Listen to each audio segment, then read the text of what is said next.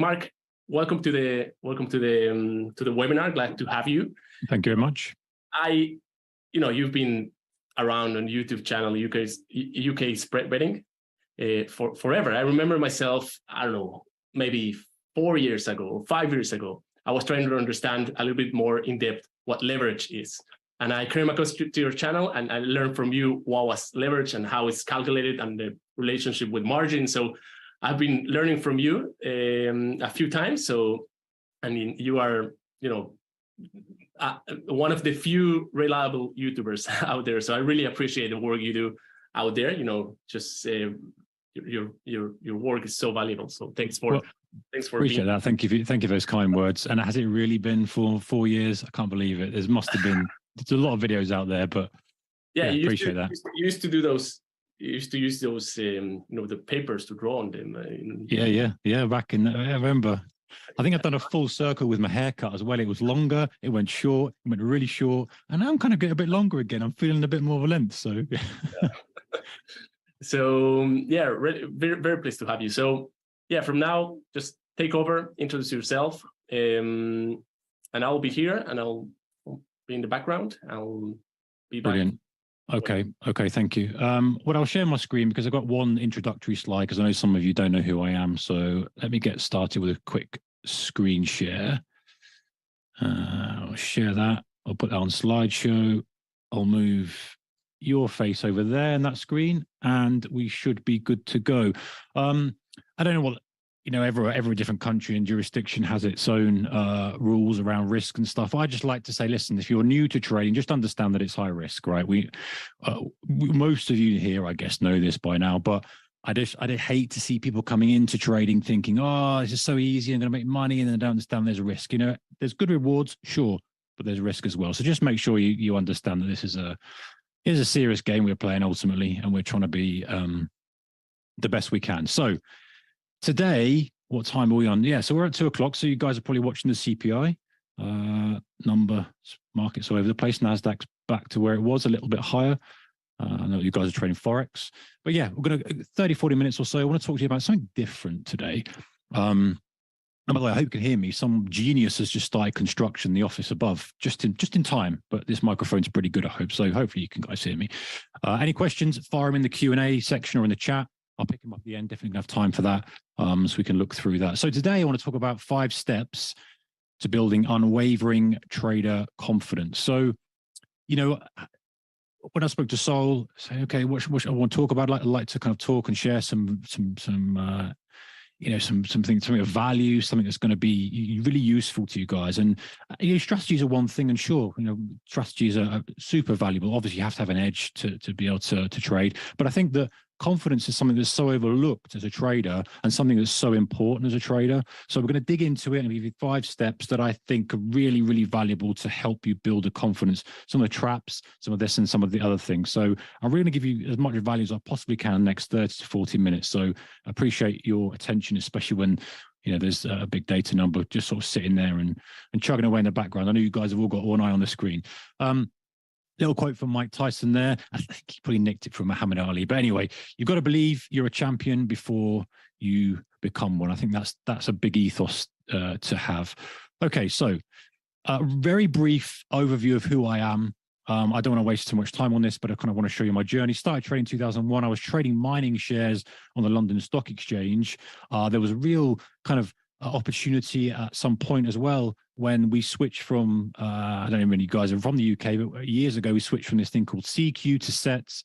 Ultimately, it was just a fully automated trading venue rather than this market maker-led model. And that was a real kind of opportunity for short-term traders to take advantage of it. So I guess without going too much depth about that, the point was edge can show up anywhere. And that opportunity really kind of, gave me a good kickstart in my trading career. I changed edge as conditions change. I became very much focused on reading the tape, supply and demand, and as a kind of price action trader.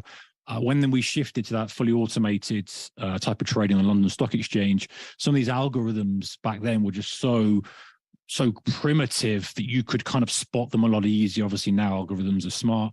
But the concept of supply demand, of reading the tape, of kind of understanding these things still applied. And I kind of shifted my edge as that sort of edge diminished over time. I started putting on videos on YouTube literally to stop me over trading.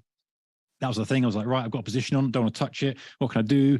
There's so many trading books you can read. You can see I've got a few behind me there. There's only so many trading books you can read, so much journaling you can do. I thought, okay, I want to do some videos. And I put them on YouTube, and here we are. I think we've got 370,000 subscribers later. Some of you guys like what I have to say, so I'll share what I think is of value. And I'm always honest with what I'm talking about. I don't sugarcoat things. This is a difficult game. It's a tricky game. It can be very, very rewarding if you get it right. It can be super challenging. It can be the hardest thing you'll ever do. But I think that with guidance and with structure, you can kind of make some progress. Quickly, I'm not promoting myself, but I created a Traders Mastermind community. There's also a podcast. You can search for that. At the moment, I'm building a new piece of software called Trading Plan Pro, which I'm absolutely super excited about. It's going to have discipline, kind of streaks. It's going to be, you best have your trading plans in there, strategies in there. That's really going to help me and building it for me. And I'm also going to be offering it out to people as well. So that's me. So that's me in a nutshell, very, very quickly, if you haven't seen me already. Okay, so I'm on the right slide. Okay, so building confidence. So most people think that it's like chicken and egg. Have you heard of that phrase? I can't get any confidence until I make money in trading, and I can't make money until I have confidence. You're like, well, what do I do? I need to make money first, but I can't make money because I'm not confident, so I can't move forward. And traders, especially early traders in the early start of their career, think that profits equal confidence, and that's I believe that's wrong. So let me tell you why. Let me ask you a question, right? If you'd never had a green year, right, but this year you made 700 grand, would you feel good?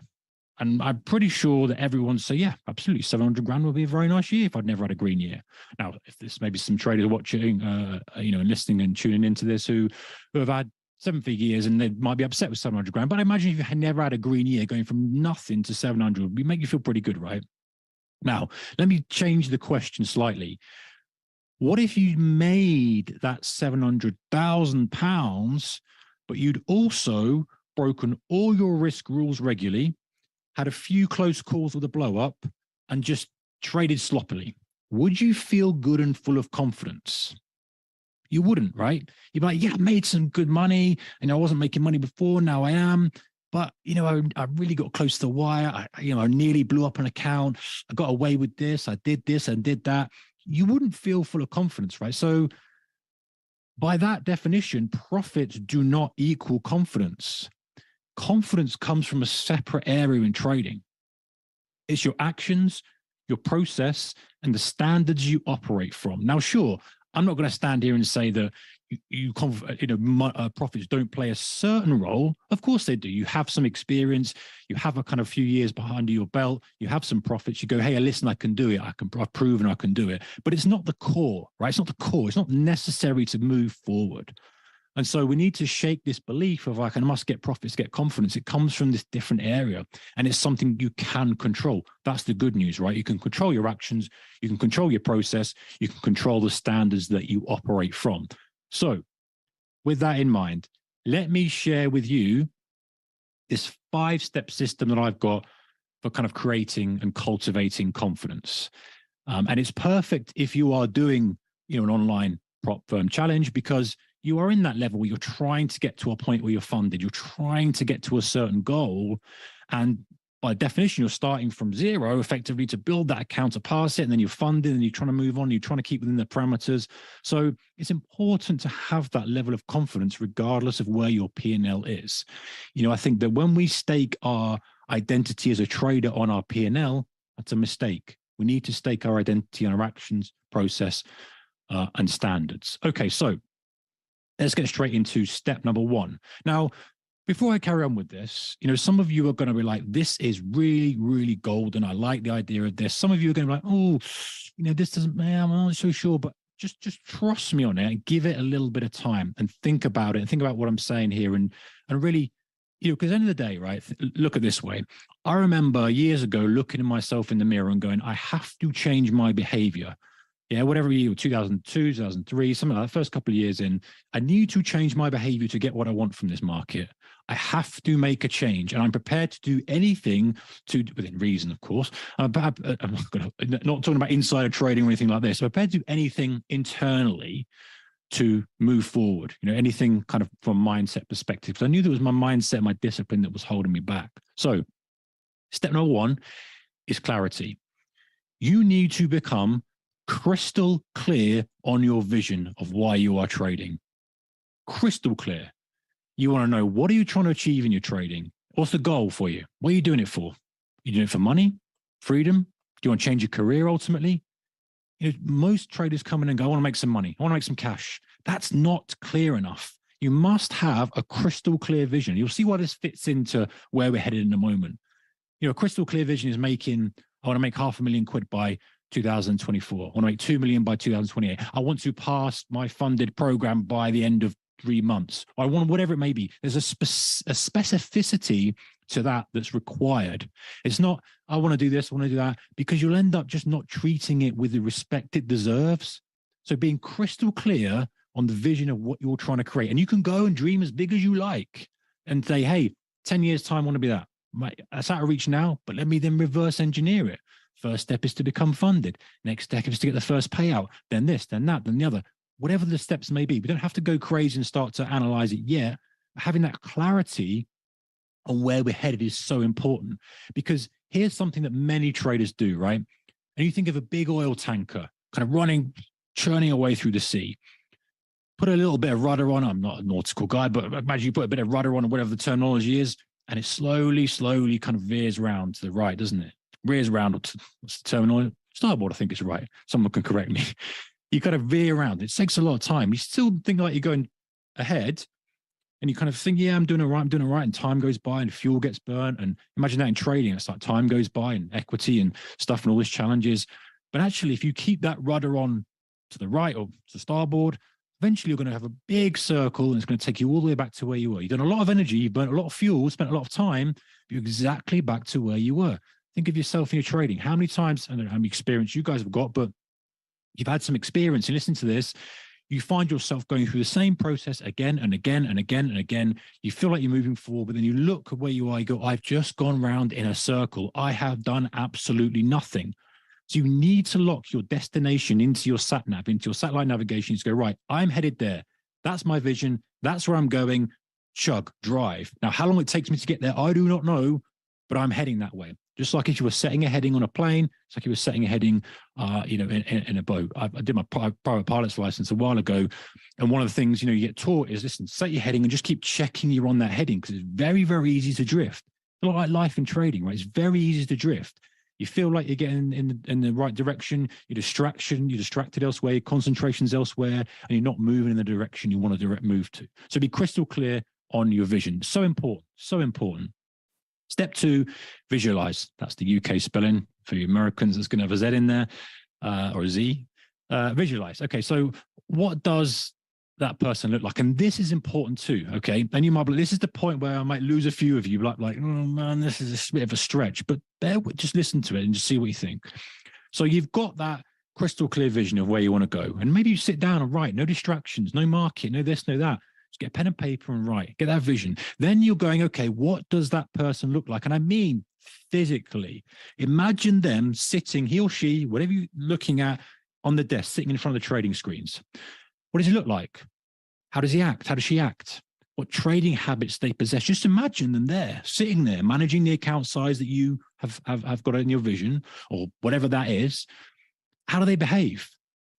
What does their pre-market prep and journaling routine look like? How do they respond when they break rules? Are they so angry? Are they not bothering with their journaling routine? Are they not bothering pre-market prep? Are they breaking rules? Of course they're not. You know they're not. You know that they are adhering to the plan and the structure they've placed in for themselves. They have that pre-market prep. They're trading. They're taking a loss. They're shrugging it off. They're moving on. They're adding to winners, doing all the stuff that you know is right. They're cool. They're calm. They're relaxed. They're sitting there. You can see how they kind of interact with the market. And imagine, just picture it for a second. Just take a second to look and see how that person is sitting, how they're holding themselves, all that type of stuff. That's your future self. So we've got the crystal clear vision of where you're headed. You've now got the visual image of that trader. And you might, and you know, this might sound like, oh, woo woo and all this kind of stuff, but honestly, it takes no time to do. It's free.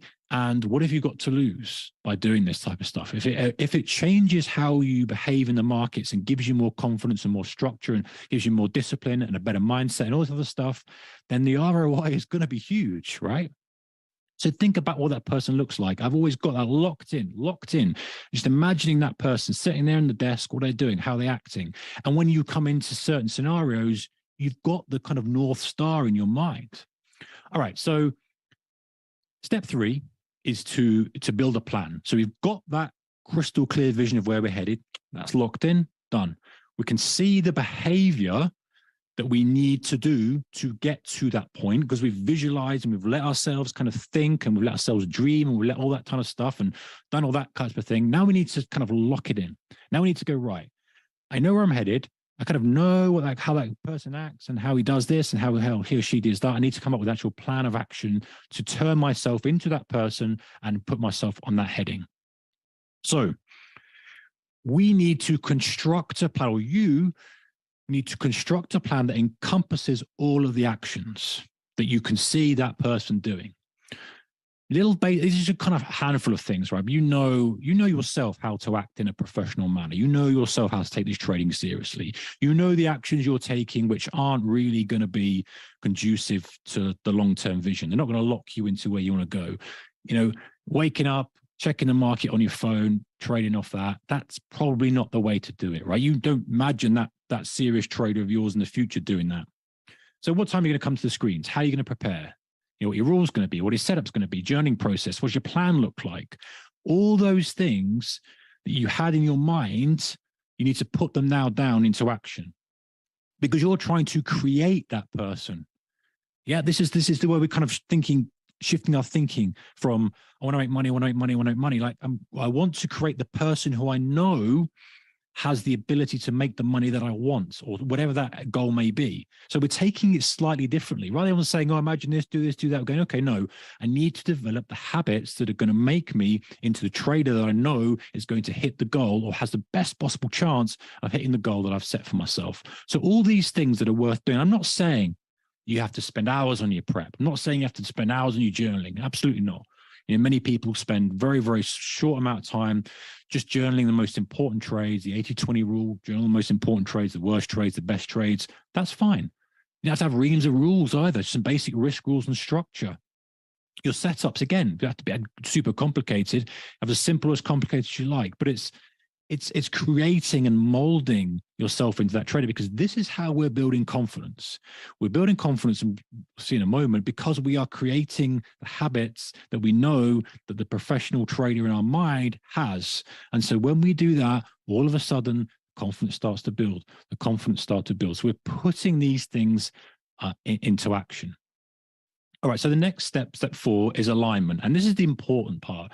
It's okay to sit here and it's okay to come up with a plan and it's okay to sit and visualize. And by the way, you know, I do this regularly, right? I'm not just saying this, I do this regularly. You know, I know where I'm headed. And very often after I've been to the gym, whatever, I'll sit in the sauna, I like a sauna after a gym session. And I've got that 15, 20 minutes. And, you know, I'm sitting there and I'm thinking, I'm getting it crystal clear in my mind. So my mind knows exactly what I want to do. And the point is that when we are in front of the screen and we're about to break a rule, we're about to dive into a trade that we know we're a bit late, we're about to pull the trigger a bit early, we're about to break a risk rule, subconscious brain goes, whoa, just stop a second. That is not the trader you're becoming. You've locked this in so firm into my brain that I'm going to pause you. And that's what we're trying to do, because, you know, breaking the rules is just so detrimental to our performance, right? We know this. You know this. You know that breaking the rules and screwing up any discipline is not serving you. And you know, probably, that if you fix that, your P&L would be a different scenario. You know, maybe you'd be at a funded status already. Maybe you'd have a couple of withdrawals. Maybe you'd be trading 7-figure account. Who knows? Who knows? So this is now where this separates, say, the men from the boys, the women from the girls, however you want to say it. This is the tough part, right? The easy part was that. It's easy to dream about where you're going to go. It's easy to lock in the head in. Pretty easy to kind of come up with a plan and sit down and work out all the things and the process and habits that you want to create. So now you've got to act in alignment. This is the tough part. Sticking to that program, sticking to the rules. Now, I've highlighted this because this is a really key part. The test is doing what you said you are going to do, even when you don't want to. What I mean by this? So when you're in front of the screens and you have the urge to do something that's out of alignment with your future trader self, remember, you imagine them, you had them there, you know how they're acting. When you suddenly see a price spike, something's going on, and you got that impulse and urge to trade it, I want to get involved in it, but you know it's not part of your setup. Just breaks, come on, hang on. How does that future trader self react to that price spike? Probably just goes, okay, it's information. What information do I get from that? Is it a rejection of a key level? Is it a continuation? Is it a momentum ignition? What is that? Is it something valuable, or is it just noise? Let me note it down. Let me think about it. How does it play into the structure of my feel and bias I've got for the market already? Does that affect how I'm going to trade the next deal? Do I increase the size, decrease it? That's the information they'll gather from that, not, oh, I'm going to miss out. I need to get in. So again, you're kind of acting in alignment. That's tough. It's tough to do that. But the more you embed and ingrain in your mind how you want to behave and act and the habits you want, the easier it's going to be to do this. So example, right? Let's say you're late to the screen. You've got a valid excuse. Something happens, your family, blah, blah, blah. You've got a valid excuse for being late. And it happens, okay? Happens. You come to the screen and you convince yourself that, you know what, I'll just skip my pre-market prep. Bell's going to go, let's get ready, you know, get your trading gear on, get your mouse going right. And you skip your pre-market prep because you think you've got a valid excuse. That's when you go, stop. This is the test. This is the separator between me doing circles and circles and circles and circles and circles and going nowhere, and actually breaking out and becoming the trader that I've visualized and I've had in your mind forever. That's the difference. That's the test. These little tests you have every day are little tests to say, are you going to act in alignment with the future trader self? Are you going to act in alignment, or are you just going to default back to the mob, the crowd, everyone else who just messes around and just trades around with no real objective, and they're the ones that are in the ocean just going back and round in circles for time and time and time again. You're only the one that's breaking out, the one who's moving to the heading. Be strict with yourself. You know, does the vision of the trader you want to be act in that way? And you know this, your subconscious knows this.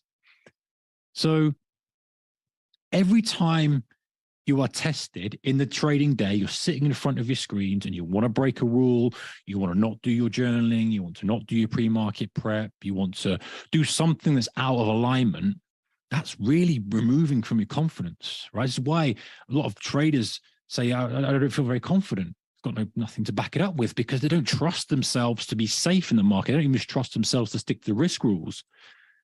But every time you're tested like this and you pass the test, you're building confidence. You're making a deposit in the confidence bank. You're going, hey, listen, I do stick to the rules. I do what I say I'm going to do. I've got a big streak now of this pre-market prep that I'm done. I'm doing my journaling. I'm sticking to my rules. All these things, and that's in alignment with the trader that I'm trying to become. And that's what builds confidence. That's where you go at the end of the week. Hey, forget about P&L. Doesn't matter. I'm not measuring my P&L at the moment. I'm trying to get to this status and level. And P&L's nice. Sure, it's nice to have a green week, but more important is to stick to your rules, to stick to your process, to build the habits that you know are going to cultivate P&L in the medium and long term. Not today, not tomorrow. There's always a lag, guys. There's always a lag. You kind of, what your habits are doing now, 30 days, 90 days, you start to see it kind of come through.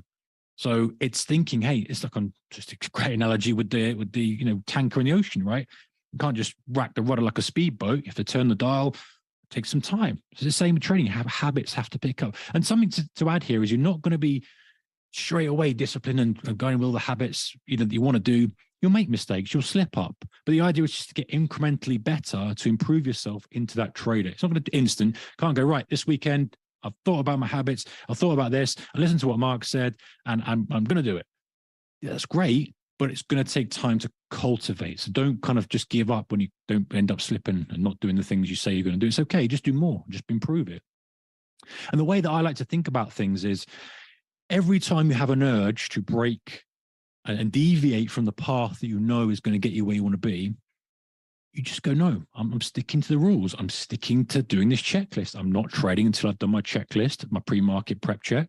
I'm not trading. I'm not doing this. I'm making sure the stuff you do and the stuff that you have the impulse to go, I don't need to do this. Oh, I'll just take a little bit more size on this trade. Oh, I'll move the stop, or I'll just trade this instrument I'm not really supposed to be trading. I'll just trade a trigger that's not really a trigger. I'll just kind of allow that market. Those stuff is the test. And that's what separates you from everybody else who's falling by the wayside and struggling, and the people who are moving forward. Because every time you have a test and you pass the test, confidence in the bank, confidence in the bank, confidence in the bank.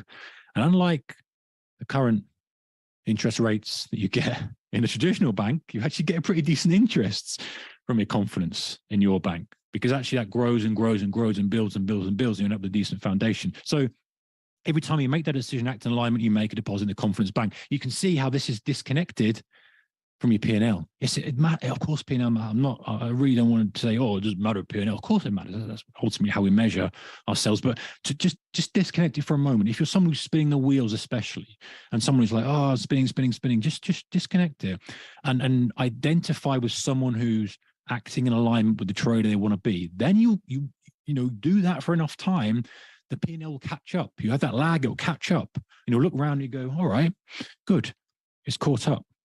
So, say on the bottom part here, most weaker traders do fail here and or fall, so I say, because they don't see the results and they go, why is my P&L working? And just trust in the process. So you process focused.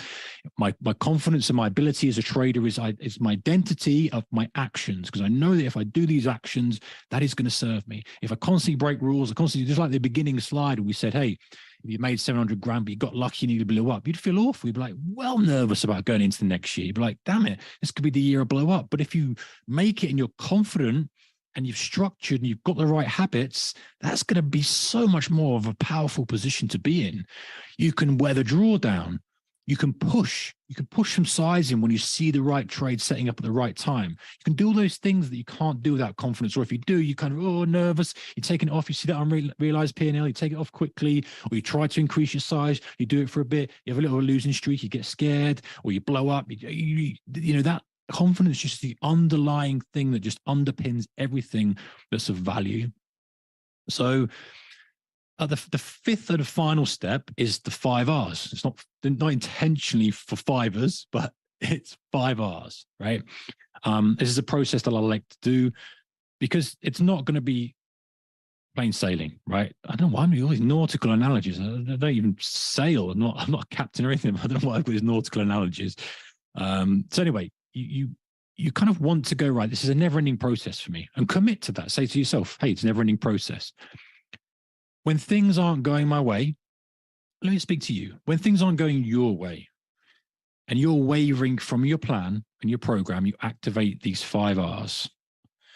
The first one is to reset. Now I will say almost with certainty that everybody here is too hard on themselves. And that's okay, because we need to be driven. We're all ambitious. We all want to push forward. Whatever level you're at now, we all want the next level, the next station. We want to move on. I get that.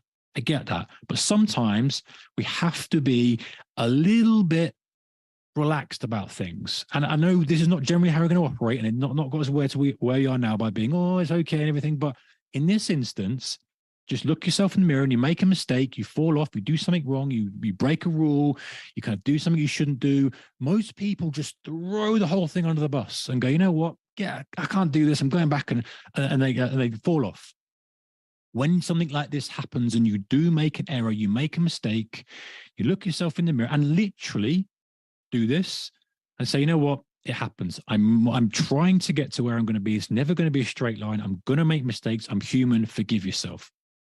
Now, those who know me know that's, I'm not saying you always go around going, forgive yourself for all these mistakes and you're beautiful and all this kind of stuff. No.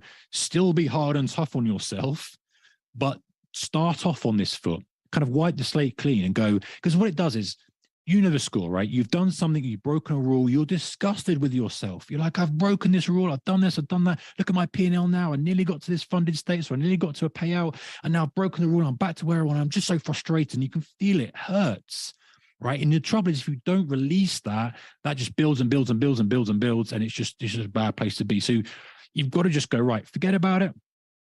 let's just forgive myself, move on. What's next?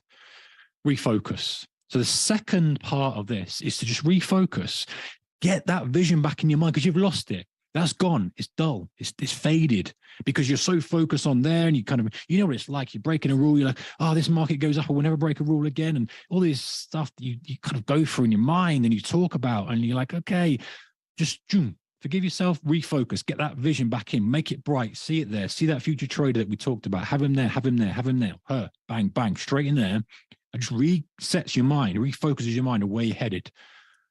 And then recalibrate. And recalibrate to me is checking over your process, your actions.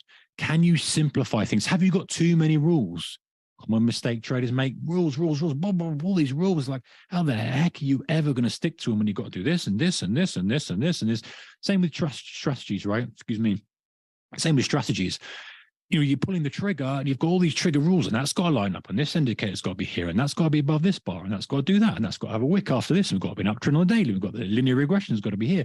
Stochastics, I'm over exaggerating, but you get the idea. Can you simplify stuff that makes it easier for you to stick to the rules that you've set for yourself and your habits? How do you need to change? And it's that recalibration process of going, okay, well, what caused me to break my rules this time? What caused me to dive into the trade? What caused me to have that FOMO? What caused me to take that substandard deal that I know I shouldn't because the market's choppy and sloppy? What is it?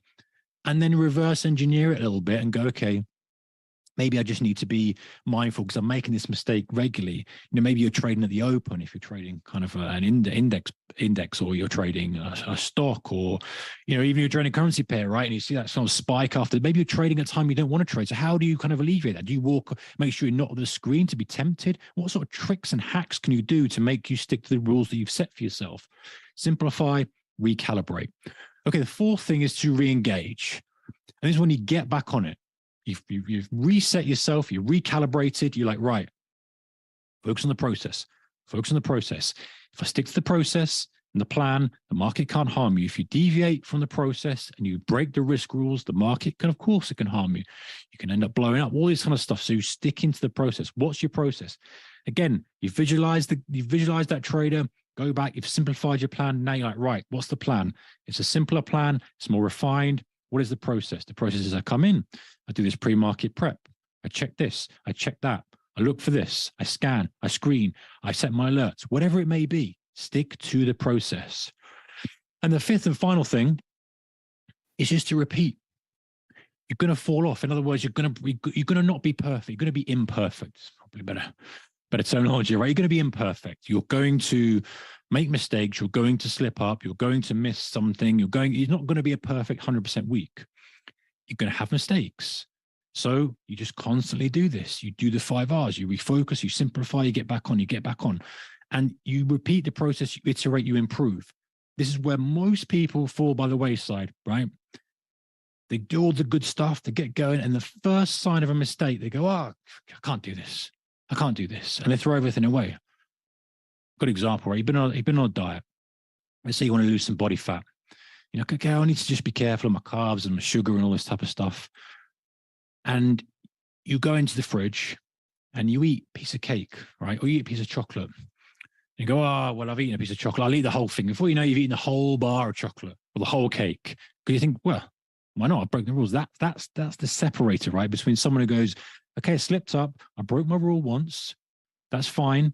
It's not going to be an issue, but it's catching it. And the same with trading. Breaking one rule once, probably not going to be an issue. Missing something you're supposed to do, not going to be an issue. But just remind, just don't let it become a habit. And again, don't beat yourself up about it and throw the whole thing and say, well, I've broken one rule. I might as well try any size I want, any strategy I want. I might as well just do stuff just to try and get it. But, you know, that's just a mistake. It's still saying focus. And that's the test. The test is that if you do fail and you slip up, get yourself back on. Try not to. Try and get it better. Try and go trade in alignment with the future trader, the future self you've got reminded in your brain and all that type of stuff.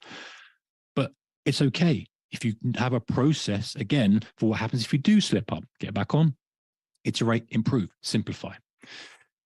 So final thing I want to say to you guys is this, is just keep moving forward.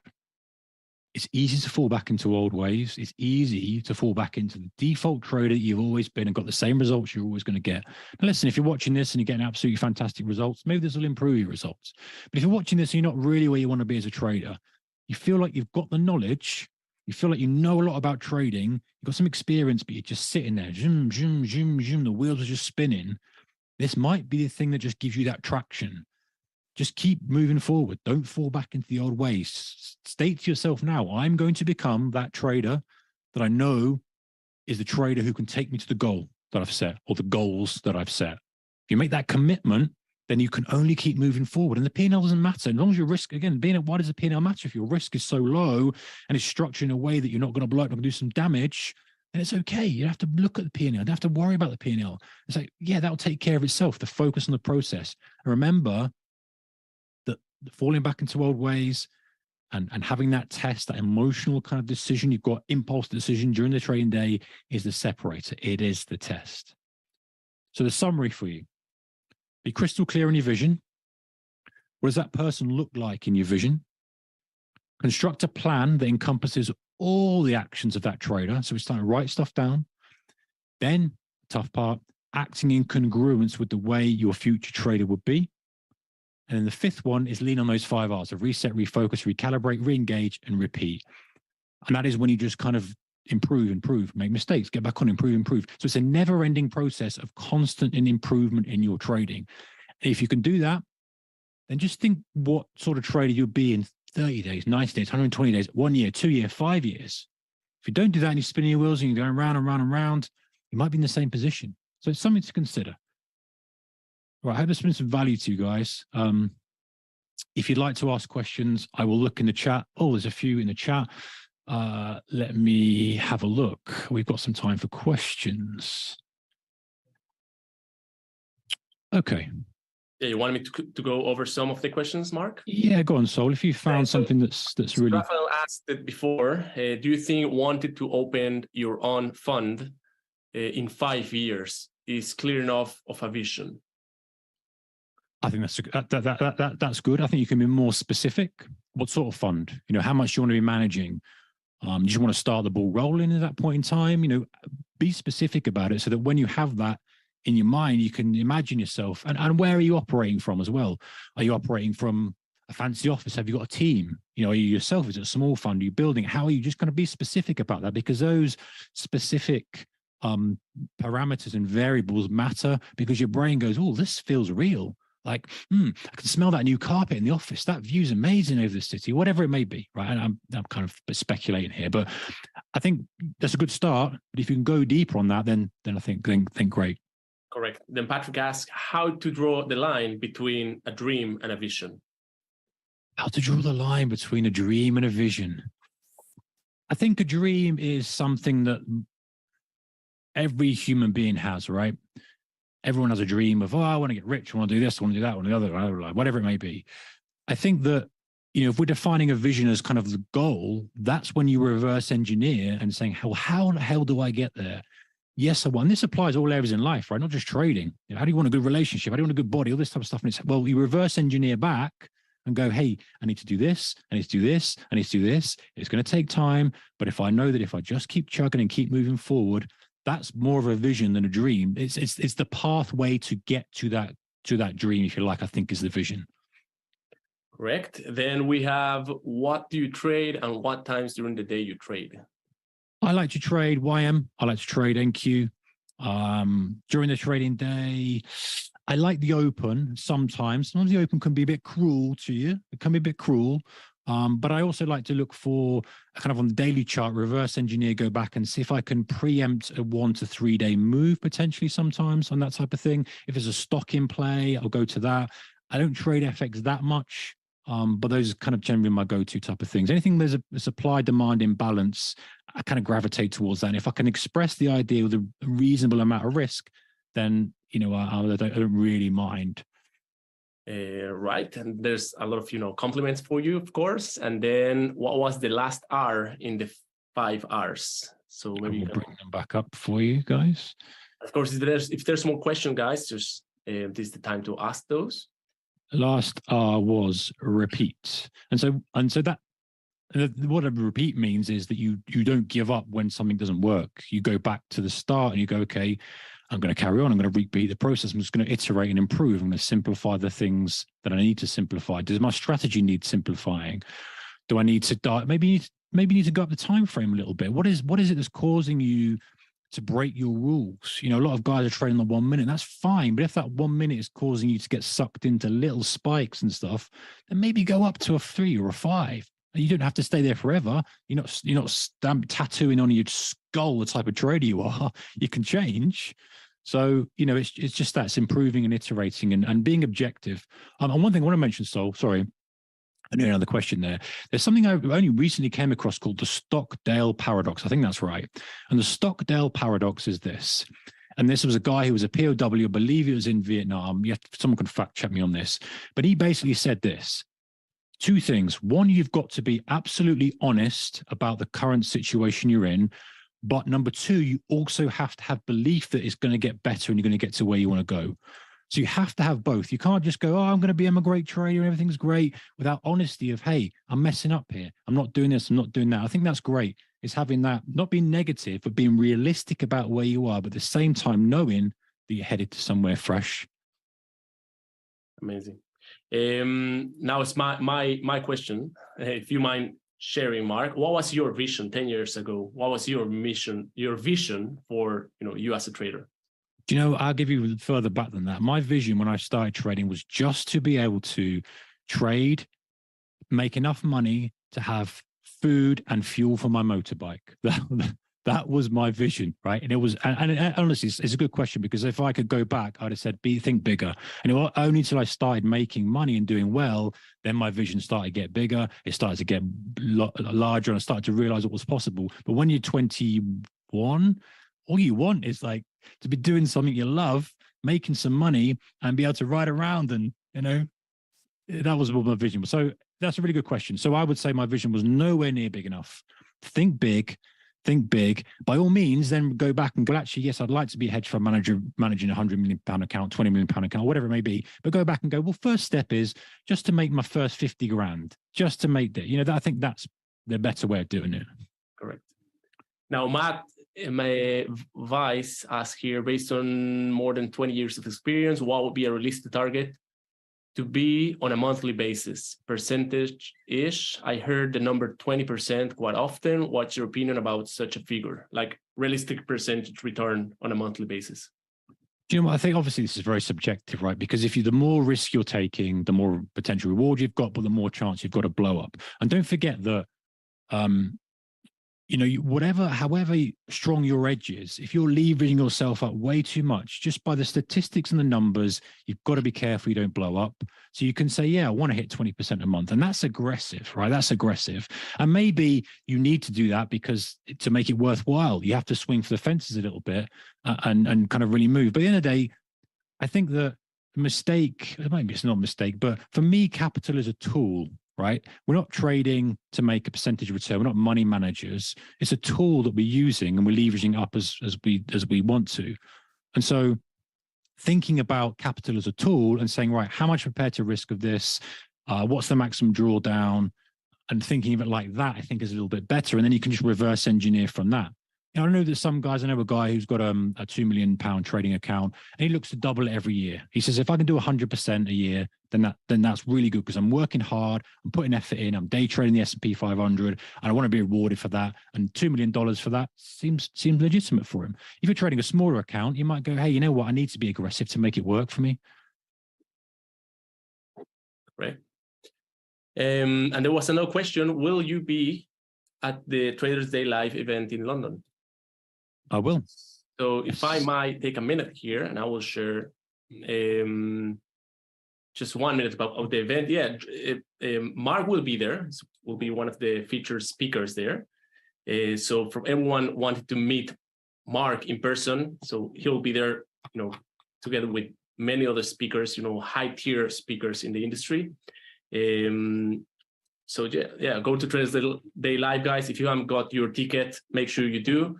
Mark will be speaking about, if I recall right, strategy development and price action day trading strategies. And I just noticed he's at the same time as myself. So I'll make sure I move myself to another hour because everyone would be going to Mark's presentation and all the rest will be empty. So I'll move my hour. Do you know, I've just noticed, Sol, that you've got Steve Ward there. Steve Ward is a top guy to listen to. He will drop some absolute knowledge bombs. You know, if you like your psychology, you like your discipline, you like your mindset, Steve Ward is the man. We've had him as a guest a couple of times, and he is just super knowledgeable. So yeah, looking forward to. I'm not on the same time as him, am I? Because I want to watch him. No, he's in the afternoon, so he'll be speaking to by himself. Yeah, of course, he coaches institutional traders. Yeah. But even you know Mark, yourself, and Simon. Simon is not very known out there because he is an institutional trader, and he manages 8-figure funds. And of course, Martin, he's an algo trader, and Charlie Burton, and very big names here. So very exciting for the event. So let's see if there's any other question out there. Let me check the chat. You joined the event, expecting nothing else. Thank you. I'm trying to cultivate my ambitions. If we're very nice input, Mark.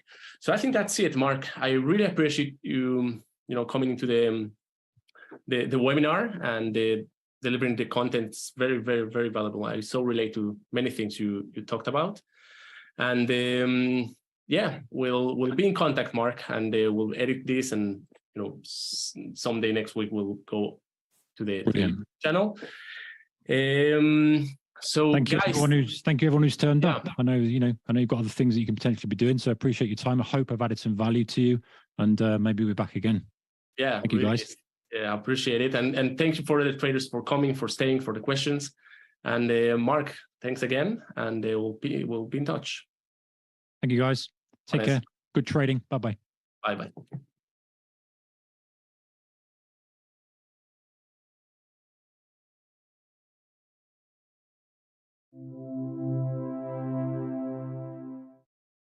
Hello, everybody. Thanks for joining to the webinar today. I hope you see me through the camera here.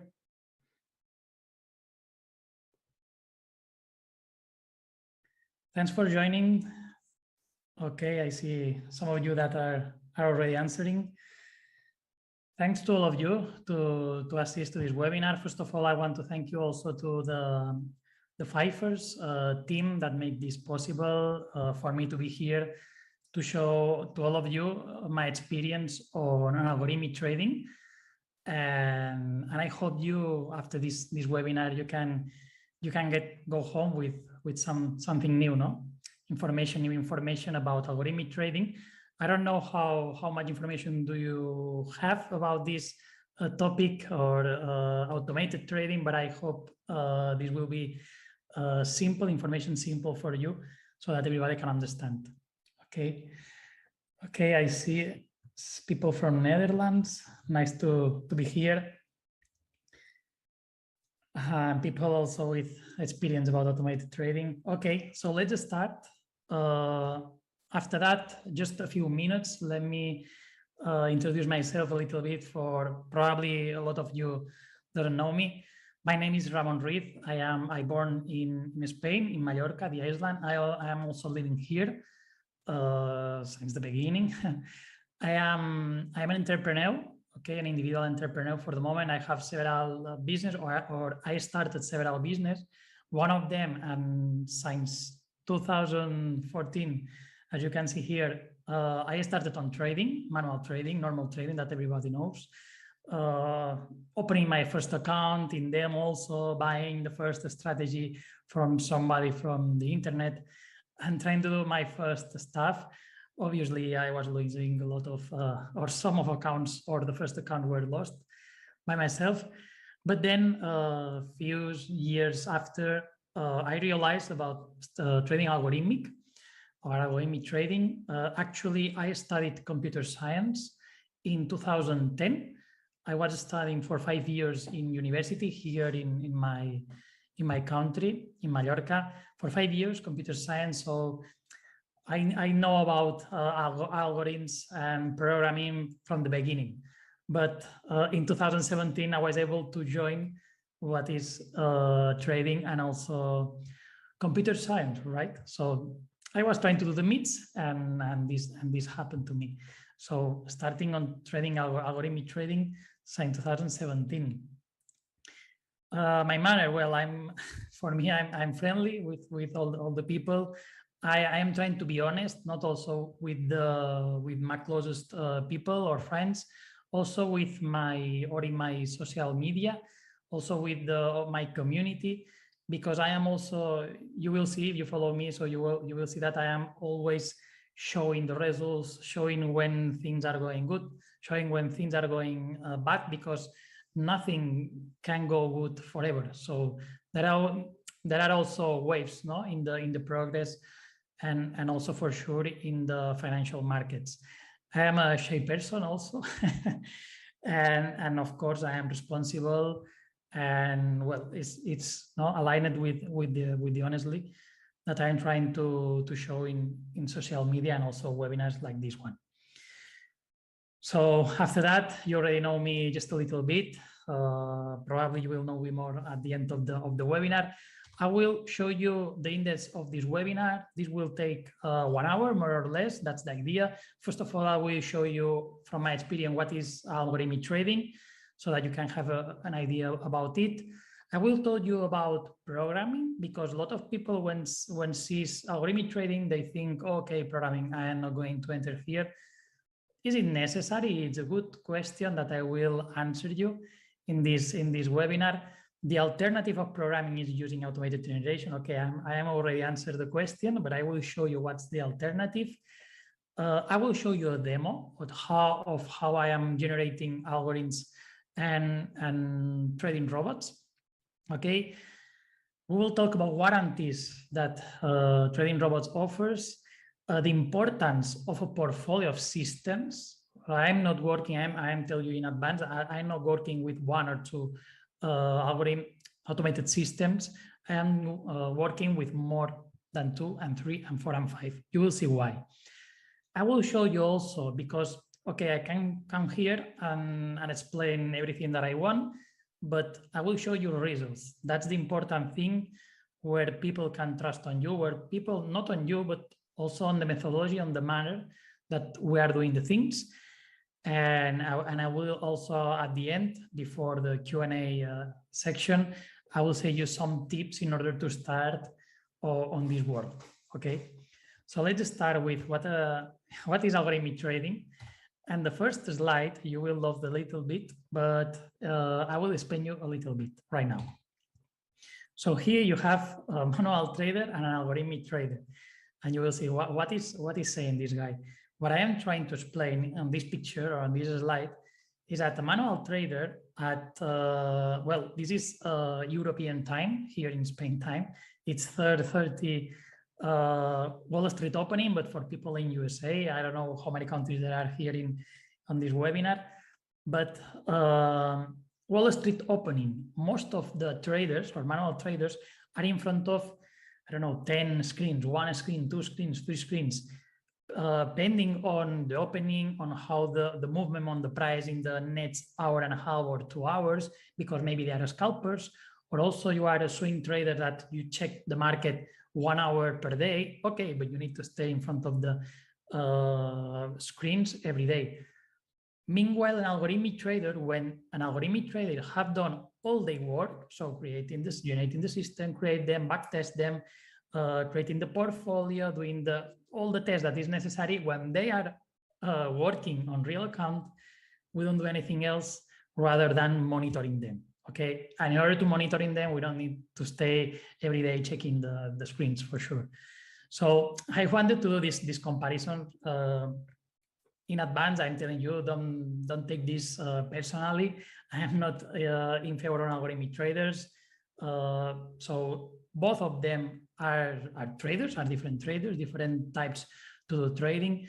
But there is something that I want to remark, is that algorithmic traders doesn't, psychotrading doesn't affect us. Okay, psychotrading, I am referring on emotions. So when you open a trade, when the trade is going to your stop loss and you don't want to lose that trade, most of the initial manual traders, they change the stop loss a little bit lower because I think the price will go up now in the next 5 minutes. this is the worst error that you can make in trading. You need to follow your rules.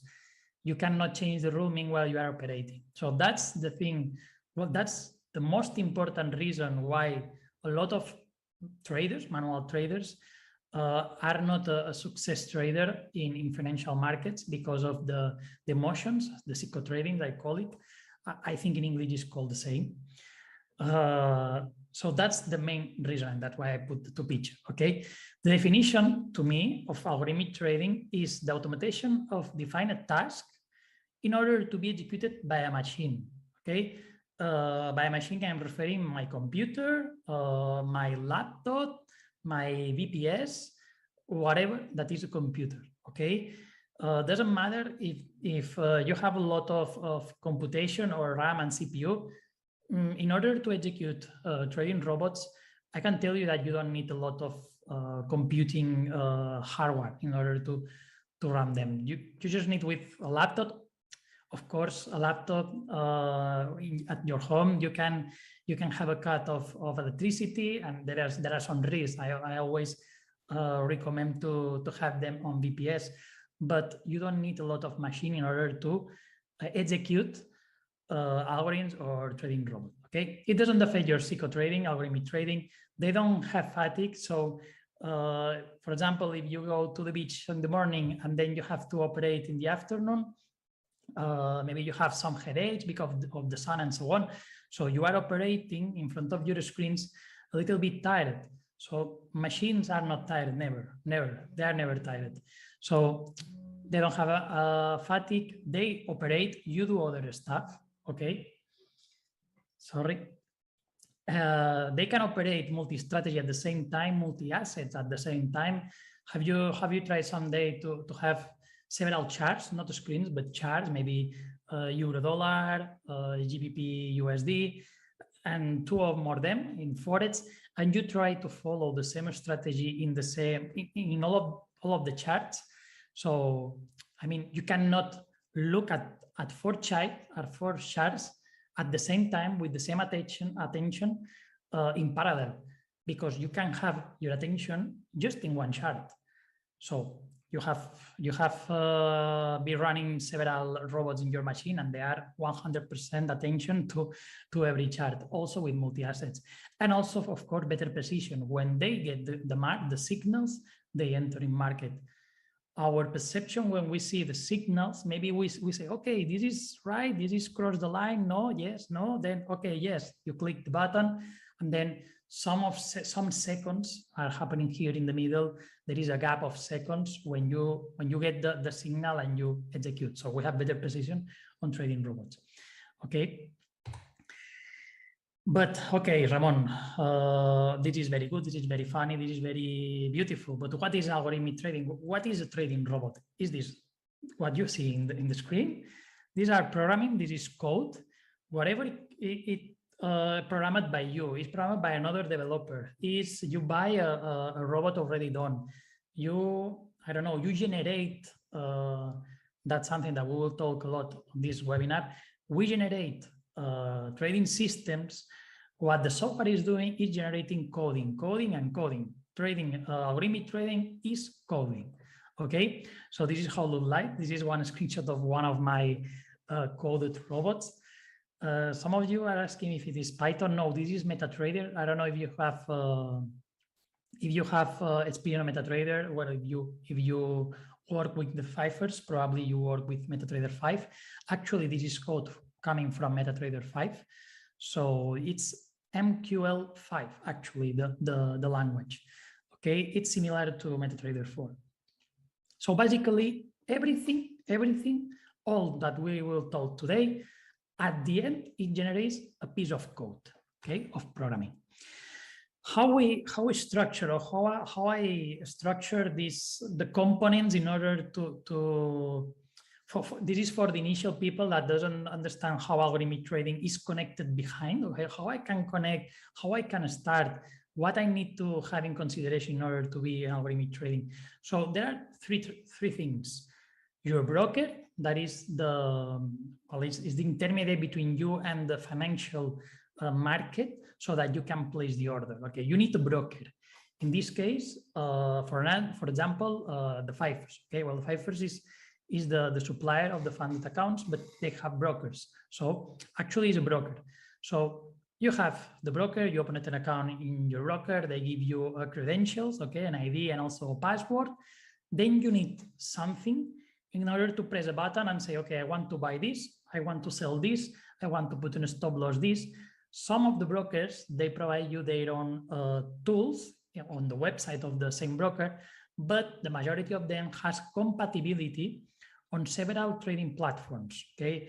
One MetaTrader 4, MetaTrader 5, NinjaTrader, TradeStation, ProRealTime, there are a lot of them, okay? Here in the 5ers, actually I didn't say that before, but I have an account, of course, with the 5ers, funded account, and I am working with algorithmic systems in MetaTrader 5, okay?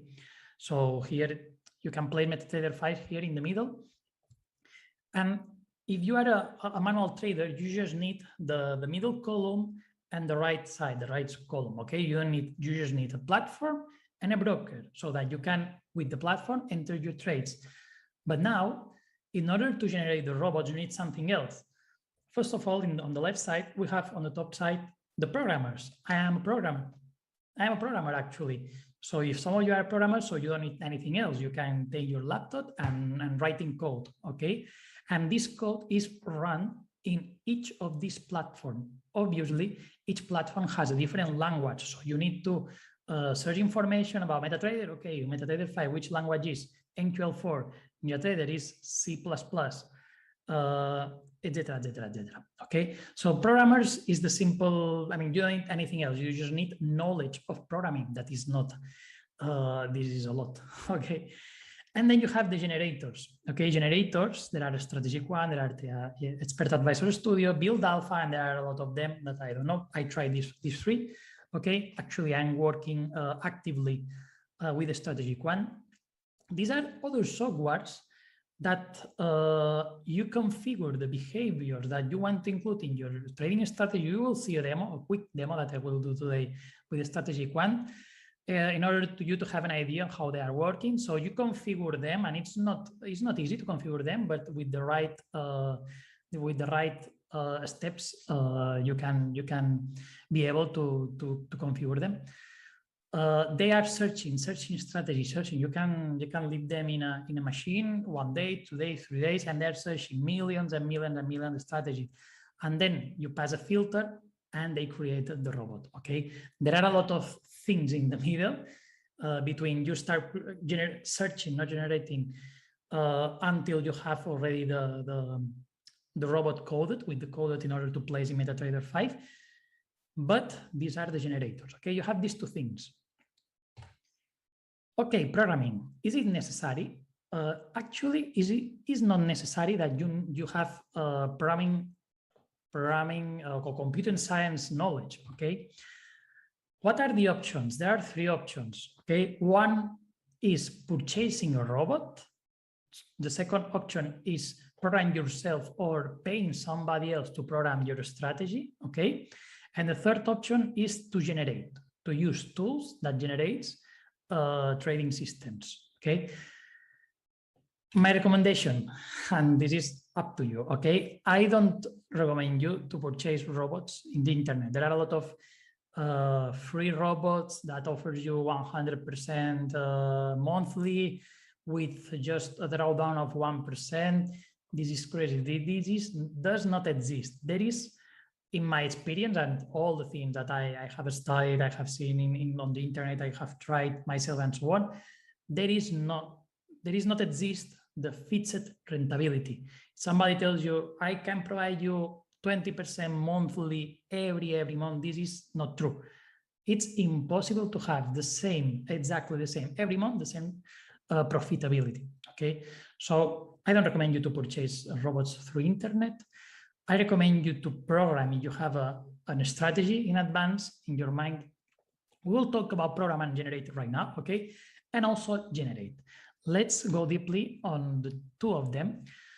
So I started as an algorithmic trader programming by myself. I didn't start generating. Generating, actually, I started beginning of 2020, so last year, at the beginning of last year.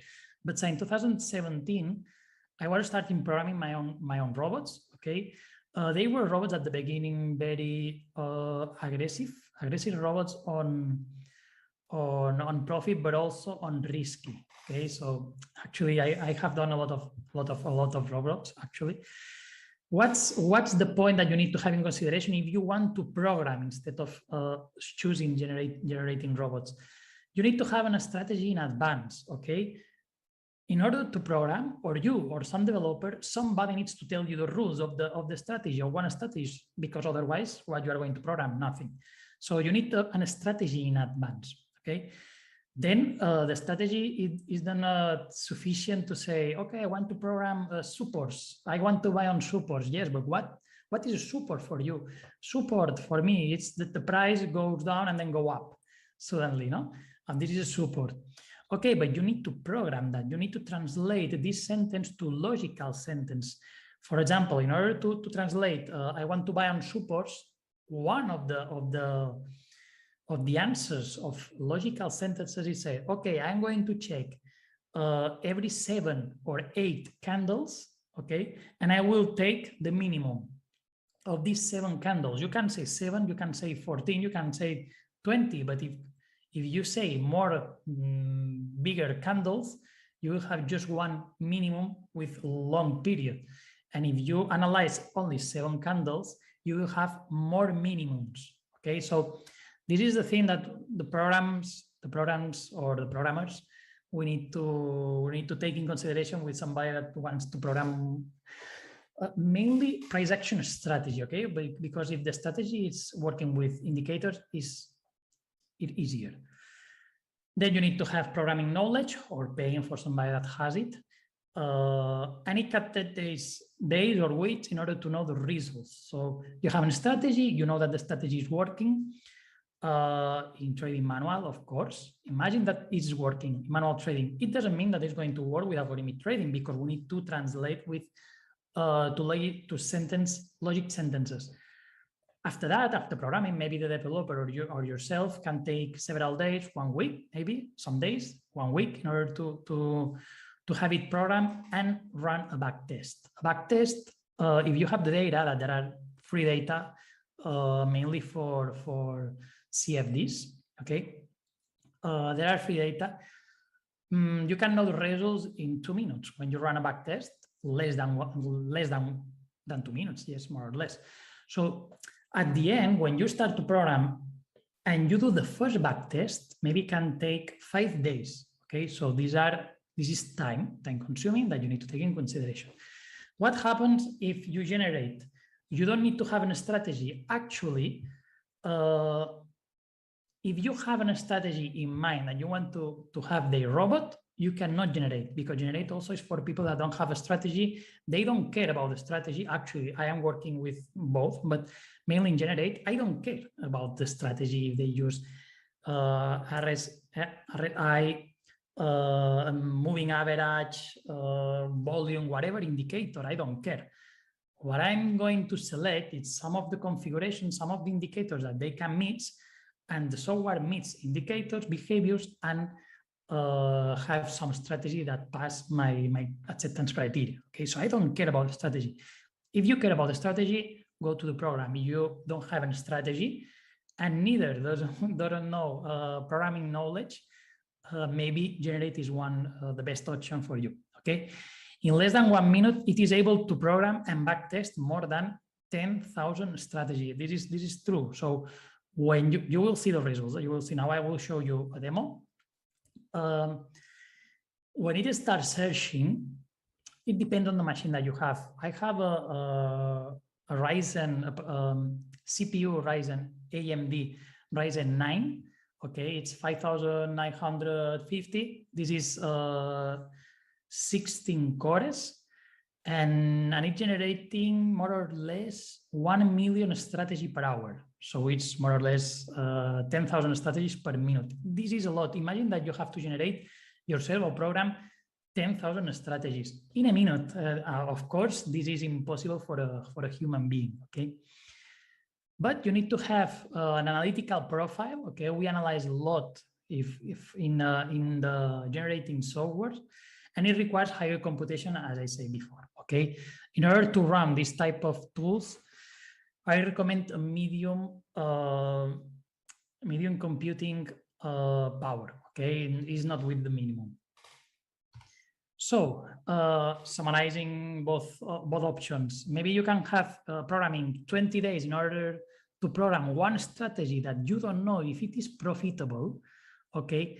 And generating, you can have 7 days in order to have 30 profitable systems and robot strategies, because you started with 50 million strategy, then they passed the certain criteria 1,000, then the some robust test passed also only 200 strategy, and then the optimizer section, because I will tell you about the phases. Only 30 of them are very profitable and also robust strategy. But at the end of the 7 days, you already know that these 30 are tested, are pushed to the limit, and are robust strategy. Okay, so here's the difference. Based on my experience, I always recommend to go for the programming strategy if you have a strategy in your mind and you are highly % sure that the strategy will be profitable also on algorithmic trading, okay? Otherwise, go to generate. The alternate automated generation, and I will talk about generation because at the end, programming, that's all. I mean, this is the coding. I show you a piece of coding. You go to the program editor and go programming and backtest and so on. Okay, let's talk about the automated generation, because this is, I saw in my community that 90% of the people, 95% of the people are interested on this point. So that's why I want to do emphasis on this webinar on this point, okay? First of all, we don't have any strategy, okay? We use a tool. In my case, is Strategy Quant, and you will see it after this section. And this is separated in 3 models, okay? More or less, all the tools are separated, the generation in these same three, okay? So first is building or searching a strategy. Second one, those strategies that were searched or built that passed that set criteria of the build section, they go to some test, to robustness test, okay? And there is another acceptance criteria. The one that goes or pass that syntax criteria of retest goes to optimize, okay? And optimize, there is also another acceptance criteria. Build, define the entry and exit behaviors. For instance, I want to look for strategy that only enters at market, or a strategy that only enters at operations at limit, by limit or sell limit. Okay, you can define this. You can define which indicators wants to use.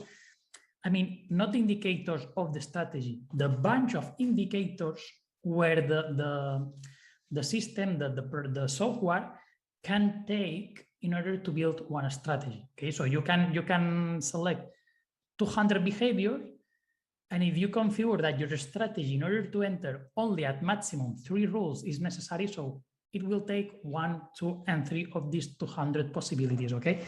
And it will search and it will mix behaviors, and some of them are profitable and are passing your acceptance criteria, okay? This is the building, okay? The building phase. The retest, we are retesting again the strategy, but pushing to its boundaries, okay? For instance, I don't know if some of you heard about Monte Carlo test. Monte Carlo test is like, you know, the spread, right? Spread of a lot of brokers. I think all of them have spread. Some of them are floating, some of them are fixed. But if you operate CFDs, mainly CFDs also, they have a lot of floating or dynamic spreads, okay? So Monte Carlo test, one of the tests of Monte Carlo is increasing I think you can put the probability 10%, 20% of the trades of the whole strategy. Just to break here, I usually generate strategies of time frame of 1 hour, okay, and 8 years back in history, okay, in order you to have an idea of what I am talking about. 8 years with candles of 1 hour. So Monte Carlo test, 10% of the trades increase the spread, I don't know, 300% or 200%. So the double or the triple of the spread or the normal spread. And you see all of these simulations, because it does 2000 simulations, you see how profitable it turns your strategy, your original strategy. And with this graph, you can see if you increase a little bit the spread and the strategy becomes not profitable, maybe you don't want this strategy because it's, how can I say it? It's not robust. I mean, if you change a little bit what is happening in the past, it will destroy your numbers, your profitability, what you expect from this strategy. So if this happens on the past, imagine if you put that strategy in your trading account. So probably in the future, you don't have a lot of probability to success on that strategy. That's why we passed, this is one of the tests, we passed 3, 4, or 5 tests, okay? We push the strategy to the limits. And when we push the strategy to the limits, we put a minimum acceptance criteria. Obviously, it's not so high as maybe in build, but we put a minimum of acceptance criteria. For those that pass this test, this retest, we optimize. And optimization, most of you have heard about over-optimization. Be careful because you don't need to, you cannot fall on over-optimization. We have some techniques in order to don't fall in over-optimization. But we are working on this section with walk forward technique. You will see a little bit now when I do the demo what is walk forward. I can take 2 hours to explain about walk forward optimization what is, but I will try to explain you with some sentences now in the demo, okay? And once all the strategies that pass the optimize, that is usually less than 100, then I choose, well, I create some portfolios that I will explain you how I do it in the next sections, okay?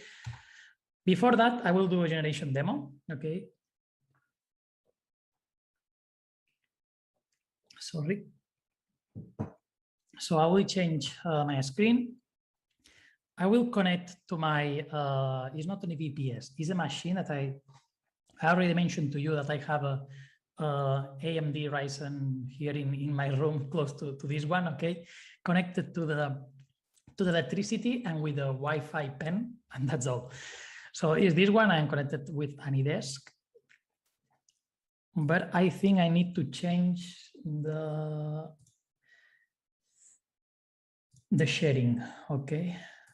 Let me stop and then now. Okay. Can you confirm now? Can you say in the chat if you see my screen now? Okay. So you see strategic one, right? Okay, I see people saying yes. Okay, perfect. So, okay, perfect. So this is strategic one. It's small. Do you see it good or it's small or? This is on pause. I see. Not showing. Wait. Now yes, right? Okay. It's because I tried to put a full screen and it seems that full screen is not working. Okay. I will do with a small screen because it's also working like this. I hope you see very good everything. Okay. Okay. As you can see here on the left panel, we have built retest the optimize. Do you remember the slide that I showed to you, the 3 phases that we start generating here, the strategies, we go through the retester and we finish on optimizer, okay? The look like is similar in all of them, okay? And they also have 3 tabs here. It's the progress, how they are generating, how they are, because you configure and then you press start and you go to do other stuff. It's searching, searching, searching. It's retesting, retesting, retesting. It's optimizing, optimizing, optimizing, and you do other stuff, okay? Meanwhile, this is creating. So here, what we have, look at this one, okay? This one, before looking at this, look at this in the middle. I am trying to generate Chow USD. It's the gold, okay? I'm thinking on Spanish. This is gold against the dollar, okay? The gold asset. 1 hour, and if you can see, it's from January 2013 until February 2020. And also I'm putting some space, if you see here, some space of auto sample and in sample. I'm trying to generate strategies in sample so that I left some period of time at the end in order to test the strategy generated in the period before. Okay, so I'm generating the strategy based on this data, and then I see its behavior on this next period. Okay, and you will ask me, Ramon, okay, why your end of period is 31st of December 2020 if we are in the middle of 2021? Because then when I choose, I do all the things, all the steps, I choose the strategy that I want for my training account. I do a test, a future test in MetaTrader 5. Okay, MetaTrader 5, I download the data and I do a backtest there of 2021. Okay, this is another step that me and the people that are working, we are doing in order to put another assurance on top of this, to have the robots more consistent. Okay, so we are building here. First of all, here you can see an example. Last weekend I generate for just 1 day and 2 hours. You can see here running time so far, 1 day, 2 hours. I generated, the strategy generated 25 millions of strategy of gold against dollar for time frame 1 hour. Okay, this is very, very quickly. You can see strategy per hours is almost 1 million. This is a lot. This is a good machine. I mean, I started on this generating per hour, I think 80,000. Okay, so less than 10 times less than the machine that I have right now. Okay, so you don't need these machines. You can just starting with some BPS of 6 cores or 8 cores, and maybe, I don't know, 12 of RAM and so on. I think that's good to start. Actually, my first account was generating with the strategic one with this specification. So you don't need so much machine, but this is my number right now. Okay, I'm very happy actually. And okay, you can see 25 millions, but only 1,400 were accepted. So you can see that the percentage acceptance, it's 0.01%. It's very low, but this is correct. This is a correct percentage, because as you can see, when a machine it's mixing things, okay, you can see that majority of them will not make sense. Probably most of them, they are not going to do any trade. You can see here, rejected detail. You see the reason why it is being rejected. You can see 30% of them, it's because of there are no trades. So I have an automatic filter activated that if there is no trade, you can discard me. This is one of my filters, okay, initial population, that the net profit is higher in 8 years, is higher than 10,000, because my initial capital is 10,000 also, okay. Okay, I'm looking for more than 100% in 8 years. Okay, less than 2,050 trades in 8 years. I think 2,050 trades should be the minimum on this configuration, etc., etc., etc. You can see the reasons, no, why it's rejecting you.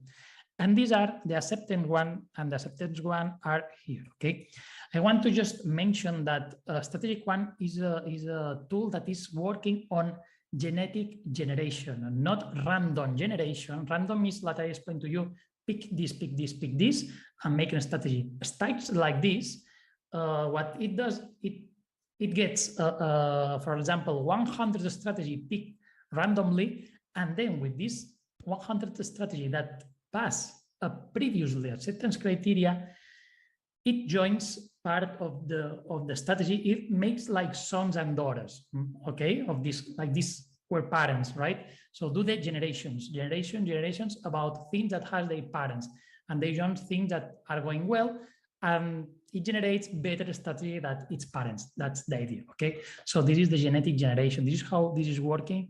Strategic one also can work fully randomly, okay? You can configure that. So this is my bunch of strategy that were passed all the filters of the section builder, okay?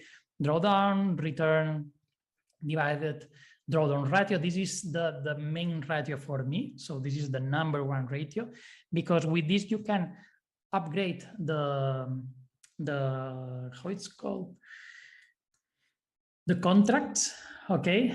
Or you can lower. If you see drawdown higher than that you want, so you can lower the contracts. If you see drawdown smaller, you can increase the contract. So this is things that you can play afterwards. And in order to configure this, I will just show you 1 minute. Okay, this is some filters. I can take you hours to explain this. Okay, filters, data. You can specify in sample, out of sample.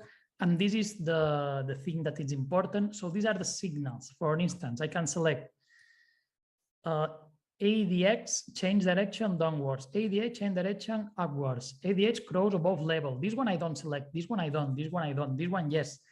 Usually I select the behaviors that I understand. And also, for instance, now I am looking for a strategy, for trend strategy, and also changing the direction strategy.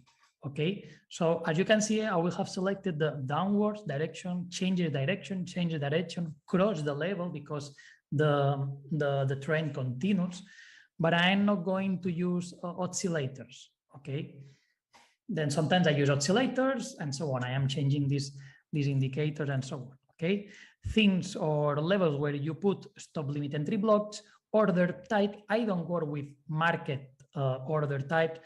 I work with the stop, limit, or limit. And then exit types, you can choose exit after bar, move, and so on and so on. Okay. Then money management, the capital, and the ranking. So the filters that I put here in order to the acceptance criteria. Okay. Retest, how is it going? Is the same. Okay. You can see the same. These are an example of NASDAQ Q, USA Tech Index.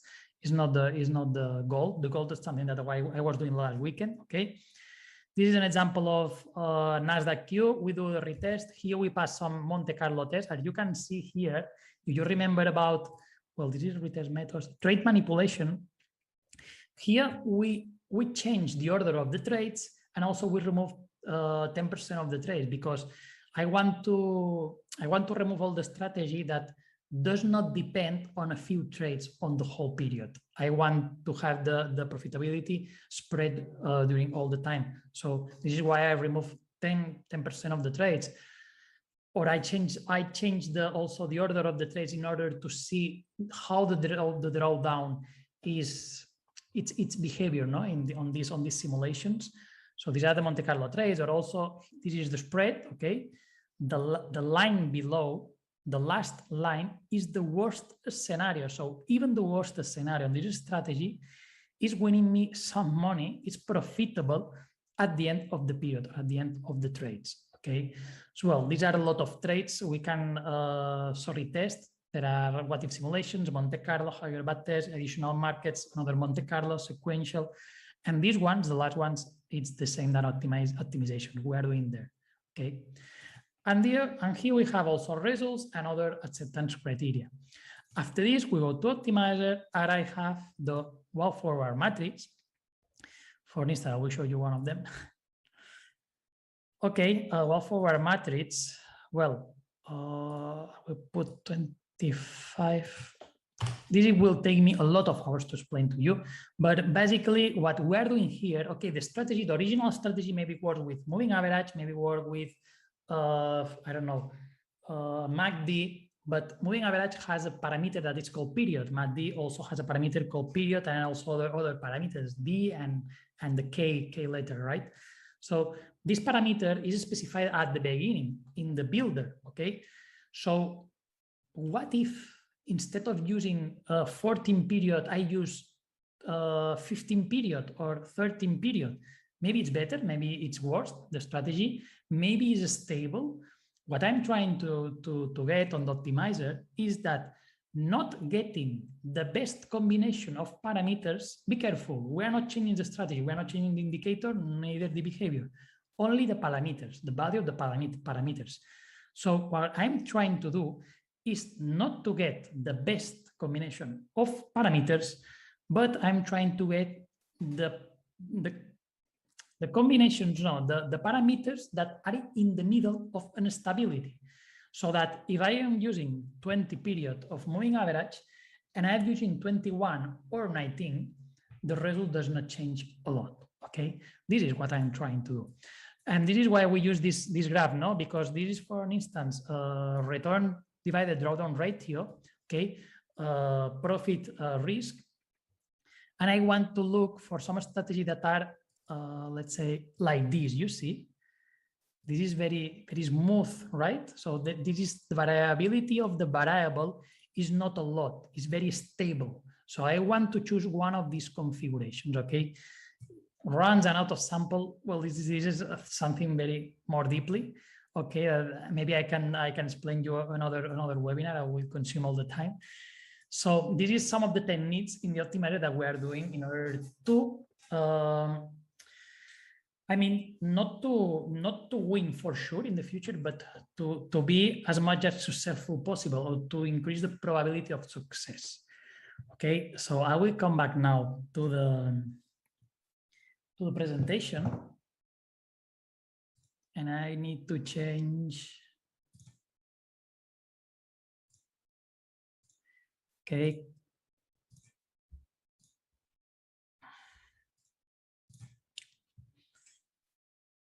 Okay, you see the presentation right again? I guess so.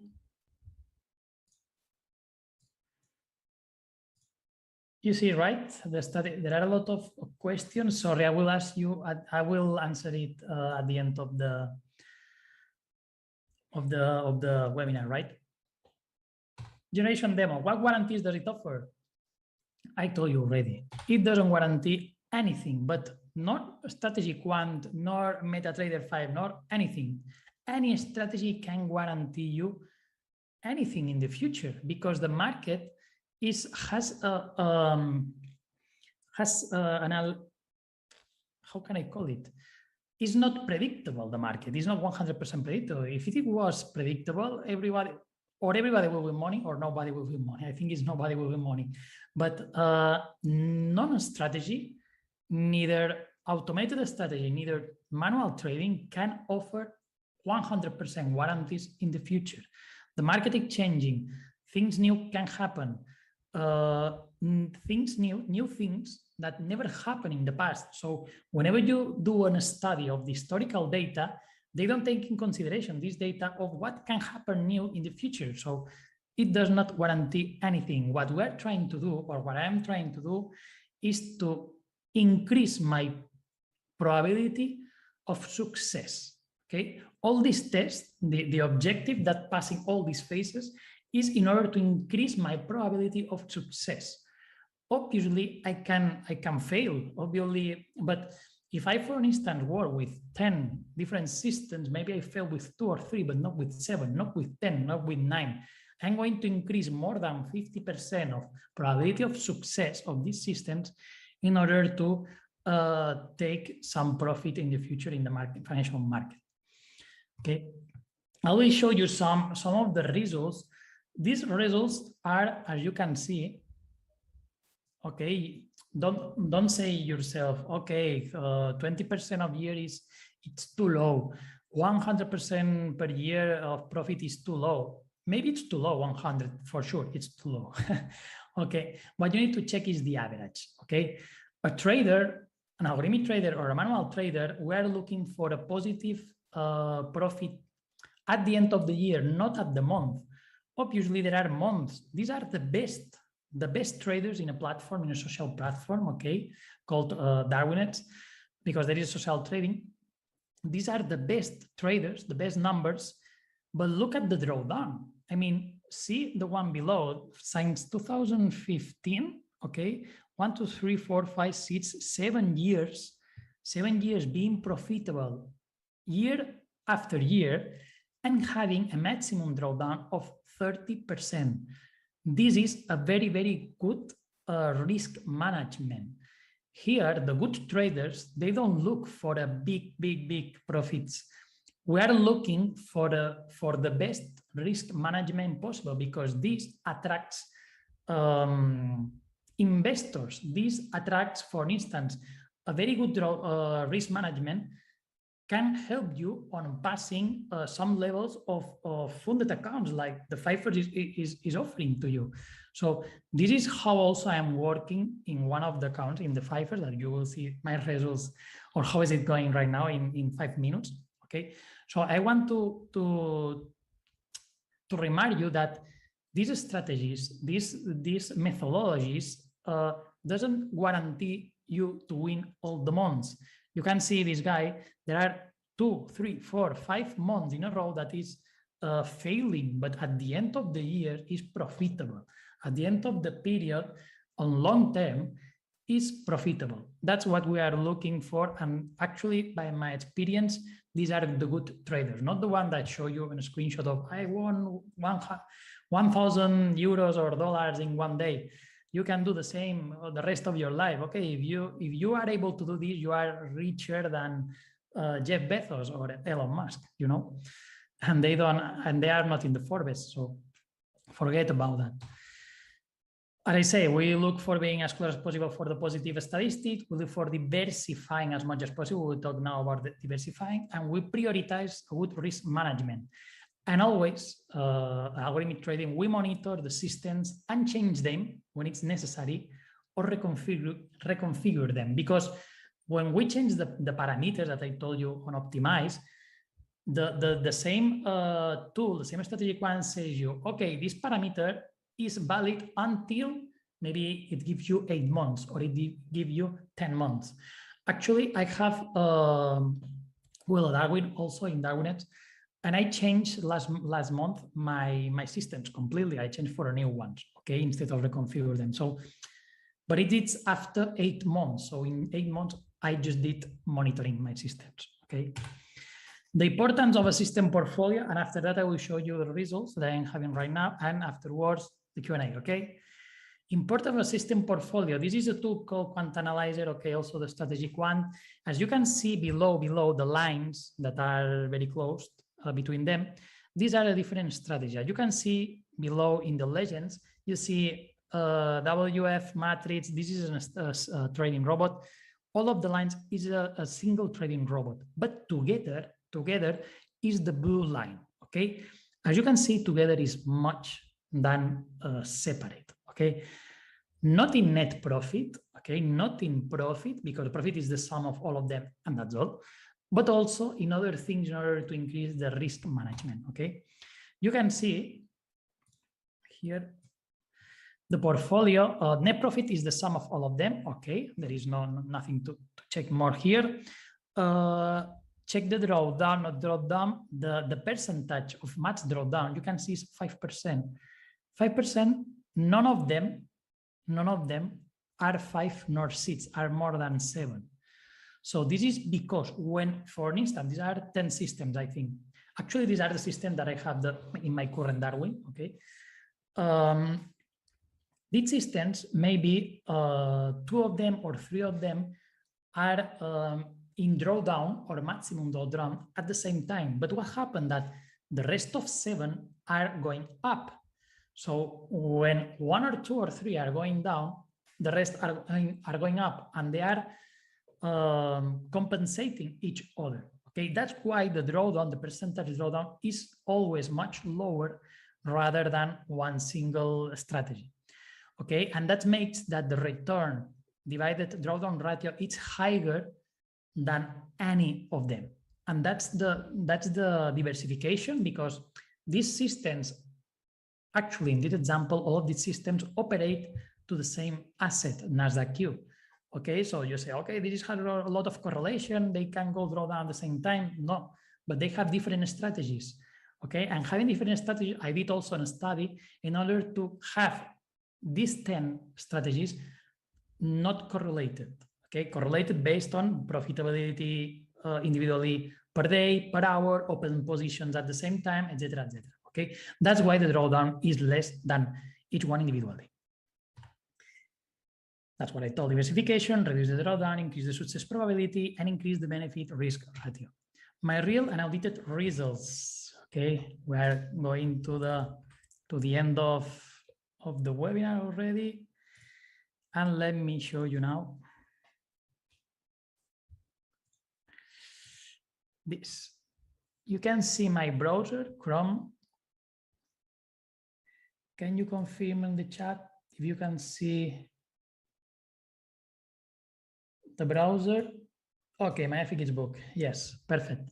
So my FX book, I connected the two accounts. Okay, I connected my account in Darwin's, okay, the real one, and also my account for the 5ers. Okay, so the one that I have my funded account. Okay, I will show you first of all the one that I have in Darwin's. Okay, it's track verified and so on. And this is how it's going. So this one I opened it in March of this year. Okay, at the beginning of March, I started on that platform. And well, I have a 22% in 6 months. I think it's 5 months and something, more or less. Okay, with a drawdown of 8%. Actually, this ratio is amazing. I mean, for me, I can stay here all my life. Okay, with this ratio. For me, it's very, very good. Okay, actually, I wrote a book that it's algorithmic trading, written by some guy, Spanish also, that he says per year a good portfolio system strategy. I mean, the profit in absolute values divided by the drawdown in absolute value per year, 0.8 factor, the ratio. Okay, so this ratio is amazing. And I think this ratio right now, for me, it's profit sits, well, we can do, it's 621 euro divided by the drawdown in absolute. I don't think there is drawdown here, but I don't know, maybe the ratio is 2 or something like this. Or something like this. It's amazing. For me, the ratio for now, it's amazing. Let's see in the future how it's going and so on. But this is a very good future, okay? You can see all the stats and so on. Nasdaq Q, every month except April. And now, right now in September, today is the second day, I'm 100 below 0%. But I am very happy on this system. Let's go now in my the 5ers account, that I am very, very happy also with this one. Okay, in this one, I had to build a strategy on Forex, okay, on Forex market. And I built 4-5 assets, okay. I put 3 or 4 systems in euro dollar. I put 2 systems on, I don't know in English, Neozelandese dollar, sorry for my English. Well, you can see here. Okay, August. You can see here Euro USD. Most of the trades are here because there are some of systems working on Euro USD, Euro GBP, USD Yen, New Zealandese dollar, and GBP USD. Okay, this is the percentage. I am operating on 5 different assets in Forex, and I think I put 10 systems or 11 systems. I think it's 11 systems, different systems, okay? Actually, I started on June, 1st on June. It was going down. Remember, this is a count of $10,000. I can go down until 9,600, okay, minus $400. I did a minimum of $9,854. So I had some margin still in order to get until the 9,000.6 dollars. And then at the end of July, more or less, I started on June down. At the end of July, it went up, and then the systems went up and up and up all the August.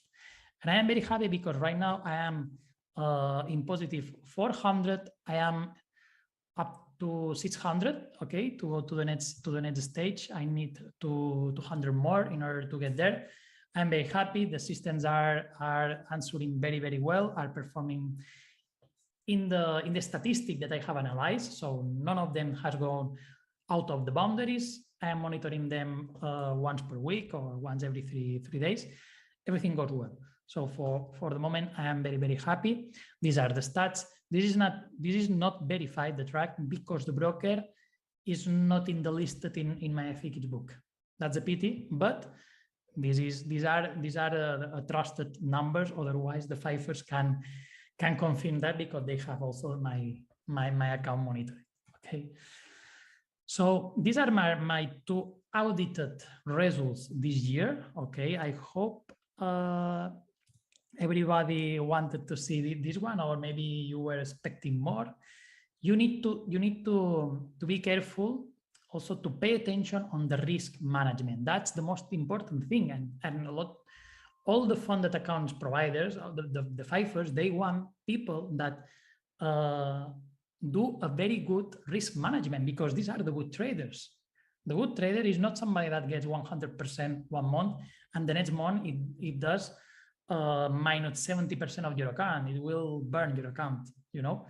So these are the good traders, the good risk management. Okay. So I'm going again for the last stint to the presentation. And this is already the last step. Okay, how do I start? I just say one recommendation. Okay, by learning. Okay, I know that all the information, and I can assure you that all the information that you can find not a book, because there are a lot of information in books. I like a lot of reading. Information that you can have a course, you can have a university. All this information is on internet for free. Obviously, you need to spend time to look for this information, to discard the one that are not good information, to be able to understand which information is real and which information is not. And this is time consuming, of course. That's why there are universities, and that's why there are courses, and there are academies and so on. But I recommend you that learning. Choose if you want to learn programming or if you want to learn these tools that generates a trading system. But any of the 2 ways, you need to learn something. Trading is a job. Algorithmic trading is another job. So take it in consideration that you are not learning on, I don't know, to do something simple. This is very complicated. Majority of traders are failing, and are failing because some reasons. Okay, so my recommendation is that learn about it. Meanwhile, you are practicing also. Okay, and question and answers. Until here, my explanation. I say thank you to everybody, to all the people that stay here. I want to say thank you at the end of the webinar and say some words. So I will pass to the questions right now. We are 8 people right now. I'm trying to. Okay, there are a lot of questions that you have done since the beginning. Let me go at the beginning. If I am skipping some of them, please ask me again below. Okay.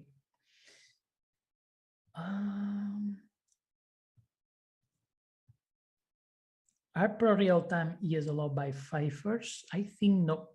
The team can answer to you.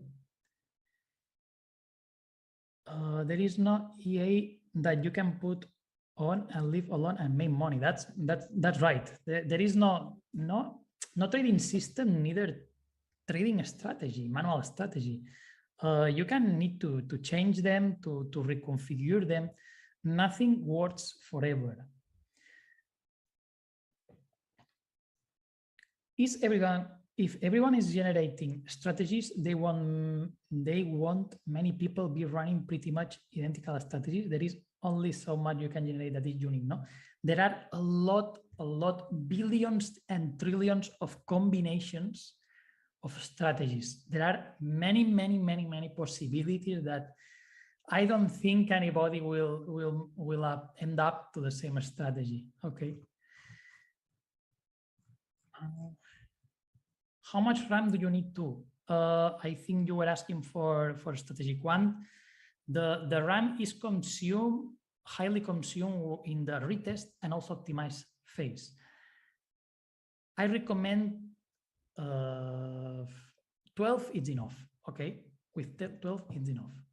Minimum 8, okay? Who developed all the database strategy? What is the quality of most of it in terms of profitability? This depends on the test that you pass. This depends on the configuration. It's very, very, very there are a lot of configuration of strategy quant, a lot. And this probability that you are asking for, it depends on what you have configured the tool and the test that you have passed and all the analysis that you have performed, okay? It will be great to know if 5ers accept ES from non-MT4 file sources per real time. That's something that I cannot ask. Are these combination of managed strategy in one? This combination of managed strategies in one? No, these are different systems. Where what I'm doing with the portfolio is that I am connecting the 10 strategies in the same MetaTrader 5, but in different charts, okay? But connected to the same account, trading account. Very informative, thanks. How are these strategies generated by the system available for us to trade in the real market? How are these strategies generated by the system available for us to trade? I don't understand this question, Mohammed. No, so how are these strategies? Can you ask me again or reformulate again? Yeah, yes. Are saying multi-strategies in one EA for better to increase profitability? Multi-strategy is not to increase profitability. The main reason is to increase the better risk management, to reduce the drawdown, okay?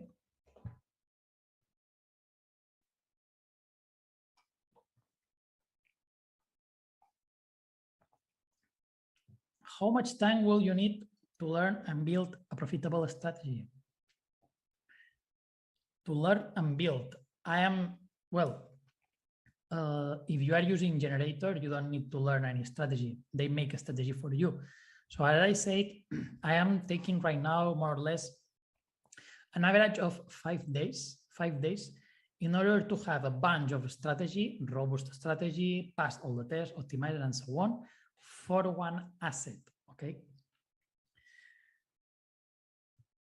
Please get to the point. How can we use the Generator? It has a license, okay? It's not for free. There are some days for free, but it has a license, okay? You need to download in a computer and work with it. So thanks for the presentation. Thanks to you to being here. What experience on programming I need? If you use the Generator, non-programming experience. If you want to program by yourself, you need to know coding. It doesn't need to be an expert for sure, because you just need to know the simple sentences like if conditions, while, for, loops, variables, objects, functions, and so on. The simple thing. Thank you. Excellent webinar. Thanks to you. Do you use simple strategy for Forex on SQA? Or also which time frame do you use? Finally, what filters do you use?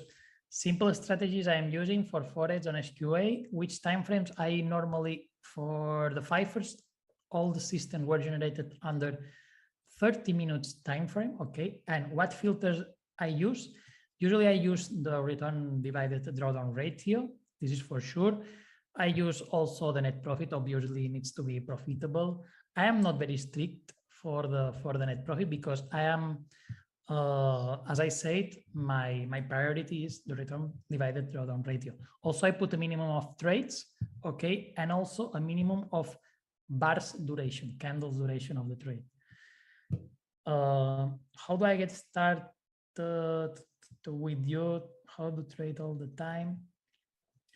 I will tell you now at the end of the webinar where you can find me, okay?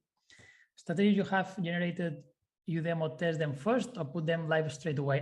I put the demo first, okay? 1 month or whenever they do some maybe 50 trades, then I can go to live, okay? With the strategic one, what do you start with as far as giving the system inputs? Do you select the single time frames or you use multiple time frames? Do you provide a list of indicators to use? I provide, well, in my academy, I provide some configurations for the people that are in there, okay? I usually one single time frame. depending on the account. For instance, I mean, in Forex, I am using 3 minutes. It depends on the spread also. If your assets, I mean, in the $5ers, Forex has fewer spread. So with fewer spread, I can lower a little bit. The time frame, because the data, in order to do the back test, I download it from Dukascopy. It's CFDs also data. And I know that this data is not equal that the data that has the $5ers. I know that there is a percentage of difference. So what I am trying to do is, if you put higher time frames, it reduces the difference of the data. If you operate at 1 minute, there will be in percentage of the price more difference between your broker data and Dukascopy. And that's why I recommend always using more than 1 hour time frame.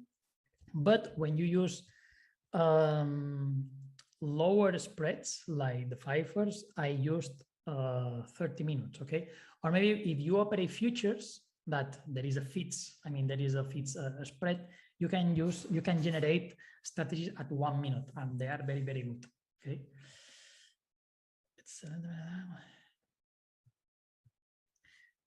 Do you need to have 5 computers to run 5 different MT5 strategies, or do you use virtual machines? I use virtual machines. No, but I use just 1 computer, okay? 1 virtual machines, listen this, 1 virtual machines, I have 1 MetaTrader 5 installed, and inside 1 MetaTrader 5 installed, I have 10 systems, okay? Then I have another MetaTrader 5, another instance, but in the same machine, another MetaTrader 5 or MetaTrader 4, and I have another account with other 10 systems. So you can do everything in one computer machine. Can you provide some predefined config that we can start with? I am not providing that for people that are not in the academy. That's something that it's a plus if you are in the academy.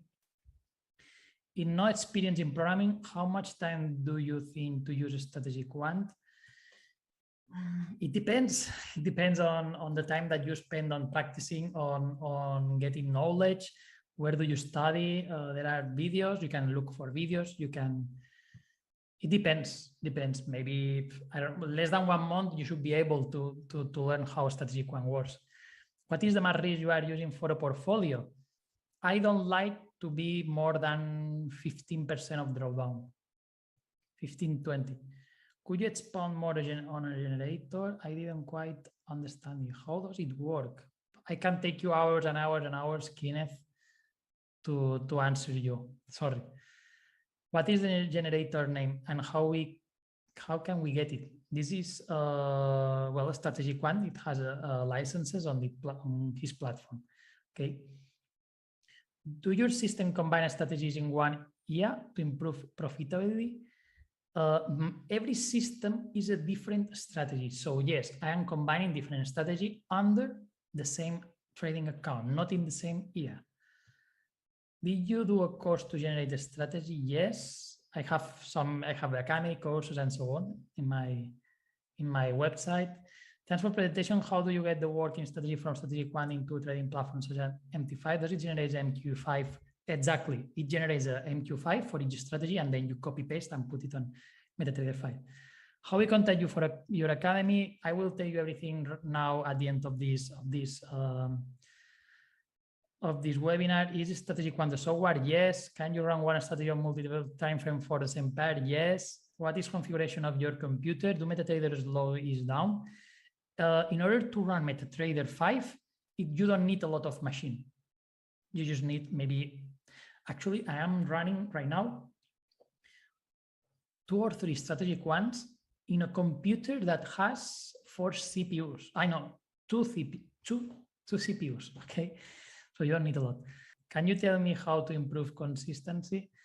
It's a very big explanation, Atticus. Which VPS do you recommend? I use Contaba, actually. What stop loss setting do you use for Forex? I use a range of pips, okay, always, in order to look for a strategy. You also use VPS for MQL5 too? Yes. No, not from MQL5, but from another provider of VPS. Okay.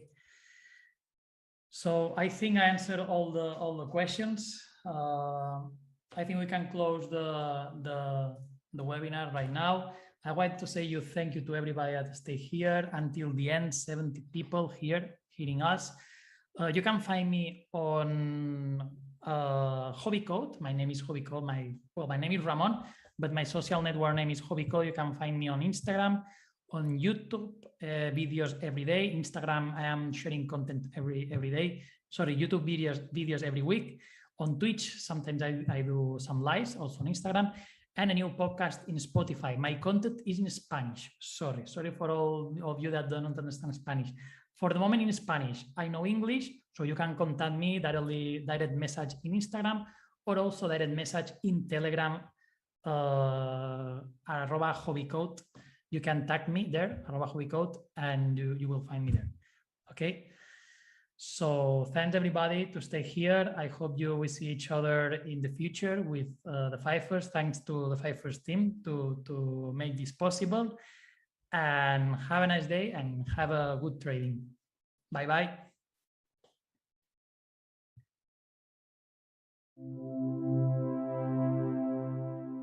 All right, welcome everybody. Glad to be with you in this webinar. My name is Sol. Glad to have you here. Thanks, Mo. Just before we get started, if you want for everyone to see what you type, just change your settings on your chat so all attendees and panelists see what you type. That way, everyone will see your messages and we can create a conversation. Edwin, thank you. Hi from the Netherlands. Okay, let's get started. We're gonna spend maybe half an hour, 40 minutes here together, and I want to tackle and discuss in depth a topic that comes very recurrently, and a lot of traders, forex traders, but I guess all traders suffer from. And more importantly, I'll try to give you some tools to try to fix those challenges. So with that in place, and for all of you we haven't met or we haven't spoke, my name is Sol. I'm the senior analyst at the 5ers Fund. We are an online prop company where we fund forex traders so they can manage funds and capital from the fund, and then we split the profits. And we try very hard to deliver a lot of resources and a lot of tools and a lot of webinars and training rooms in order to help our traders to succeed. And here you can see the large list of resources you will get access once you are a trader with the fund. So nice to meet you all, and let's just start. And we will start with something that might seem a bit basic, but I will try to go deeper and deeper and deeper. So just hang with me a few minutes and we'll discover some things that might be useful for all of you. As part of what I do here at the fund, I get the opportunity to talk to many of our traders. I hold one-on-one calls and talks with our traders, and I get to hear what are their challenges, what they suffer the most from, and what are the challenges they're facing. And I've spoke to hundreds of traders, and I've heard a lot of traders, and I've tried to help a lot of traders. And there's two things that traders externalize the most. Okay, if you want to guess what are those two symptoms or what are those challenges that I just hear over and over and over again, that would be overtrading and over leverage.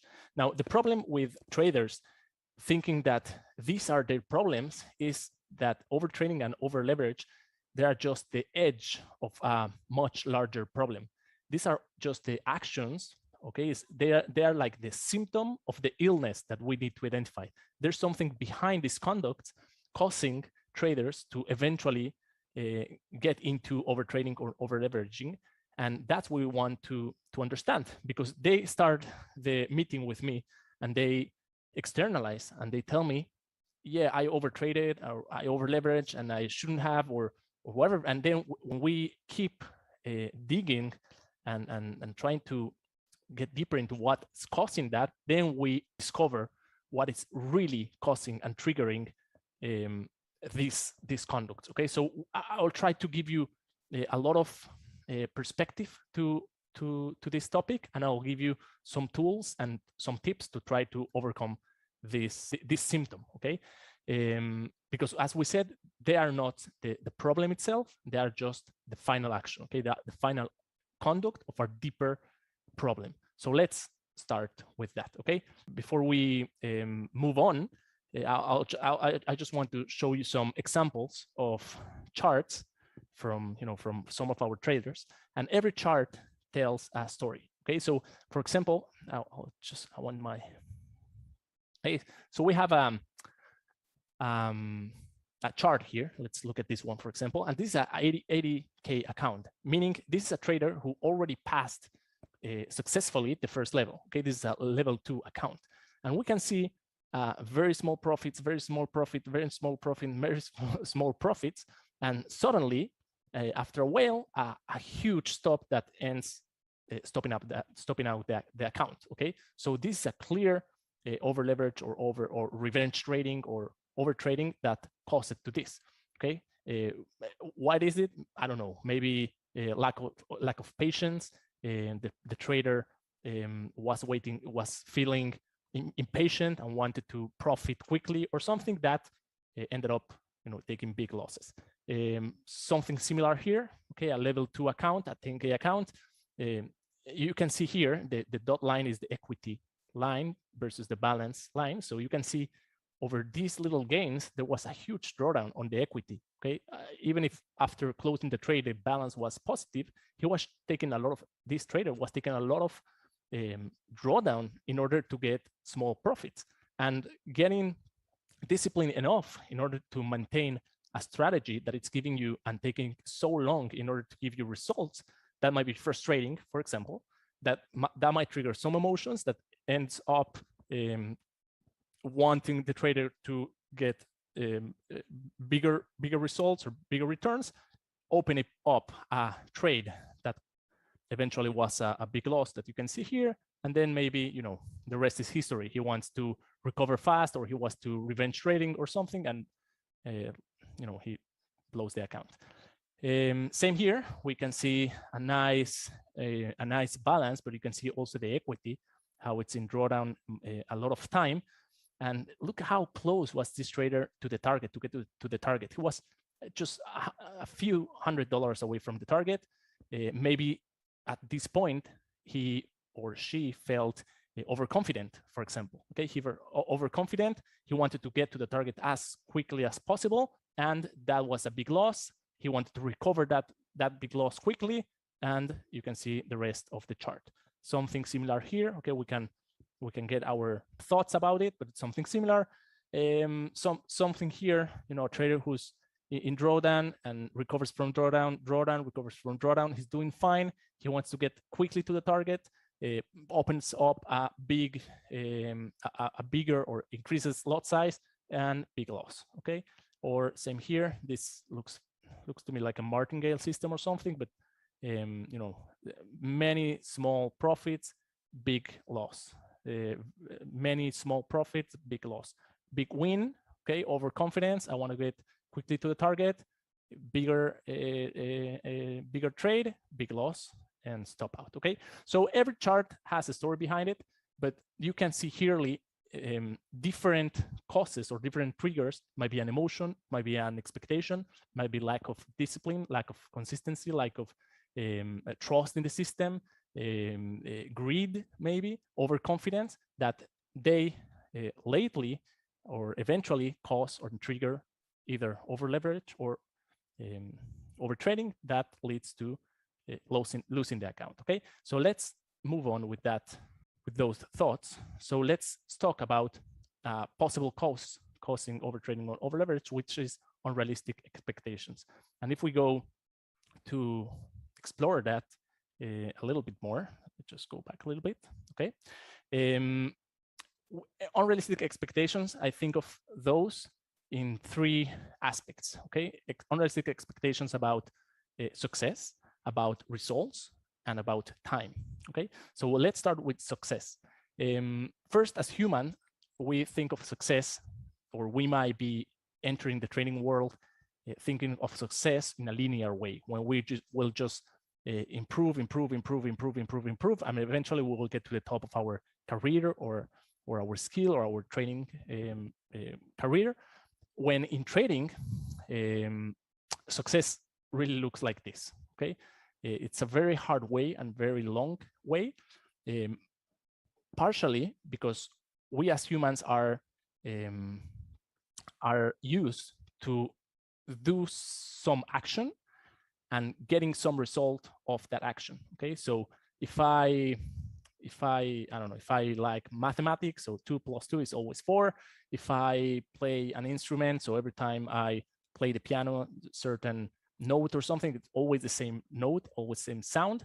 And here in trading, sometimes we think we're doing the same action. Okay, we're following our system, our strategy. We have a signal in our strategy, and we don't get the same results. Sometimes those trades result in a win, sometimes results in a loss. So it's very hard to measure success or progress when we don't have that feedback or positive feedback from the market. Okay, so our expectation about what success should be in the market, it's very different from what we experience in life. Okay, we feel that we're not progressing. So here at the 5ers, and we speak a lot about that, and I agree with that. We speak about shades of success. Okay, when we talk about success, we really think success is a constant progress. Okay, it's a constant progress towards a better trading every time. Okay, and I would like to give you the first tool for this webinar. Of course, at the recording, you will have it on the YouTube channel. But here you have a quick blog post we wrote about it, where we need to auto-define what's success for every one of us, and we need to be aware that we improve every time and constantly. Okay, the fact that we all have different backgrounds, different account sizes, different skills, different time availability. So it's a very different path that every trader has to go through, and you need to be and start measuring yourself against yourself. So you need to start comparing yourself to your past self, and then to see if you have made any progress or not. Okay, so you need to be your own benchmark. I think that's the thought, that you need to stop comparing yourself to others, and you need to start comparing yourself to your results from, I don't know, 100 trades ago, or 1 month ago, or 1 year ago. Are you a better trader or a worse trader? Okay, and you need to acknowledge that progress. So that's very, very important. When we think about success, it's very relative in trading. If you were a losing trader and now you're a break-even trader, so that's kind of success. Of course, if you're a break-even trader and then you get to consistent trader, that's better. And from consistency to profitability, that's even better, but that will take time. Okay. Now, when we think of results, of course, there's the money and there's the returns, and we need to think about what's realistic. Okay. What's our account size and what we can get from that. We cannot expect from a very small account to get a lot of money. Okay, that's something just not realistic. You already know that. So we need to think about our outcome results in a realistic way. Okay, and not thinking of trading as a profession that can give you millions of dollars very quickly, or with a small account, because that's just not realistic. And same thing with time. You might hear when we think of a career, university, a degree, we need to invest years of our life in order to get professional at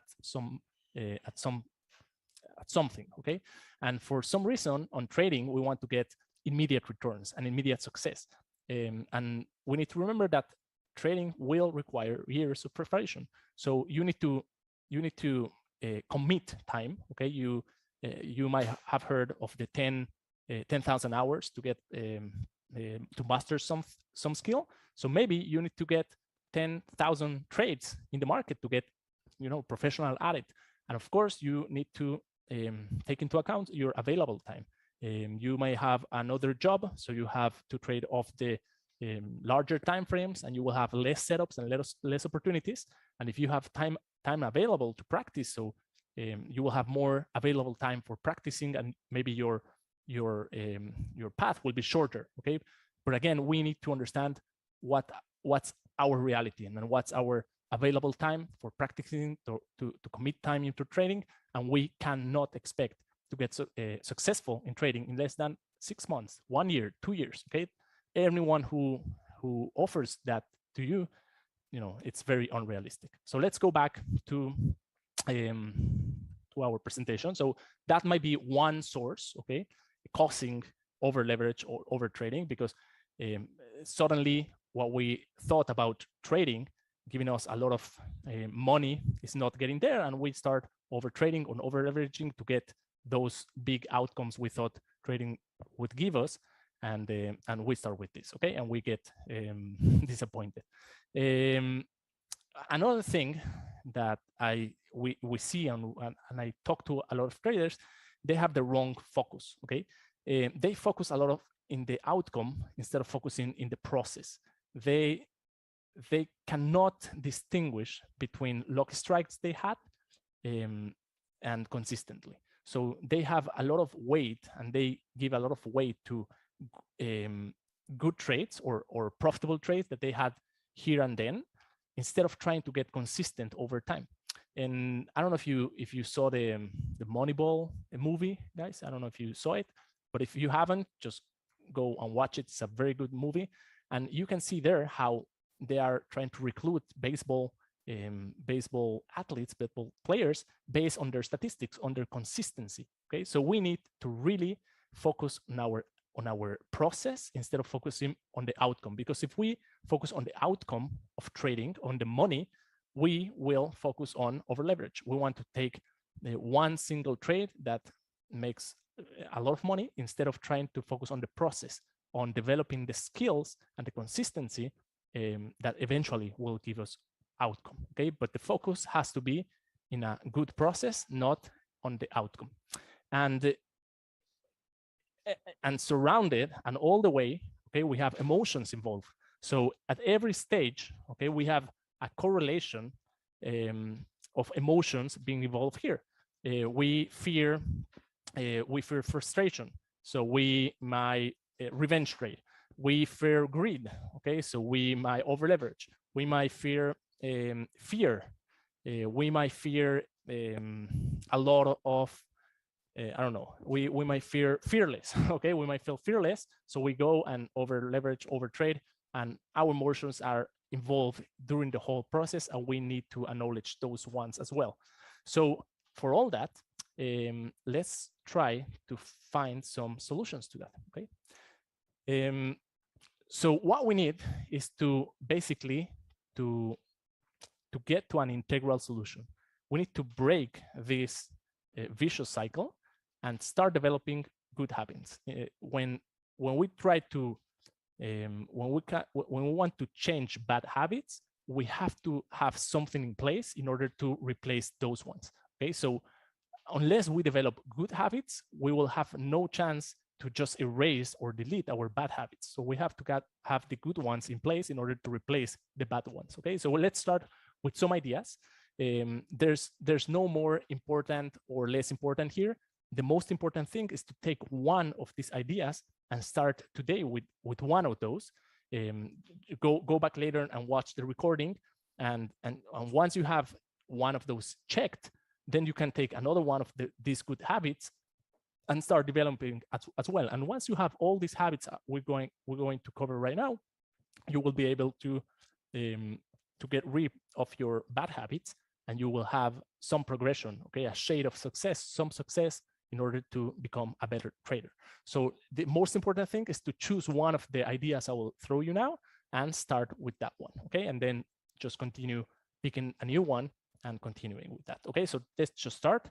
A good idea for improving your trading is to reduce your lot size. And I've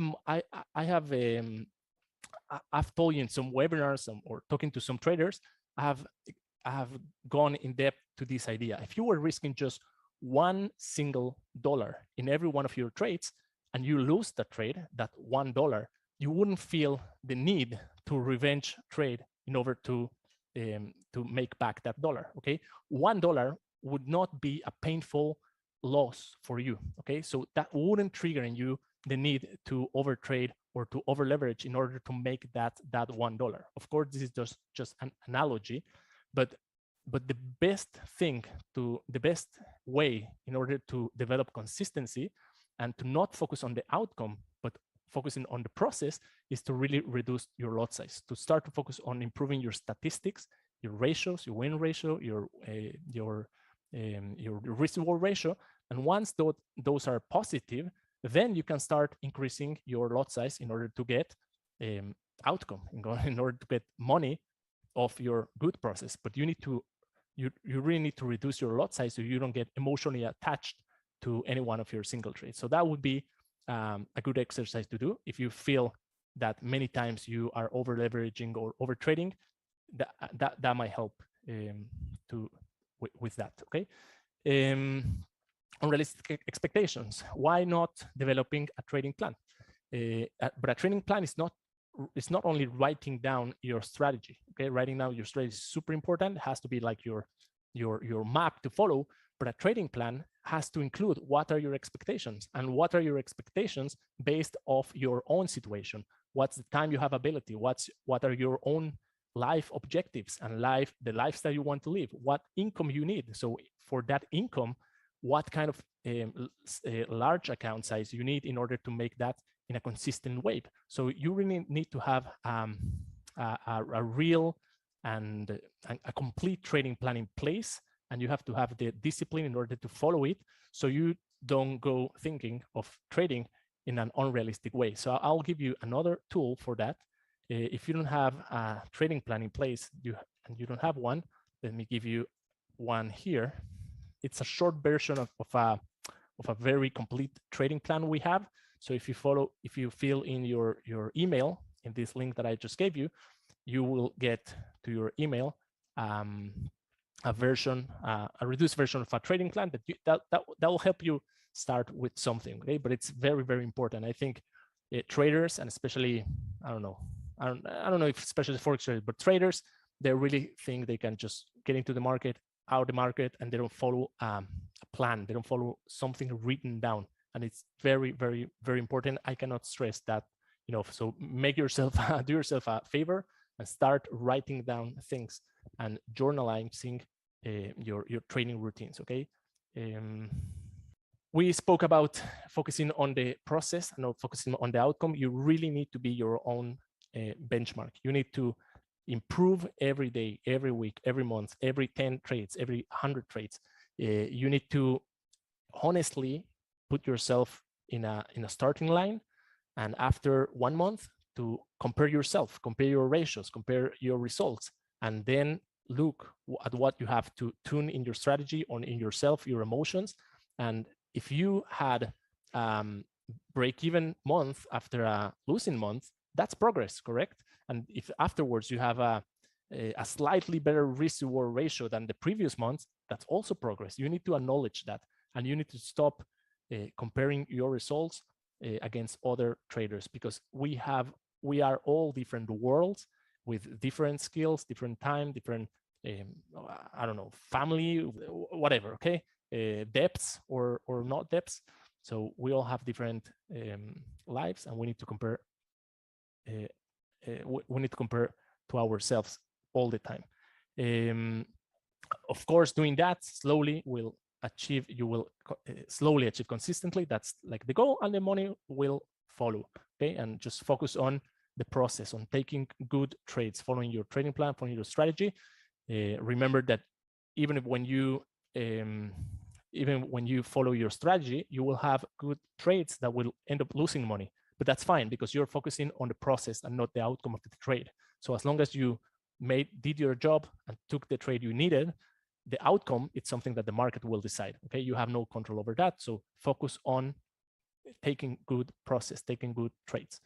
Backtest. Okay, maybe you're just starting out. I don't know the background of all of you guys, but you need to be able to trust your strategy. And in order for do that, you need to first back test it to see if there's some potential in that strategy, then adapt it, tune it to yourself, and then forward test, okay, or real test that strategy, not to make money, but to get trust in your strategy, to know that in the long run your strategy makes money. So if your strategy is working, it has a potential of, it's a profitable strategy, then you only have to work on the other side of the system, which is the trader, which is you. Okay, so we have in a system, we have a trader, and we have the trader, and we have the strategy. So back testing and forward testing, we can have no emotions in place in order to make sure our strategy works for us. And once we know that, then we can trust it, and the trader part of the equation of the system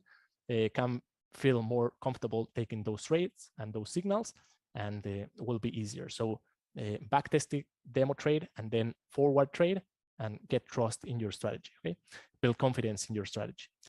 Find a mentor or a community to stay accountable to. Okay, the key, from all these talks and meetings I have with these traders, with all the traders, hundreds of traders, the most valuable thing here is to externalize their thoughts. Okay, once you hear yourself thinking or saying what you think, or saying what you think is your problem, and you stay accountable to someone, okay, because many times I have follow-up meetings to someone, so they know right now they have to stay accountable to me. Okay, but when you go to the gym, or when you go to a nutrition or something, and you will meet your coach or your mentor or your group or whatever the next week or in 2 weeks, you have a compromise. Okay, so you need to find a mentor or a community to stay accountable. There are plenty of forums. We have a trade ideas page where you can try to find a match or a friend or something to be your mate.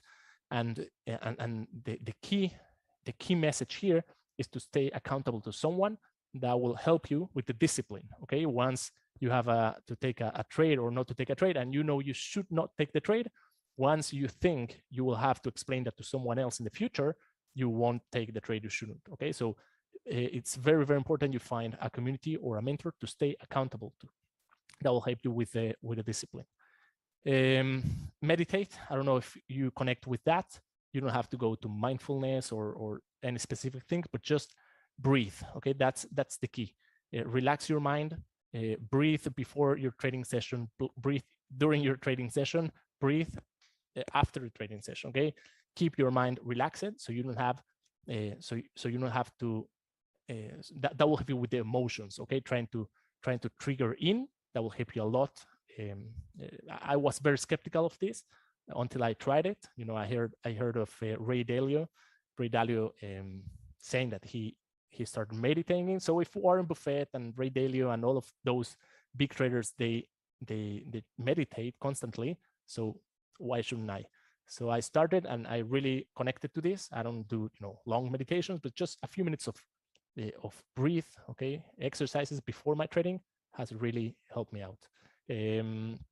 Maybe last, it's hard. I know it's hard. It's part of our lives, but you need to drop social media. Especially you need to stop social media when you see, flash fancy cars and traders showing profit months of $100,000. That's something that's, again, unrealistic. Most of those are fake. Most of YouTube videos or TikTok videos or whatever, they're just looking for SEO, and they're looking for traffic into their channels to get revenues from YouTube or TikTok or wherever. And those really cause you to think you can get those same results. And again, we don't know, even if they're real, their strategy or their system might not be the one you need. So you really need to, or you guys really need to stop creating or comparing yourself to what you see on social media. That only causes a lot of stress. And again, going back to compare yourself to yourself. You are your own benchmark. I'll take, if there's some question, guys, I will be glad to take that. Again, the message here is to start developing good habits in order to get rid of the bad habits. Sholani, does the 5ers have a trading community? We have a lot of channels when you can create community or a mate or something. We have a trade ideas page where you can find traders that maybe trade like you, and you can contact them. We have a Facebook page when you can throw ideas and get some feedback, or find someone who's willing to get into a Telegram or WhatsApp group or something. So we are trying all the time to get to create a community of traders, and we have some projects in mind that will be very disruptive to the industry. So we're really working hard to get that in place. So yes, I would like to think of the 5ers as a community of traders. Edwin Jansen, how do you handle emotions during a trading session? How do you detect them, and how do you cope with them? Are emotions always bad during trading or not? Those have a mentor coach we can talk to. Yeah, John, if you join the 5ers, you can get with a portfolio analyst. Sometimes it's me. There are other guys here that do those talks, and you can have some help with that. The slide before, of course, let me go back one slide. Okay, so you have it. Handling emotions, again, ideally we do have that emotion, and we have to recognize them and acknowledge those, but we have to have a plan of what to do once we detect those emotions. So ideally you have a trading strategy or a trading plan where you feel comfortable, so the emotions or the need to do something is not triggered. And once you, and in your trading plan you have to have that path, okay, or that plan. If I take a trade and I feel uncomfortable, then I will close. Or if I feel, if I'm feeling overconfident, I will stay out of my computer. Or okay, you have like a map to follow once you identify those strategies, those emotions. It's not something, we cannot erase our emotions. We're humans and we have the emotions, but certain circumstances in the market trigger certain emotions which are different in all of us. So I don't have a clear answer to give to you because my emotions are different to yours. But once you feel that emotions, write it down, and for the next time, decide what are you going to do once you feel that same emotion in place. Okay, emotions, they are not always bad in trading, but again, we don't want our emotions to interfere to our trading. So we have to have a plan, an emotional plan for our trading routine and our trading session. Okay, is it realistic to reach the 6% target when I risk only have 1% per trade? Of course, we have many traders risking less than that, risking less than 0.5% per trade, and they get to the target. If you have a good risk-reward ratio, then one trade would give you more than 1% of profit, and you would be on your way to the 6%. And if I was asking you to make that 6% in 2 weeks, maybe that was unrealistic. But that's why we have, we try to not pressure our traders. And when you have 6 months to get into the target, and if you need more time, just request it and we'll give you more. Okay, as long as you're profitable. We don't want to put pressure on our traders. Yeah, it really is an invitation to research your emotions. There are plenty of books, Trading in the Book, Trading in the Zone, markets, what's the name? Market Games. So I'll throw that in the description. There's a lot of books on emotions. It's very helpful to read. Gulden, how can we understand we are over trading? Backwards, you can see your chart. Okay, I show you the charts, how they look in real time. I guess you will. The problem is not realizing you are over trading. The problem is to stop. Many times it's too late to. Once you realize you're over trading and you stop, that's too late. The damage is done. So the first time that happens to you, that's fine. Just remember that and write that down and commit to not do that mistake again. Okay, all bike riders will fall off the bike at some times. All traders will blow accounts at some point. That has to be a lection and something you get message of and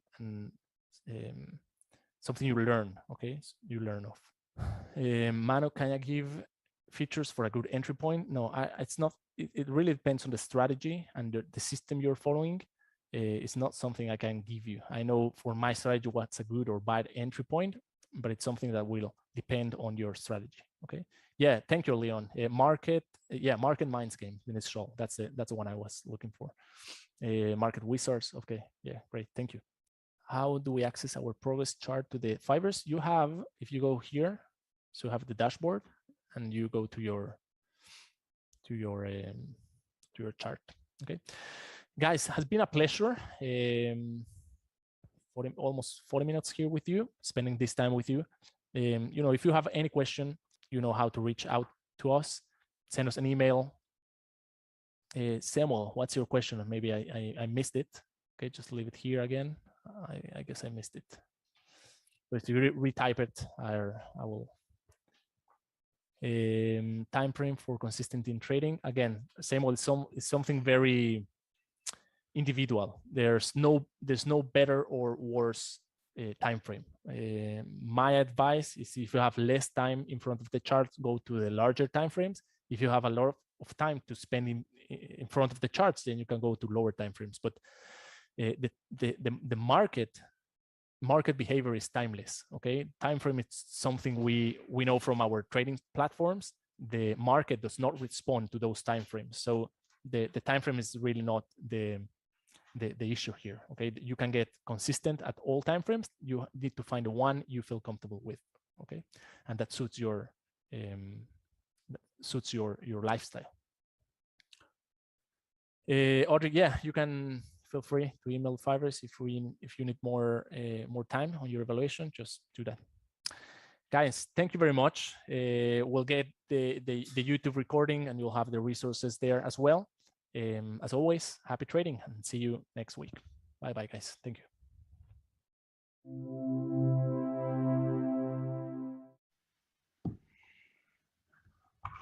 Okay, good day, everyone. This is Gil, and today we're having a public webinar about one of the things that is less spoken, but if you on the verge for or aiming for being a professional trader, you should be considered.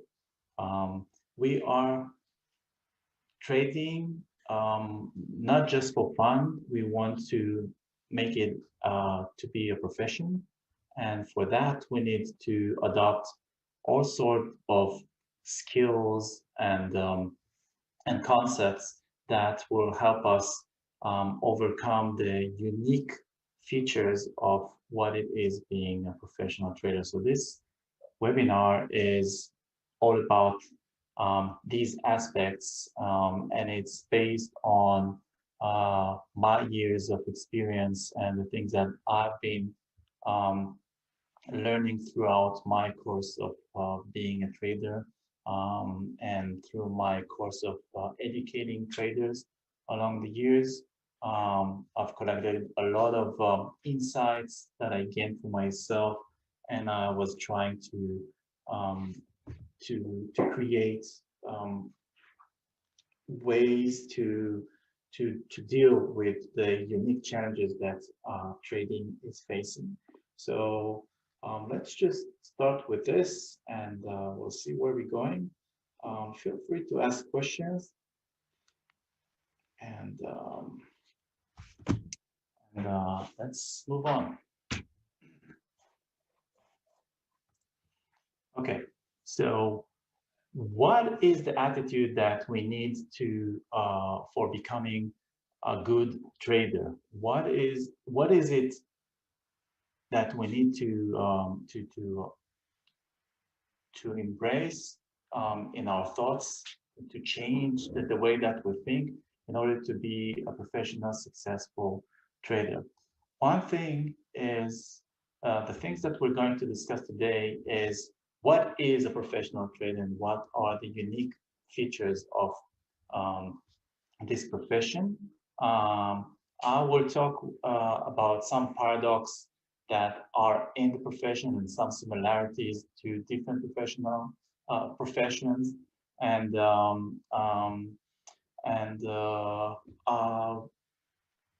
we'll try to map out things that we need to consider in the way that we develop ourselves as professional traders. And as much as we can reach out and the insights that we can collect and find solution for all these features that will help us to grow into for being a good and professional traders. So let's start by simulating what it is, what it takes to be Leonardo Messi, what it takes to be Jimmy, what it takes to be Serena Williams. You know, all these professional athletes that we're seeing, they are just exploding on the courts and they are highly professional, but we have something in common with them. The thing that is common with you and Serena and Jimmy and Leo is that when you are trading on a real life trading account, you are trading the major league. You are competing, Serena Williams. You are playing guitar with Jimi Hendrix, and you need to be at least as good as him in order to have the audience listening to you. You need to be as good as Leo Messi in order to take money from the same court that he's playing against you. So just imagine, and this is something that I say maybe to scare or to shock you, but this is how serious this business is. When you put your first real dollar in the market, you are playing the major league. You are playing the Premier League, and that only. There's only one league in the market. You don't have little league. You don't have amateur leagues.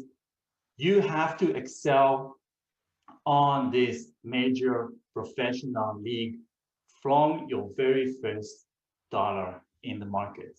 So just mind who are the players you're playing against, okay? And you cannot afford yourself to be an amateur because they will eat you alive. They will play tricks that works for years, for decades. The same tricks are being played on amateurs and they're taking their money all of the time. There's only one league you can join when you put your dollars in. This is what makes it different from almost any other profession. If you think of maybe, let's say, open a restaurant, you can be an average restaurant with good location and you'll have business and you can make a living. But in trading, you have to compete Serena Williams, right? You have to compete Leo Messi in order to make money on the market. There's only one league, okay? I hope you get my point. So the things that are challenging us in the thing that are challenging us in this profession are things that we need to resolve. And if we resolve them, then we will have the edge for succeeding. And one thing that puts a lot of people in stress is the definition of what is success. And if we are stick to this example of professional high-end athletes or very highly skilled guitar player like Mark Knopfler, David Gilmour, Jimi Hendrix, just name it. They are all being on the stage and we love what they're doing and we're just being so impressed with how professional they are. But just remember how many years are invested in practice, in exploring, and in try and error. All these things are mostly not available for us when we are being entertained by their master's skills. So in order for us to develop ourselves to be at that top level, it takes a lot of learning and self-development for us to do before we can actually being on that professional court.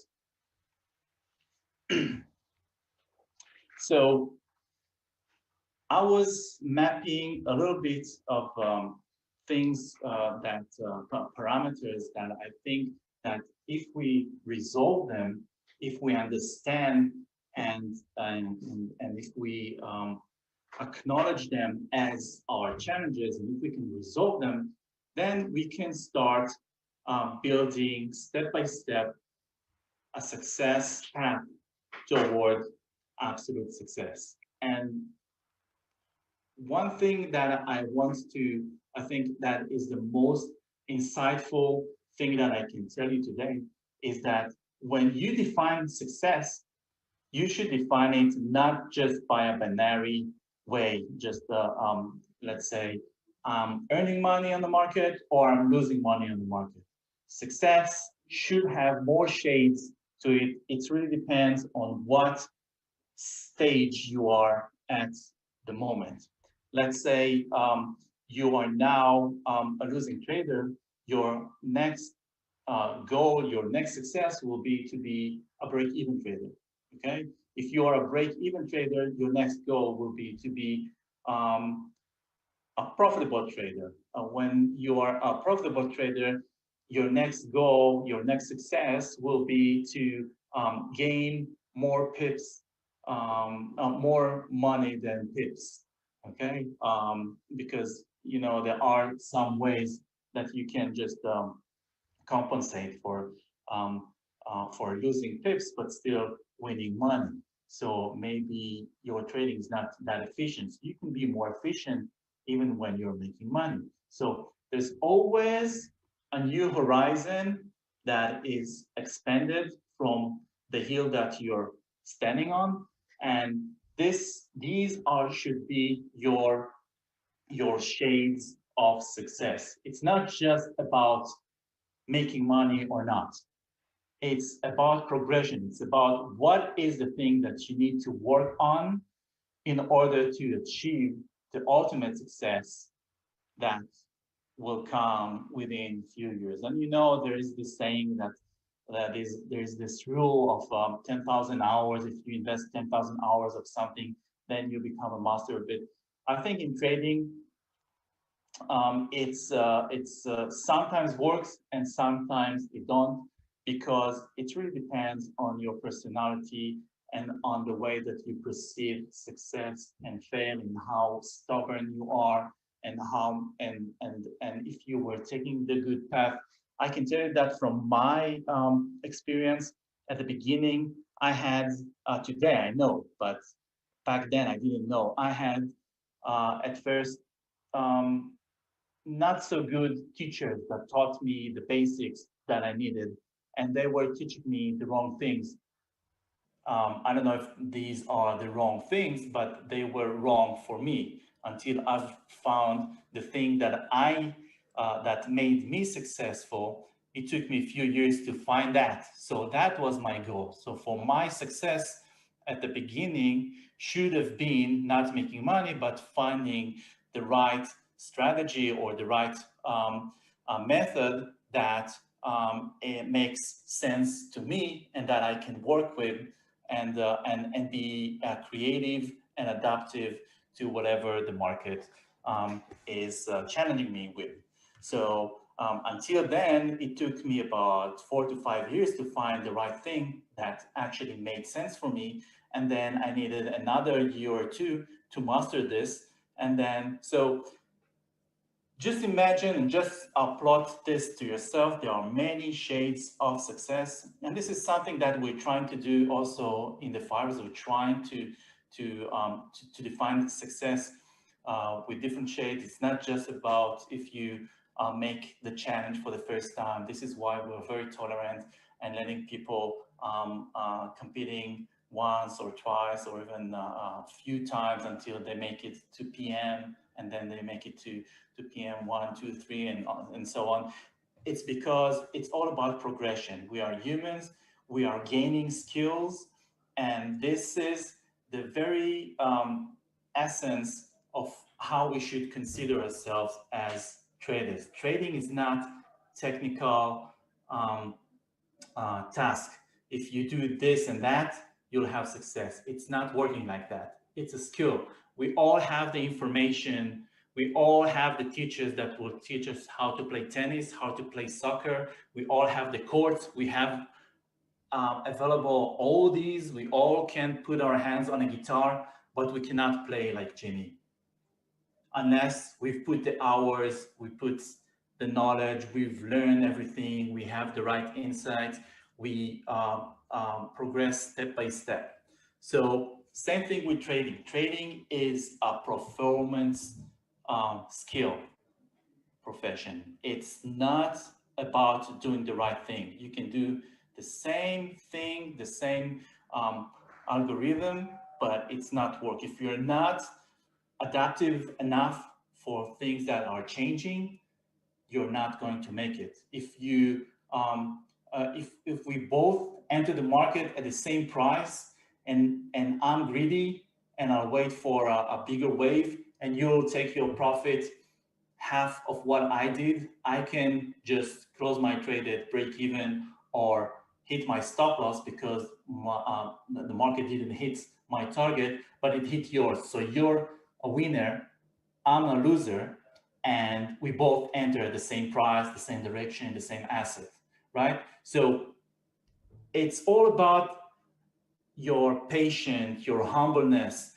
your awareness, about knowing what are your limits, what are your strengths. All of these elements should be learned by yourself, and that will configure the way that you actually embrace success in trading. So let's start by, I've been mapping a few elements of what it is to be trading, and this is only my opinion.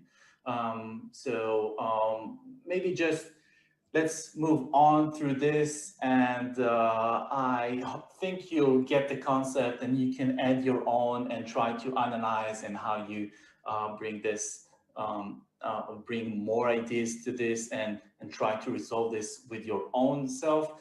And okay, so first, the market puts you in an environment that has a lot of uncertainty. So to deal with uncertainty, you have first to be humble. What it means to be humble? It means that you don't say to yourself, I know where the market is going to. I'm not about, trading is not about predicting. You know, we are sometimes associating with, I think they call daily FX. They are very big and considerably one of the leaders media for our industry. And they were asking me at before the beginning of 2021 to give them predictions of where will be the euro dollar, where will be the pound dollar within these quarters, and they asked me to specify rates for where the cable will be at the end of the third quarter of 2021.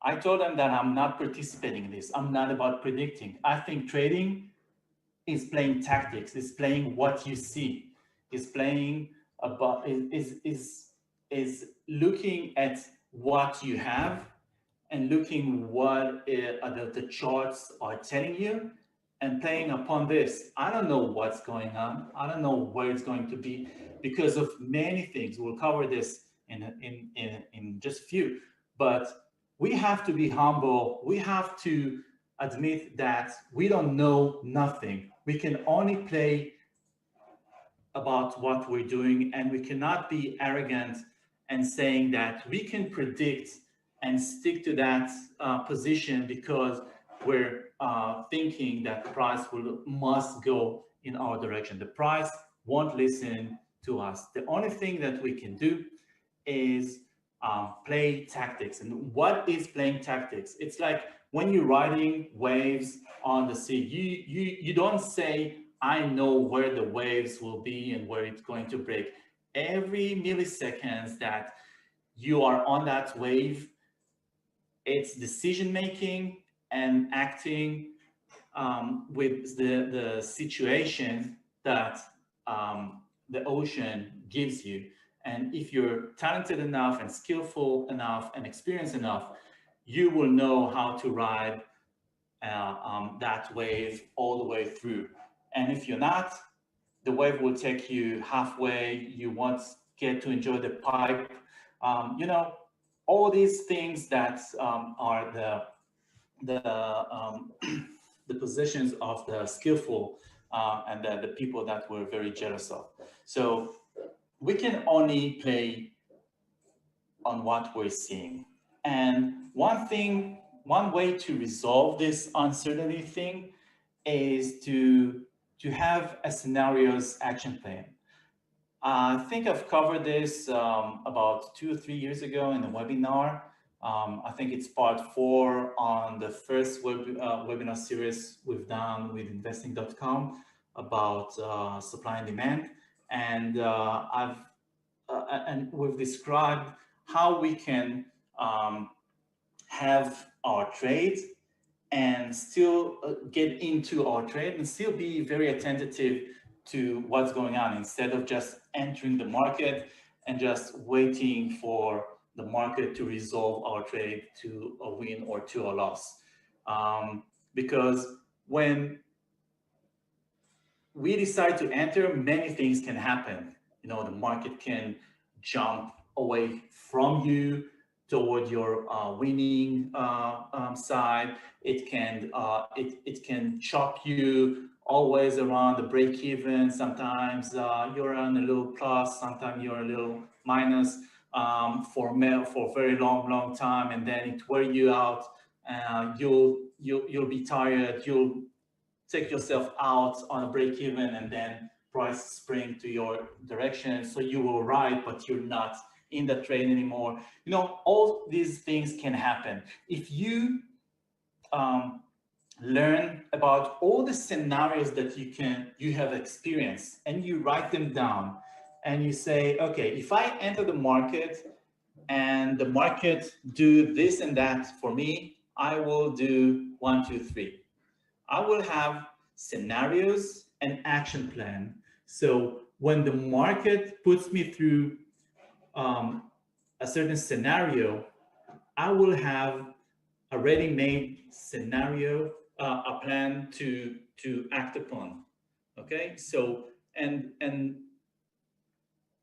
and maybe not all of the time, and for certainty, it's not going to be all of the time that your action plan will work, but it's a plan. And if you stick to the plan and you know the plan is right because you've studied it and because you've back tested it, you should have the odds to win it by the statistics, right? So if you map your scenarios according to your understanding of what the market is doing, and then that's one resolution of how to deal with uncertainty. We've covered this. We're playing the Premier League and there's only one league. So what it means for us to resolve is that we really have to have a plan. We have to have a trading plan. We have to know how to find the best trades. We have to know how to not taking bad trades.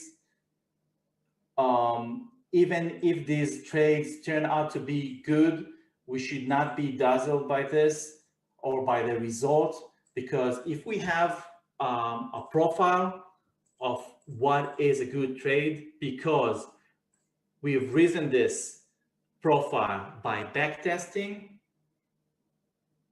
the market is always going to confuse us with bad entries that work and good entries that won't work, because taking a losses is part of the game. taking losses is part of playing statistics with the market, because this is only the only tool that we have. We play statistics. So this is why we really have to stick to the entry and take only entries where we know that we have a very good probability, or maybe the best probability to take them, unless, I mean, this is my way of doing things, unless your probability is taking a lot of trades, and then few of these trades will work wonderfully,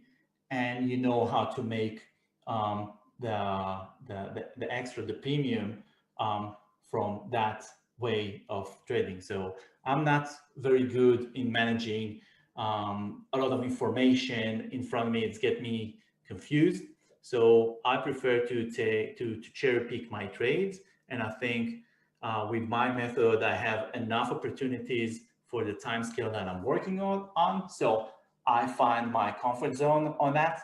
But if you think that you want to experience and enter the market many times until you find your bonanza, that's good too. But that will be your way of finding your high profile trade.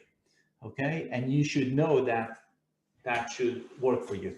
But whatever strategy that you have for your entry, you have to have a good and solid and non-negotiable loss strategy. You should take losses with pride, and I think I've taught this also in my webinars, that if you are having hard time taking losses, try to train yourself that every time you take a loss that was pre-planned, or it's within the parameter of the loss that you are planning to, meaning, let's say you're risking only 0.5% of the account, and you've taken that 0.5% and you never shift that stop loss against your agenda, and you've taken that loss, go to the mirror and celebrate with a big smile, because you've done the right thing. So every time you take a loss that it is within your parameter, it's not a fail, okay? Because the market is not predictable. So, and we're playing risk management. So you were doing a great job by taking the loss that you were pre-planning, okay? And if it's a reasoned one, and if you know why you've taken it and why you've placed that stop there, and it makes sense to your trading plan, then you should go and celebrate a loss. Train yourself to love and respect the losses that you're taking, because taking losses is a very, very hard job. It's practically, and we'll cover this in 2 topics away, it's practically a counterintuitive challenge that is unique to the market, and we'll talk about this in just 2 topics away. Next thing is that you need to be very adaptive. You know, you're playing the pros when you're on that court, and they have a lot of tools that you don't have. We'll discuss this in a second as well. But just know, be very much aware that they have tools that you don't have. And we can only look at the current and the history, and we have no way, no effective action that will actually create an impression on the market, or something that that can can change something in the market. We can only be responsive with the amount of money that we're trading, most of us, right? Unless we're a big fund where we can just manipulate the market. So we can, they will play a lot of tricks, and sometimes they will be aware of different methods that in the market we are all seeing the same charts, we are all seeing the same news channels, we're all seeing Bloomberg and Reuters and reading the same feeds of news, and so they know what the mass of people will think about the information that everybody's seeing, and they will play with it.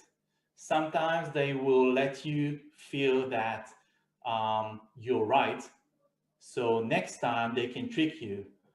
Okay, so I'm not trying to scare you, but this is, just imagine that if you had that ability to influence, you would do that too, right? Because it's a game of chess, it's a game of mind. So you really have to be adaptive. Sometimes your system won't work and you need to figure out why. Maybe it's a higher time frame point of interest for the big players. So that's why it's not working anymore.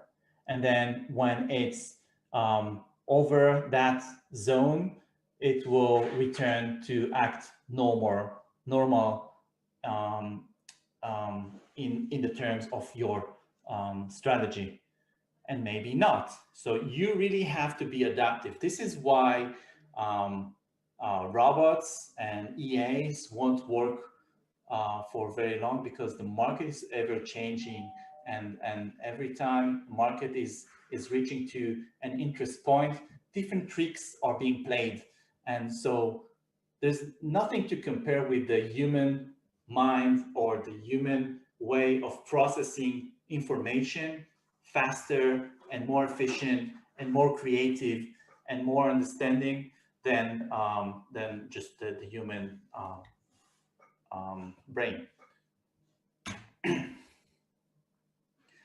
So we've just mentioned this. The market put us through an ever-changing condition, and we really have to manage this. So in one way, we can not always spot the right moment where the market is changing. So this is why we really have to have a very solid risk management.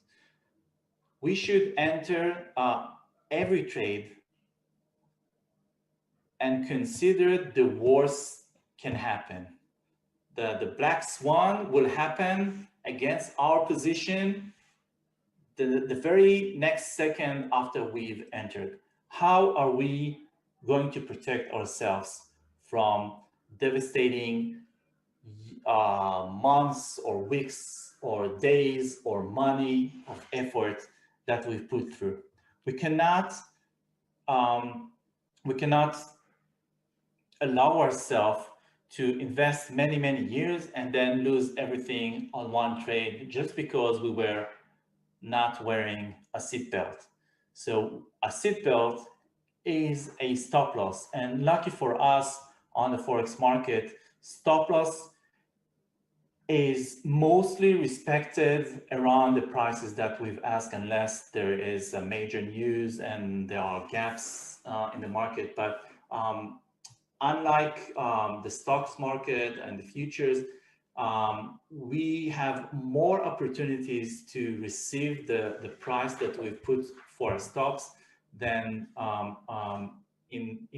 than from other markets. So just use it. And even if you say, I'm using hidden stop loss, I'm using conditional stop loss, do use a hard stop loss at a catastrophic level, way beyond where your logic would be taking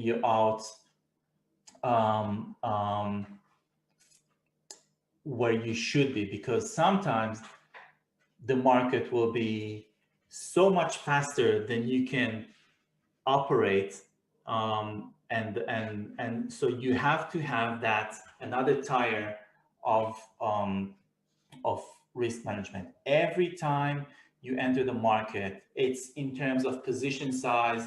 Don't trade too much, be humble, take it step by step, the turtle way to grow your account, and don't be greedy. And also in terms of stop, put your catastrophic stop way beyond and let your mental stop loss or your algorithmic stop loss work for you, but do have that extra measure of risk management. And then you should have the action plan. The action plan is something we're trying to promote and educate quite a lot here with the 5ers. If you know about our risk management booklet that we've sent to all our traders last month, if you didn't, you can go and you can have your own copy of this. We send it to your home. It's actually a physical booklet with a lot of instructions where you actually being dictated how to write your own trading agenda and plan, and it will challenge you to really deep think about your strategy. And then it has a lot of logging papers where you can just learn and analyze and summarize your activity throughout the time. And that is we got a lot of great great reviews about this booklet, and people were very happy and find it very efficient for their daily routine. And if you want to get it, just sign up for Saul risk management course. And if you complete this, then you can sign up and we will send you that booklet. So it's really valuable. So you should have a very solid action plan where you think of all the different elements and you become aware of things. And then and if you write down your manifest of how you're trading, this is actually become the policy of your business. Just imagine that every business has its own routine, its own way of doing things. It's knowing the system, how it works for them. Just compare this to any type of business. They have policy of how they do things, and so do you. And unfortunately, not many traders do that because it's a one-person business. So you don't have to report to anyone, and so you don't have that conversation that actually brings new ideas and ignite new ideas or challenge your thoughts, sometimes for the better, sometimes for the worse. But you don't have that environment where you can learn from the experience, or you can refine your experience by explaining to the less experienced people. You don't have that thing that an office have, because you're working just for yourself. So working on your paper and being interviewed by a paper like we've done, but you can also look up in the internet all these templates for the trading plan. That will make you smarter and more solid and more defined with your action plan. Next thing is you really need to learn new tricks. You should know what tricks are being played on the markets that you are mastering, and you should learn new tricks yourself, how to actually take advantage of what you're knowing. So always be on the side that learn new things. Explore them, but there's a downside for this. Try not to get confused with this. Okay, don't try to take new ideas straight away into the real market situation. Try to demo test this, try to combine this slowly. If you have new things and even if you're really trusting them, start slow, start with very low positions, so you just can sense how it works for you, how it makes sense, because only when you're live with these ideas, you will understand what it really means. So you really need always to reinvent yourself, learn new tricks, learn new stuff, more methods, more tools to collect to your toolbox. One thing a lot of people are doing wrong is that they are putting their trust and their money on logics that they were never trying themselves. And I'm speaking of downloading all these indicators that give you signals, or EAs that you don't know really who had coded this. And even if you know the logic or the concept behind this code, you don't know what bugs are in this code and what the true limitations are in it. Don't trust all these things. I know it's a shortcut, and we are very, all of us are very eager to participate in this exciting market and making money and everything, but be modest, be more slowly with your learning, be more cautious, be less naive with what other people were doing. Just remember that the market is ever changing. A code that was written a year ago is not necessarily going to work good at these days. If you have a code that has too many specifications, you know, if it's a 0.1 factor versus 0.2 factor just on the pound Japanese yen, and it won't work on this, this is no good, because the pound Japanese yen will change in a week. It will change its behavior and it won't work anymore. So too many people are trusting these shortcuts, and it's just a wrong thing to do. Trust only yourself. Trust only your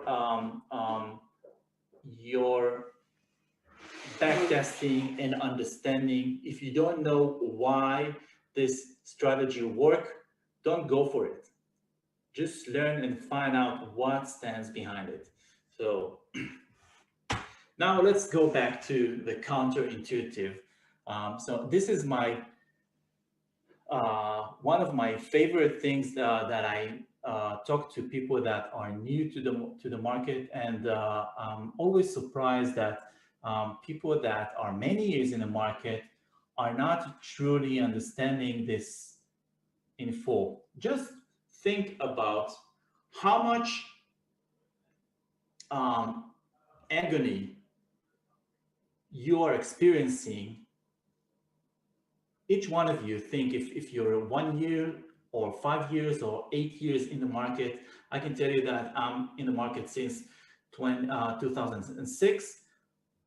For me, taking a loss or seeing my trade getting into the stop loss is painful, even today. Okay, cutting loss is a counterintuitive feature of the market. It's so hard to take. I think it's one of the hardest things to that this profession puts you through. And I tell you why. Because from the very early age, we are being educated to be like Serena Williams, to be like Roger Federer, to be as good as possible. We are put into a symmetric court where we both have the same conditions, let's say on basketball, and if the team against us are winning, what are we going to do? Are we going to surrender and tell them, okay, take the game. We still have like 15 minutes of the for the game, but I know you're going to win, so I give up? No, the coach will tell us fight, fight, fight, right? So this is how we are trained. If we are seeing a loss, we are trained not to give up. But in the market, it's really the other way. If the trade goes against us, it will be very hard for us to take a different mental approach and say, okay, I'm losing that trade and I need to give up. I need to cut this loss now. Why? Because I will do after the entry analysis, and I will see as much as possible, as much as clear, as much as non-conditional, and it's very hard to do so, that the trade is going against me, and I really have to cut this loss. And there's another thing, that there is no coach or crowd or my father on the sideline that will tell me, cut this loss. Okay, I have to take that decision myself against the way that I was trained and cultured since I'm a child. We are being taught to fight all the way to the end, but it's not true for trading the market. If we're seeing the trade is not going our side, and we have the ability to cut all our emotions and do new analysis and see, well, this trade won't last. We have no control over what the market will do. But if we have all indicators telling us that it's going the wrong way, most people will ignore these flags and signs and alerts, and they will say, okay, I will give it another chance. I will fight for this. I will maybe shift stop loss a little bit lower, so I will let my trade breathe and come back to break even or so. Believe me, I'm doing this mistake every now and then, even today. It's so hard. It's so counterintuitive. I think it's the hardest thing to do. It's to take your own decision against your previous decision for entering, admitting that you that the trade won't go and not letting go. It's everything against what we were brought on. So cutting a loss, it's very hard. How we can resolve this, I think we've discussed this before.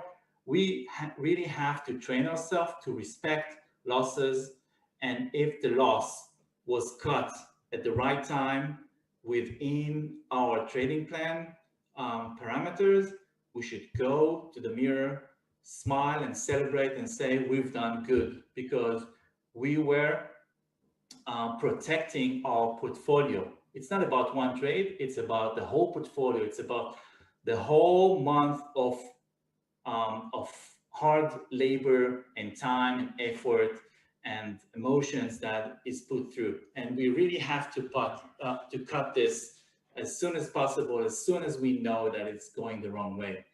It's really hard, but every time I cut a heavy loss, I just take off this heavy weight from myself and I say, okay, I cannot return this loss, but if I had to suffer this a little longer, that would be even more painful. Now I'm relieved because I can continue doing the things that I'm doing. I can continue working on my well-proven statistical way of trading, because I know I have good risk management.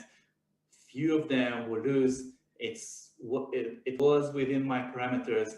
I'm happy, I'm celebrating, even if it's artificial. I really have to train myself to respect losses, and it's hard. So you should work on this. Fear of missing out is another aspect of a lot of people doing. It will prevent you from being, people are backtesting systems, and when you're backtesting, you would really wait for the signal to blink for you, right? But then on real market situation, if you've seen that signal and you've missed it by few moments or by few hours, depends on the time frame that you're working, you would jump on it because you're fearing to miss out. Maybe you get too early, maybe you get too late, but this thing happening all of the time, and that's the difference between backtesting or demo trading and in real trading, because in real trading, we are in the real world. We say, okay, we had this opportunity, we're waiting for it. We spend the time, we spend the thoughts, we did the analysis, we talked about it, reasoned with it. Now we've missed it. I can't afford not to be in that trade.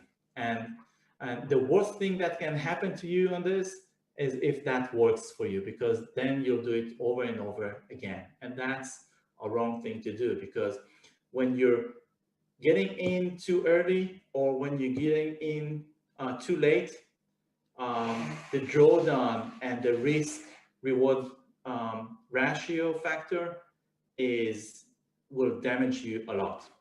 And also the time spent in drawdown will put you through so much agony, and your margin will be caught by this trade. Everything is wrong about this. Stay away from it. Be aware of it. We're also over competitive. It's part of what I've explained with the issue of cutting loss. We are trained to be competitive. If something don't work, we try harder, right? The teacher tell us if you're not good in math, try harder, work harder. It's counterintuitive on the market. In the market, you don't need to work harder. You don't need to overtrade. You don't need to spend more time or more effort or work harder. You just need to do the right thing. And the right thing will appear when it's appearing. So you cannot apply over competitiveness on this. You really need to just wait for the next true cherry-picked signal. So you can't be over competitive, but we are. If a daily or a weekly target haven't reached, should we stay more on the screen? Should we enter more reckless trades because we want to achieve that goal? So over competitive is something people are not really aware of, and it's over intuitive. If I work at I don't know, and I try to satisfy my boss, and I'm working and I'm not delivering enough, I will stay over hours to complete the task and make my boss happy, right? This is how all the movies on Hollywood works, right? But it's not right for the market. The market is always giving you the opportunities when it's right. So every time you're out and waiting for your next trade, just wait for the right time where your system blinks for you with the most probability cherry-picked profile. Confidence is also an issue. Overconfidence or lack of confidence. If we have a good strikes, then we're overconfident and we can be reckless. And if we had bad strikes, we can be unconfident, and maybe we won't get into the signals that we're seeing. We should learn how we are actually being affected by this. But this is actually not really counterintuitive to a real life situation, but it is a counterintuitive to what you're feeling. Your feeling telling you that you should be aware next time you enter the market because you're uncomfortable. Your feeling telling you that you have it, and every time you click on the keyboard, you'll have a winner trade. That's what your feeling are going to tell you and signal to you, and that will make you reckless or too much careful for not taking your signals.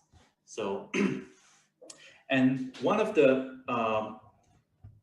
things that most people are not aware of is the lack of authority. Most of us would come to trading because we want to leave our boss. We want to have our own business. We want to be responsible to our own financial future. And we want to hone that profession ourselves. And that put us into an environment where we are just myself and the computer. And every time I have a question or a doubt, I have actually nobody to talk to. Maybe I do have a mentor, maybe having a good trading pal that I can cooperate with this. This is part of the solution. But for the major part, I have to take the decision myself. And the worst thing is that so many times I will do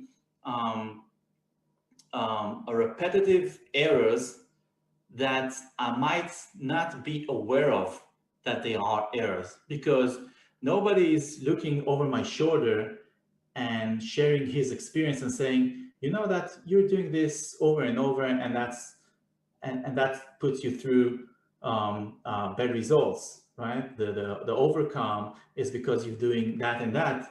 This is based on my 20 years of experience. Nobody's telling you that. You have to learn this yourself and find out this yourself. It's really something that it's almost impossible to be aware of something that you're not aware.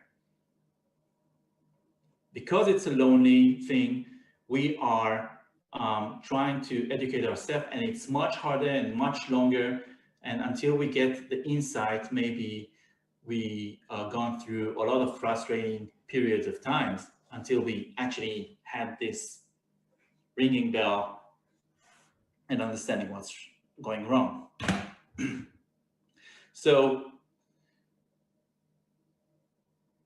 because of we're working like this in an isolated workspace, our awareness and the blind spots that we are facing are sometimes very, very critical, and we are not very sure about this. To know how to cope with this, we really have to keep ourselves always in learning, always find mentors, always do courses, always learn broader aspects of what you're doing. Don't just spend your time on working on the analysis or working on the strategy or creating tools that help you resolve very specific issues. Learn on the broad aspect of the markets, of psychology, of yourself, even do yoga, you know, do meditation, whatever works for you in order to be more complete and whole when you come and aware of how you feel and what this profession puts you through psychologically and mentally, and how it's actually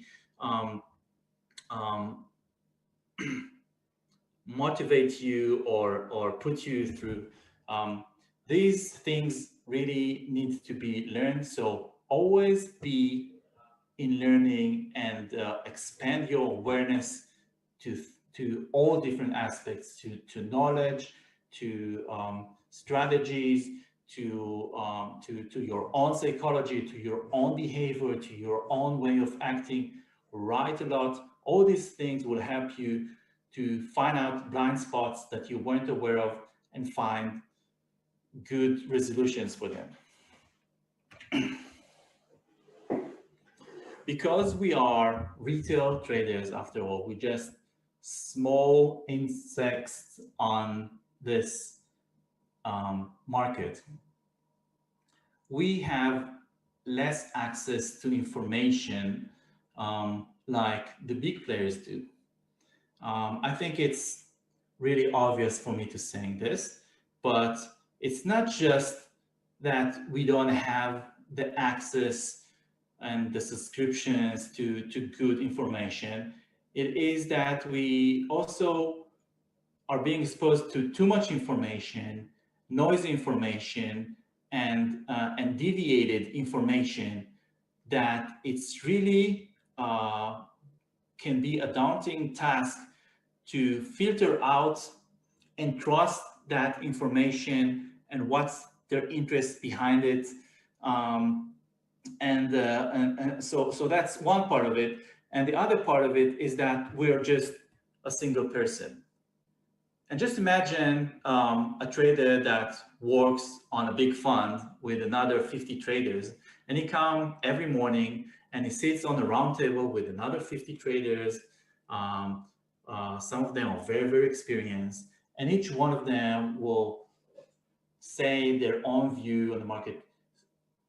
Each one of them is working on a different aspect of information collecting.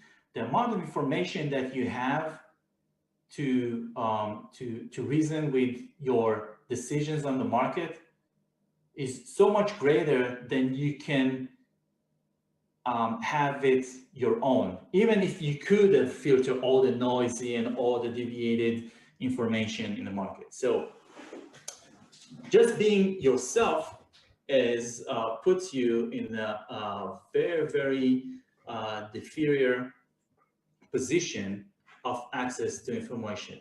So my way of doing this is playing statistics, playing probability. I will only enter key levels. I will only learn about the price action signals that tells me, okay, at this key level, I will look for this price action event. And if that works, I will enter, I will take that risk. I mean, having that plan of how to actually being tactic in the market is will help me find my probability environment, so I can extract money until I'll be big enough or talented enough to get into that big room with another 50 traders and maybe contribute and get their own contribution for my odds. But until then, I really have to be tactic. And you know, the something that I always being opposed is that people calling their trading way a strategy. It's not strategy. Most of the trading systems that we are dealing as retail traders are not strategies, they are tactics. Okay, strategy is understanding the bigger picture and try to deploy a plan with different tactics to create the outcome that you want. We are just playing tactics. We just want to enter at price A and exit at price B, and that's it. That's tactic, not strategy. So it's a word too big for what most of us have.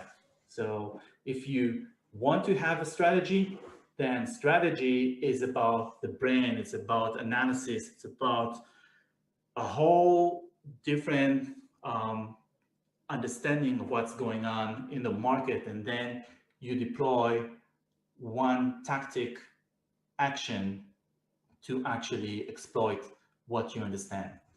Okay, so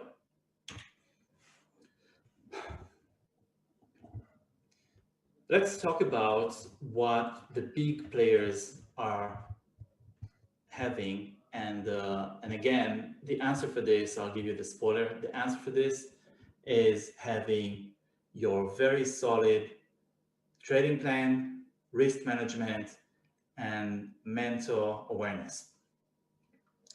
But do know that the market is a serious court.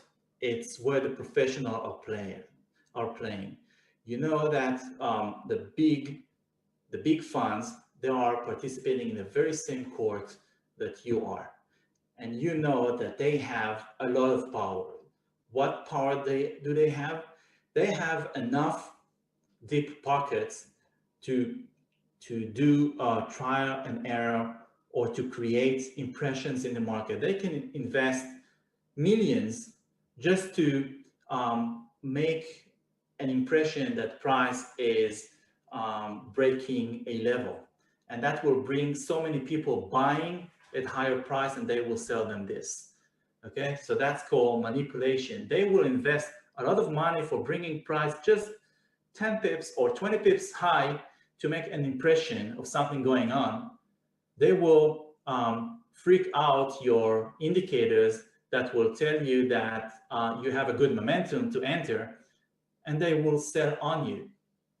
This is manipulation that they can trick by injecting a lot of orders into the market, and they have the big enough pockets. And this is strategy, by the way. They invest. They can buy with millions just because they know they're going to sell you in 20 pips distance, because their position should be short. And this is why we see so many choppy price action so many times, because these are little manipulation playing out or being tried out by these, and they have a lot of pockets for this. And we are so desperate to win each and every trade of ours. Every time we are missing a trade and it's not working, it's devastating, right? We just enter one trade, it's not working. We say, okay, we didn't get it. We don't have a good strategy, right? But they are doing this all the time because they are playing with their deep pockets.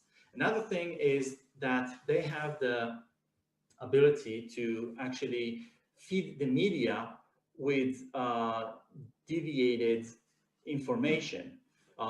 Let's say Warren Buffett is having a full transparency with his portfolio. Everyone see his portfolio, and so a lot of people are taking his word and say, okay, if Warren Buffett is buying this, I will buy that too. But what is he doing? He already bought this, and he know his name has influence, right? And so if he say that he bought Tesla stock, everyone now will buy because the genius says so, and they are feeding his stock higher, and he can sell now. Okay, so just every time you hear somebody on the news saying something, he got an interest. So it's a tool that only people that have access to the media can deploy, and they are already positioned in a way that once their announcement will come out on the media, they will just take the fruits of it. Okay, so that's a tool. This is what feeds Reuters and Bloomberg and CNN and CNBC Money and all these magazines. They are getting a lot of free items all of the time because these people that feed them information are just biased with their positions already. So sometimes you can ride on this, sometimes it's a trick, sometimes you can earn with it. You would never know. But the thing is, the lesson that I want to learn from it is that because we don't have these tools like they do, we have to be tactics. We have to play tactic, we have to play probability, and that's it. This is the only tool that we have. We cannot predict. We cannot justify our trade because Warren Buffett says so. we cannot justify our trade because somebody said something very, very smart and convincing. Because if it's convincing, it could be also manipulated and biased. And so don't buy any information from anyone because everything is biased. Be tactic, look at what's going on now, act, respect your losses if they come, because everything can happen. We know nothing, we're just an insect on this thing, and we can only play probability. And I think I've mentioned that we're just one person, we're one-man band that's doing analysis, we're entering the trade, we're managing the trade, we're spending the time, we're doing the monitoring, we're doing everything, and we're collecting information, and we're trying to make decisions. We don't have a boss, we don't have any more experienced people, somebody to teach us or to get us aware of something. All these are going against us. So we really have to be better and better all of the time, continue learning and just be better. So I just remind you that we cannot afford being an amateur because we're playing on one league, which is the Premier League. And if we're getting there not ready, they are going to eat us alive. This is why we really have to be all of the time in control of what we're knowing, not giving out the control to other people that will tell us don't buy information from anyone, even from your friends or from your mentor. If it doesn't make sense to you, if you don't fully understand this, don't do it. Work on it until it sinks, until it makes you, until it really makes good logic for you. And so you understand and you know that you mastered this. For this, you have to practice and backtest. And this is one thing that athletes do and many traders don't. How many of you are actually practice? You go, you trade live. Some of you are trading with us, with the 5ers, and you trade with us with real money.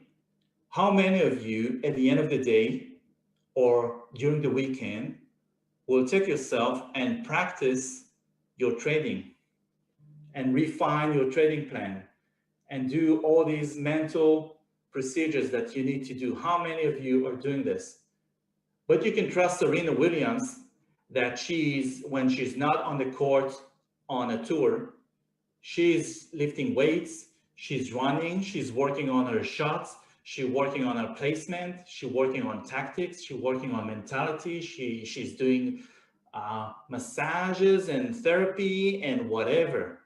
She is being prepared for the next time she's going to step on the court. How many of us are actually practicing and not just waking in the morning and playing on the court? Remember, trading is a profession of performance, of skill that is being collected through years and experience, through learning. So we have to practice all of the time. We have to experience and explore more ideas, right? So a good way to practice is to backtest our ideas, is to forensic ideas. You can work only 6 hours a day or 8 hours a day or 4 hours a day. Whatever hours that you're working, you probably missed signals that were at the time that you were doing something else or asleep or partying or whatever. Okay, so do go and backtest all the events that were happening that you weren't there and see how you were reacting. Maybe you can find new scenarios that you can map and create action plans for them. Practice. Maybe you've seen something new and you need to, and you think it's complementary to what you're doing, maybe you want to incorporate this sometime soon, go and practice. You can go and buy a Forex tester and try live testing. You can do it on TradingView. You can do it on MT5 with their back testing thing. Do this occasionally. Go to the gym, go to the trading gym, because this is your profession. Go and practice. And yeah, preparation meeting opportunities is the really phrase I really like. Maybe you hear, I don't know if you brought it yourself or you heard my interview, because it's the quote that I really love. Thank you, Nirmal. Learn new stuff all of the time, because the market is constantly changing. It's constantly creating new forms, new tricks of playing, different incentives and bias, and participants are joining at different times. So everything is changing. Try to develop yourself and be more skillful all of the time, and explore. It's part of learning. Explore. It's learning and practice all together.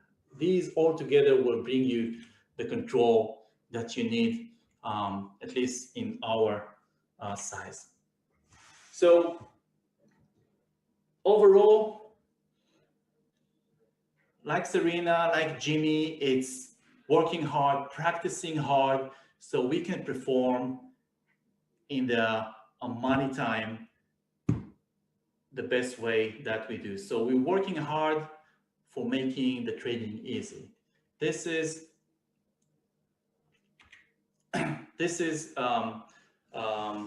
the essence of the mentality and the concept that you need to bring when you are come to trading. So thank you so much for being here. If you have any questions, I'd like to hear.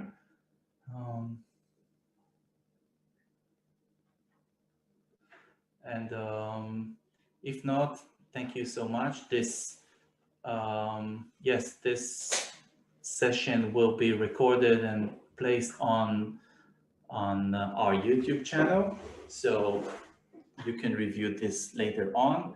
But I think it's more conceptual presentation, where you just need to intrigue you in thinking of trading as something that needs to be very much invested all around on your own qualities, and build it around your skill set, and this will also help you find the right attitude for finding your own success, because the way that I find success is not going to be yours. This is why so many people are being disappointed of mentors, because they seeing them success, but we're not, because we're not built the same in our personality. So that's the reason for it. Anyway, I hope you enjoyed this session and it intrigued you to rethink. And I remind you that if you go and do our risk management course on our website, at the end of it, if you finish it, you will be entitled to request the trading plan notebook that will be sent to your house at the end of it. So please do it. It's free for anyone who's within the 5ers. And thank you so much for being here.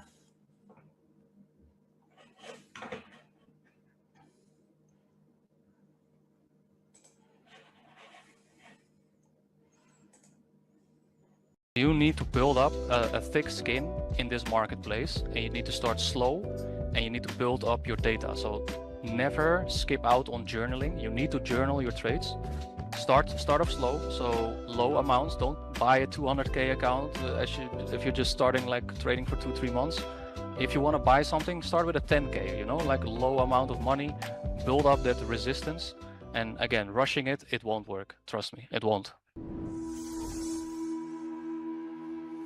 All right, welcome everyone to this interview with Tom. He's a funded trader with us here at The5ers. He's on a 100k high stakes account. He's been on this account for about a month, I think, and already has two payouts, and that's quite impressive for such a not very long time. 2 payouts. That's awesome. And most people, they getting funded is hard, but getting funded and then reaching one payout is much harder, and you've reached multiple payouts, so that's awesome. It shows that you obviously know how to trade. So yeah, Tom, how's it going? Give us a quick I'm little... good.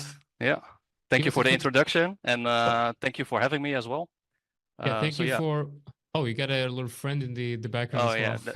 Yeah, that's my dog. He's in the heat right now. But yeah, my name is Awesome. Tom. Some people might also know me on social media as the OTE trader. I'm 32, started trading in 2019. I'm using ICT concepts as a trading technique, which I've started studying in 2021. And yeah, in about a year, I found consistency with it. Obviously, I've refined my ability to read price action a lot more since 2021, of course.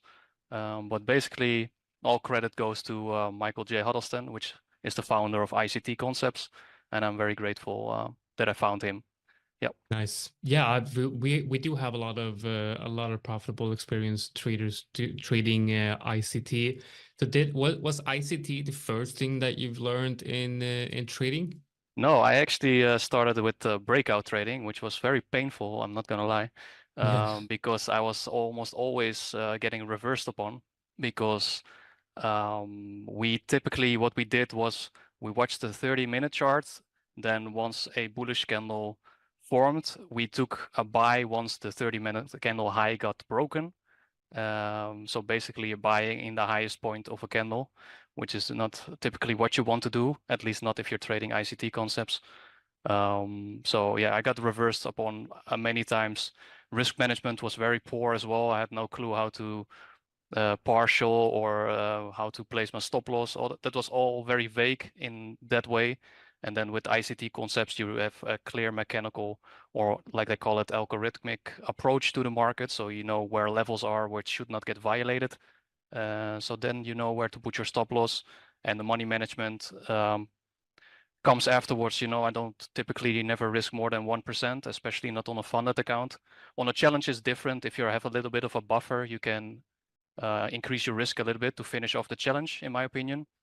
But on a funded, definitely stay with like 0.5 or 1% maximum. Yeah. Yeah, I mean, there's a lot of different strategies out there how to, pass evaluation accounts. I've seen some people, they risk like 0.5%, and then when they have a buffer of 2%, they can sometimes risk the whole 2%, Yeah. And they kind of like to get to that target quicker.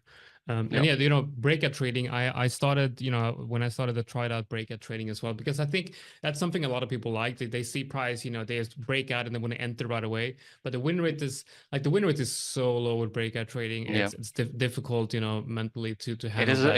It's a very emotional way to trade, and you should not have emotions in trading. Of course, I'm happy when I win, and I am a little bit sad when I lose. That is normal, because it's in the end, it is money on the line. But if you're entering based on emotions, that's how the market is designed, right? It's one big game of psychology in the marketplace, and they will just know when to reverse and when people are getting excited to enter, and that's where they do their reversals. So yeah, I agree. How long have you been trading? I'm actually watching your Twitter right now. It's the OTE trader. Yeah. It says that you've been trading ICT concepts since 2021. Was that when did you start to trade in 2021? No, 2019 I started somewhere in August. I was actually on vacation, And I worked as a head chef in a kitchen. And one of my students actually said, if you want to make more money to the side of the job, you know, you should investigate the stock market or invest there. But if you really want to do like higher risk, you should go into Forex. You know, the leverage is a little bit higher. There's more potential. So I straight went to babypips.com, you know, like everybody does, and just went through all the academies and stuff. And I was like, yeah, I'm ready, because I passed every academy course, you know, in the babypips.com. So I was ready to go. Then I found myself a mentor. I watched YouTube live streams, which that was the Breakout Trader, of course. And then after a year, I got very frustrated. 1.5 years later, I actually took a 3-month break in between as well. Corona hit as well, so it was like I was just gonna focus on different things. But then started go like full grind mode on ICT concepts in 2021, and yeah, here we are. So I'm very glad. Nice. That's awesome. It sounds like a typical journey where you get introduced to the world of Forex, and then you think you're super ready, and you're like, this is easy, I can definitely do this. You can see yourself being a millionaire in a year. You start trading, you're like, wait a minute, it's there's a reason why, you know, more than 95% people fail at this, you know. That's the reason why, and that's why we're called the 5ers, right? Where the 5ers is the firm where we want to fund the top 5%, the people that actually make it in this industry, and you're definitely one of them. I think a lot of people watching here, they're interested to see, you know, what are you actually trading in, and how does it look? Maybe we can look at your dashboard with the 5ers first. Can I look at your journey? And then after that, we'll go ahead and share your screen. I think I've got everything activated to do that. I think you can see my screen over here. Yep. So yeah, I started this account. I bought one challenge, as you can see, just all the accounts are here. So I bought a challenge on 30th of April. So let's say it's start of May, right? I can open up this equity curve right here, see how it looks like. So started the account off a little bit, building up a little bit of buffer, but then I actually took a few losses, which is fine because it's part of the long-term plan, right? The losses are an expense of trading. So nobody has 100% win rate. And I got a 72% win rate on this one actually, so pretty content. Yeah. And then I just took all the high probability setups, and yeah, the equity curve was pretty clean in my opinion. So this was phase 1, and phase 2 was actually a little bit more messy. Let me see over here. Yeah. So phase 2, it took me 2 weeks or 1 week. Let me see. The start date was 4th of May, and the end date was 16th of May. So it actually took me almost 2 weeks to pass this one. The first one was really quick. This one also has around 50% win rate, so a little bit lower. But I try to secure around 2 to 3% per trade. And then you only need around 35% win rate, 40% win rate to be profitable. So it doesn't, in the end, it doesn't matter if you have a lower than 50% win rate, as long as you're securing more than 2R or 3R, then you should be good. So I had a little bit of a drawdown period over here. And this mainly happens also because sometimes I try to do a little bit more a scalping style intraday. But if I stick with my 1 hour and 4 hour narrative, most of the time I catch the biggest trades. So I definitely strayed away from that a little bit during this period. But then I caught this amazing buy up here. I think it was like a massive, let's see, yeah, that was a GBP CAD buys. I can show that in an example later on as well. And I finished off the account with Euro AD and gold actually. And then if we go to the funded account, I just want to, you know, first mention the evaluations here. So the first evaluation looks really good, you know, with that equity. Yeah. Did you, and then the second one a little bit messy, but it, you know, it looks normal. You kind of have like winner loser, and then all of a sudden you have a big winner, and that, you know, that pushes the equity up.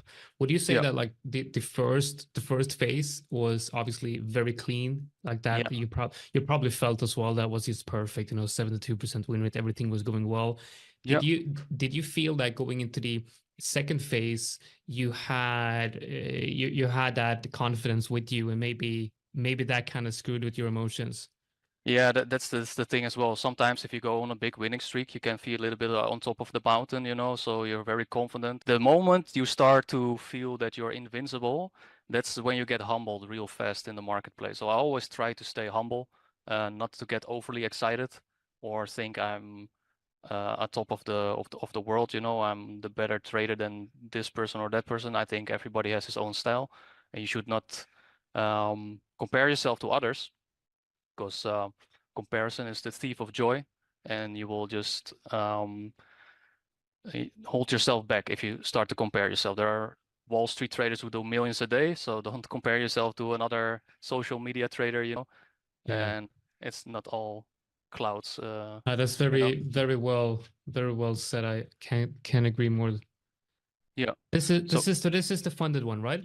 yeah. So this actually went deep in drawdown. So I hope you guys can understand that even though it looks like you might lose the account, you need to stay level-headed and stick with the system. So over here, I think I went up around 1800, and then obviously you get the what you paid for the challenge, it will be added as credit, and then you can withdraw. So I made around 2K. Then I made sure to withdraw that because I believe you should like make 1 or 2% on your first payout, so you can get your money back, so to say, and then you have your investment redeemed, right? So then you made some money, and then it's a 1 to 3 basically, because you paid 500 or 1 to 4, and then you withdraw 2K, 2.5K. Then on the second one, I went into a little bit of drawdown, down 2%, not too bad, and then it went up again. And I think I did another withdrawal here. It was a small one, I think around $900. And then it went really south. This was mainly due to poor risk management. So putting too much size on a certain trade. And it actually went all the way down to minus 6.4%. So that's pretty deep for me personally, because I never go deeper than like a 3% drawdown or anything. 3 or 4% for me is already like, what am I doing? You know, I need to reevaluate what is going on. And this also had to do with trying to scalp intraday, right? So sometimes I find myself doing that, which I should not, and then just stick with the 1 hour and a 4 hour like I always do, and then you get these kind of trades, you know. And then I took an amazing GBP JPY trade, which pulled my account back up until like -3. So I was down almost 7, then back to -3. So I had a good momentum going, you know. And then I just took 2 massive trades, really diamond-handed. So I held for longer than usual, and it paid off because it was a massive run. It was on EuroCat actually, a sell, and then afterwards I took a silver sell as well. That was last week Friday. There was also a massive sell-off. So yeah, and then I made 6.4K for the payout, and in the same time I get scaled up. So now I'm on this one. You can see the equity. This is the scaled up account. Had a loss yesterday, but redeemed myself today anyway, and I still have some floating P&L right now. But this one is up $250, but there's still some floating. So if it hits target, I'm up another 1,000 maybe. But yeah, you can see the equity is at 131, which is the credit that is on top of the account, right? And once I hit that minimum 3 days profitable, right, make 0.5% on a certain day, and then 3 times in a row or 3 times at all, you know, and then I can withdraw the rest. So that's what I'm basically aiming for right now. Make 3 profitable days, withdraw it, and then try to get another scale up, and that's the plan. And I will continue my best to do scale ups until I reach the salary point, of course, but that will take a while. It's probably going to take a while, but I know. I mean, if you stick with these numbers, I mean, the numbers are good. I mean, the profit factor is above 1. You have a win rate of around 50%. It's looking really good. I feel like you know, you've talked about your drawdowns, and you said that when you basically, I think, like, listening to you go through this, what you need to do is you stick to the 1 hour and the 4 hours. Stick to what you know works, you know, the way you should be trading. But then it's the same for everyone. Like, we tend to break out of our plans sometimes, and we're like, what if, you know, look at that 5-minute structure, that looks so good, and you take the trade, and then it's a loser, and you're like, what am I doing? I'm not supposed to be trading like this, you know. So I think it's a good learning experience. You came into drawdown because of scalping, and you get out of that drawdown because you stick to what you know and what you should be doing. And I think that's people watching this will understand. It's the faster you get out of those bad habits, the quicker you're gonna be profitable. Yeah, I totally agree. And sometimes I'm pretty disciplined and patient, and a lot of my students know this as well. But sometimes you can fall a little bit into that habit like you had before, and I wouldn't compare it to like a drug addict, but some people are gamblers and they will keep continuing this cycle because they don't break out of this system that is not profitable for them, but they feel like it will for some reason make them money, right? So always keep the discipline, stay patient, and don't deviate from the plan. That is the most important part, because if your plan is profitable and proven profitable, then why would you deviate from it, right? Exactly. Maybe we can take a look at. You have some examples. Maybe you want to show. Yep. Kind of break Yep. down the way you're trading. Yeah. So this is, for example, this is a trade I took. I think this one finished off phase 2. I'm not really sure. No, this is. When was this? This was Friday, 3rd of May. Yeah. So this is challenge phase 1 actually. So this finished off the phase 1 challenge. Typically, I don't trade NFP, but when the daily profile sets up perfectly and the draw on liquidity is very clear, so there was a draw on buy side liquidity, the price should deliver into buy side. We had a classic buy day template, which is ICT uses daily templates, so daily profiles to determine what is most likely to be the delivery. So you can determine what the previous session has done and can anticipate what the next session will do. So typically we mark out at 12 a.m. EST, that is our true day open with ICT concepts. If we trade below that New York midnight opening price, that would be considered an manipulation. And then if we trade above those highs again, we can form a breaker, as it is called. And then expansion should be higher. So we had a high impact news release, which is NFP. And that just means it will deliver faster towards the target, because the algo is already predetermined where it will go. The news will just deliver it faster. And we like to use SMT, which is a cracking correlation between two markets or two assets. So we have Euro USD over here, but GBP USD did not take out this low. So they are correlated because they are both dollar pairs, and the one did not take out the low, and Euro USD did take out the low, so now we have a cracking correlation, which makes it higher probability if it's reversing. So we always want to have that cracking correlation first, and then we want to look for a setup. Same with GBP CAT over here.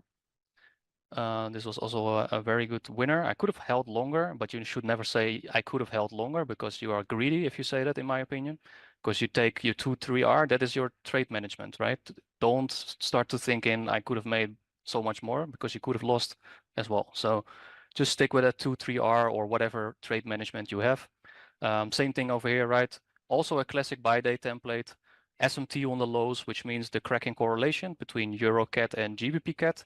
We're trading below that New York midnight opening line with an accumulation during Asia session, which is beautiful, because this typically happens with a classic buy day profile. So Asia range consolidates, then there's a manipulation during London. So they're faking sellers, right? They're inducing sellers, and then they reverse them. And typically when London manipulates and expands higher, as it has not taken out the buy side target yet, you will see a New York session retracement back to discount. That's where we use the Fibonacci, right? So we know everything below the 0.5 level will be discount. And price actually went into discount over here. You can just buy in discount wherever you want. You don't even need to have, as we call it, a PD array, right? A premium or discount array, which is maybe a fair value gap or a breaker or an order block.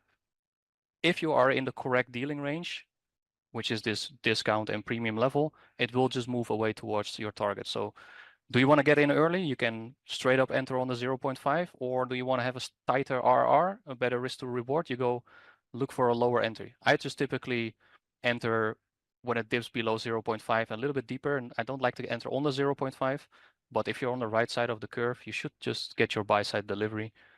I think that's that setup that you just showed. I think that is That's a setup I would take as well. It's super clean. You can also watch it like it's a break and retest as well. That 15-minute bullish engulfing like that is on the 50. That's just, I think that setup right there is something a lot of people can replicate. They can definitely, and you know, it's also a retest of the range. That's the Asian range, I believe. Yeah, the accumulation. correct. So I think that's a setup that I think people kind of should be studying because it encapsulates a lot of different trading styles. Yeah, It's a very and this good is very, one. and you're very right about that, because this is doesn't matter if you trade ICT concept or retail concepts or breakout or whatever. Obviously breakout is not preferred, as you're saying, Yeah. but it doesn't matter what trading style is better. There's no better trading style. The psychology is the most important part. So this could be a break and retest. And in ICT concept, this might be a manipulation or an AMD schematic, as we call it, because it's accumulation into manipulation lower and then a distribution higher. So it's Yeah. AMD. Doesn't matter what concepts you're using. If you use proper market structure, I think you should be good. Yeah. I also want to touch on a loss I took, because it's not all winners, of course. I've got this loss over here. We wait always for SMT between two correlated assets, because when that cracking correlation happens, it makes it higher probable for a reversal with ICT concepts. And I typically wait for candles to close above down close candles if we are bullish, because those down close candles should be used as a support level, which are an order block, to continue pushing up higher. The mistake I made over here, there was still a bearish fair value gap here, which is an indication it can go lower from here. And this one did not get traded above, so this did not get violated. So this was for me going in a little bit too early, as I should have waited for us to close above this fair value gap here.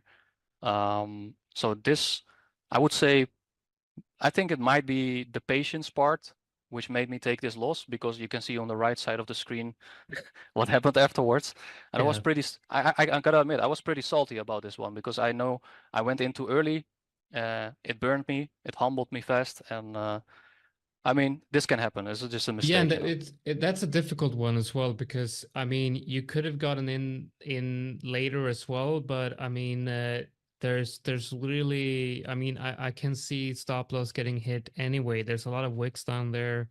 Yep. I think this, I mean, for me, I would probably, I mean, this would probably have been a stop out even if you tried something else, because of the like there, you see multiple wicks down there. It's very difficult to get in on a trade like this and have, because you need to have such a wide stop loss, you know. Yeah. Yeah, typically I like to use like minimum 8 pips, like and I prefer 10 to 15. So over here you can see it's 28 was the entry price, or well, somewhere over here, or 31, and then so it's like 8 pips, but typically I do like a 10 to 15 depending on where the key level is. But yeah, I could have definitely had a little bit of a wider stop, but everything was lining up with the SMT, and I just didn't wait long enough. So, but yeah, it's part of the game, right? It is. It is. Now this is the redemption trade, GBP JPY sniper entry. I was down 7% on that account, like I just showed on the dashboard, right? And this one really pulled it back.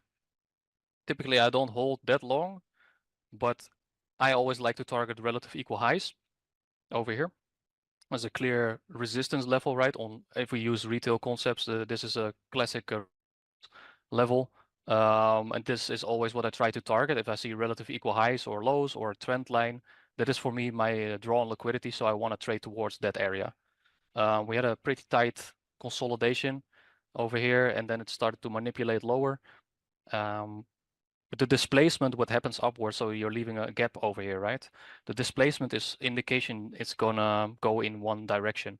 Not always, but it is a good indication it is displacing towards where it wants to go. And the same thing, you could pull, I don't have the Fibonacci on here, but if you pull the Fibonacci from this low to this high, this went into discount, so below that 0.5 level, into the fair value gap, and then I just took it, and it ran, I think, 120 pips or something. Can't see the numbers to the right now, but yeah, that's a really good trade. Yeah, so this was a really good redemption trade. So this got me in a positive mindset, and then I think Yeah, this was the framework on the 15-minute as well. So this is the same trade where it went higher from, but this is a 15-minute chart. Manipulation below the New York midnight opening price. Took out all the sell side down here, the SMT, right? So that is a cracking correlation again. Always look for cracking correlation before I try to find a setup. And the higher time frame was bullish anyway. As we can see, JPY pairs are just blasting up without any consideration of human life. So over here we've got, this is actually a massive sell we took, Euro CAD sells. We like to use market maker models with ICT concepts, which means there's one side of the curve. So over here I have a little schematic, which is buy side of the curve, so price is going up. And we have sell side of the curve, so price is going down. And there's always a consolidation, which start off a market maker model. And there's an accumulation phase in between. And then the smart money reversal, as we call it, where it just, so the price reverses over there. It happens in a key level. And there has to be SMT as well. I did not outline it here, but there's SMT on these highs. I entered actually 2 positions on this one. I entered on this order block, which formed on this particular day. I still put my entry above the 50% of that order block that was resting there, because that should not really get exceeded if you are bearish. And then I took another entry based on the lower time frame, which was a 15-minute. Again, entered a little bit too early as well on this one. But if you enter a little bit too early, but you use your stop loss on the higher time frame level, which I use the 1 hour and the 4 hour, you should never get hit, or at least with high probability, you should not get hit. So I also outlined here, I should have entered here because this is actually where the SMT formed, then it broke down structure, and then it went back into that premium level again, right? So for another sell-off. And I did not hold until the original consolidation, which you should technically do in a market maker sell model. But I was content because I was up like 5.5% or something. So I'm not gonna greed for another 2% when I'm in drawdown, you know. So just secure that you're back above your balance. Get that positive feeling back again, because you're not seeing that balance in drawdown, but you're seeing it up 2%, 3%, you know. So don't hold a 5.5 or 6% trade and then believe you can catch another 2% or 3%. Very bad for your psychology, in my opinion. Yeah, I mean, if the market, I mean, that's a strong, fast, big move as well. So I think if the market gives you that move, you'll just take it. You know, it's you'll be happy that you got it, and you got to pay yourself as well. You know, reward yourself for taking the trade. Yeah, That's I agree. good. Always pay the trader. That's very important. I think I have one more. I have one more example. Let's take a look at one more. This is the silver sell I took last Friday. Same thing. Every time it's the same thing. The model is the same thing. You wait for a cracking correlation. You wait for higher time frame order flow to be in line with your drawn liquidity, break of structure. And now this is the cleanest I've seen silver move ever, because it just made like a nice displacement back into premium again, another displacement back into premium again, and you can enter wherever in premium here. Doesn't matter. That's it perfect. will just. And this was just an amazing rundown. I could have held for another, I don't say could have, of course, but I could have held for like double the size of this, but this was my scale up. So I was like, I'll just secure the scale up and then we'll look for another trade. There's always another trade. All right, man, we're running out of time here, but I would like to first ask you if you have any tips for new traders that are getting an evaluation account, and also where can people find out more about you? Where can they follow you on social media and all that fun stuff? Sure. A big tip I have for newer traders is stop rushing the process, because you need to build up a thick skin in this marketplace, and you need to start slow, and you need to build up your data. So never skip out on journaling. You need to journal your trades. You need to start off slow, so low amounts. Don't buy a 200K account if you're just starting like trading for 2-3 months. If you want to buy something, start with a 10K, you know, like low amount of money, build up that resistance. And again, rushing it won't work. Trust me, it won't. So stay patient. That's really, really great advice. Don't rush it, and definitely keep a journal. Very important stuff. And if you guys want to find out where I'm at social media on Twitter. It's at the OTE Trader.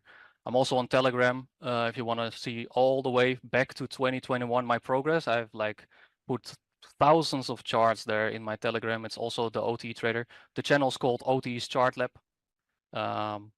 So yeah, if you want to find out more, you can go to these two channels. And I'm also a mentor to many. So if you feel like you're not progressing, I'm here. So Nice. Yeah, definitely check it out. I see you're on YouTube as well with the OT Trader. yeah, So definitely worth checking out.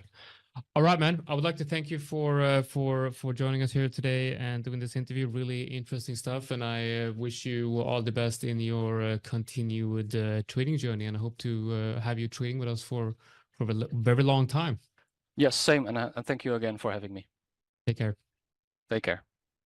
Hi guys, so thank you very much for watching the video. Now make sure you like and subscribe, and most of all go into the YouTube and check our other content that we provide here at The 5ers.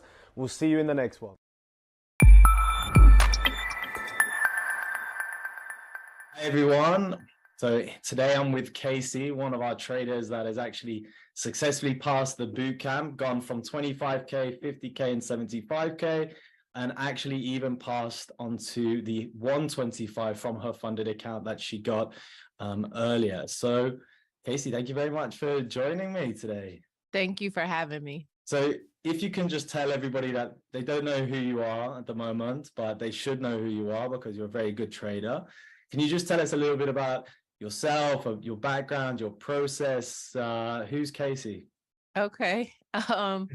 I am from the United States, a city called Detroit in Michigan, and I was introduced to trading probably about almost 6 years ago.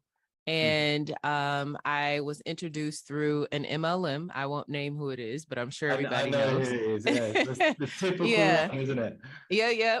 And I was interested, but I didn't take it super seriously. I was in school at the time, in grad school. I was also working full time, and so I fit it in whenever I could. And then just before the pandemic, I got really, really, really serious because I began to understand the power of leverage and the power of compounding. And I had a real conversation with myself, like, where else am I going to be able to potentially earn this type of money, legit?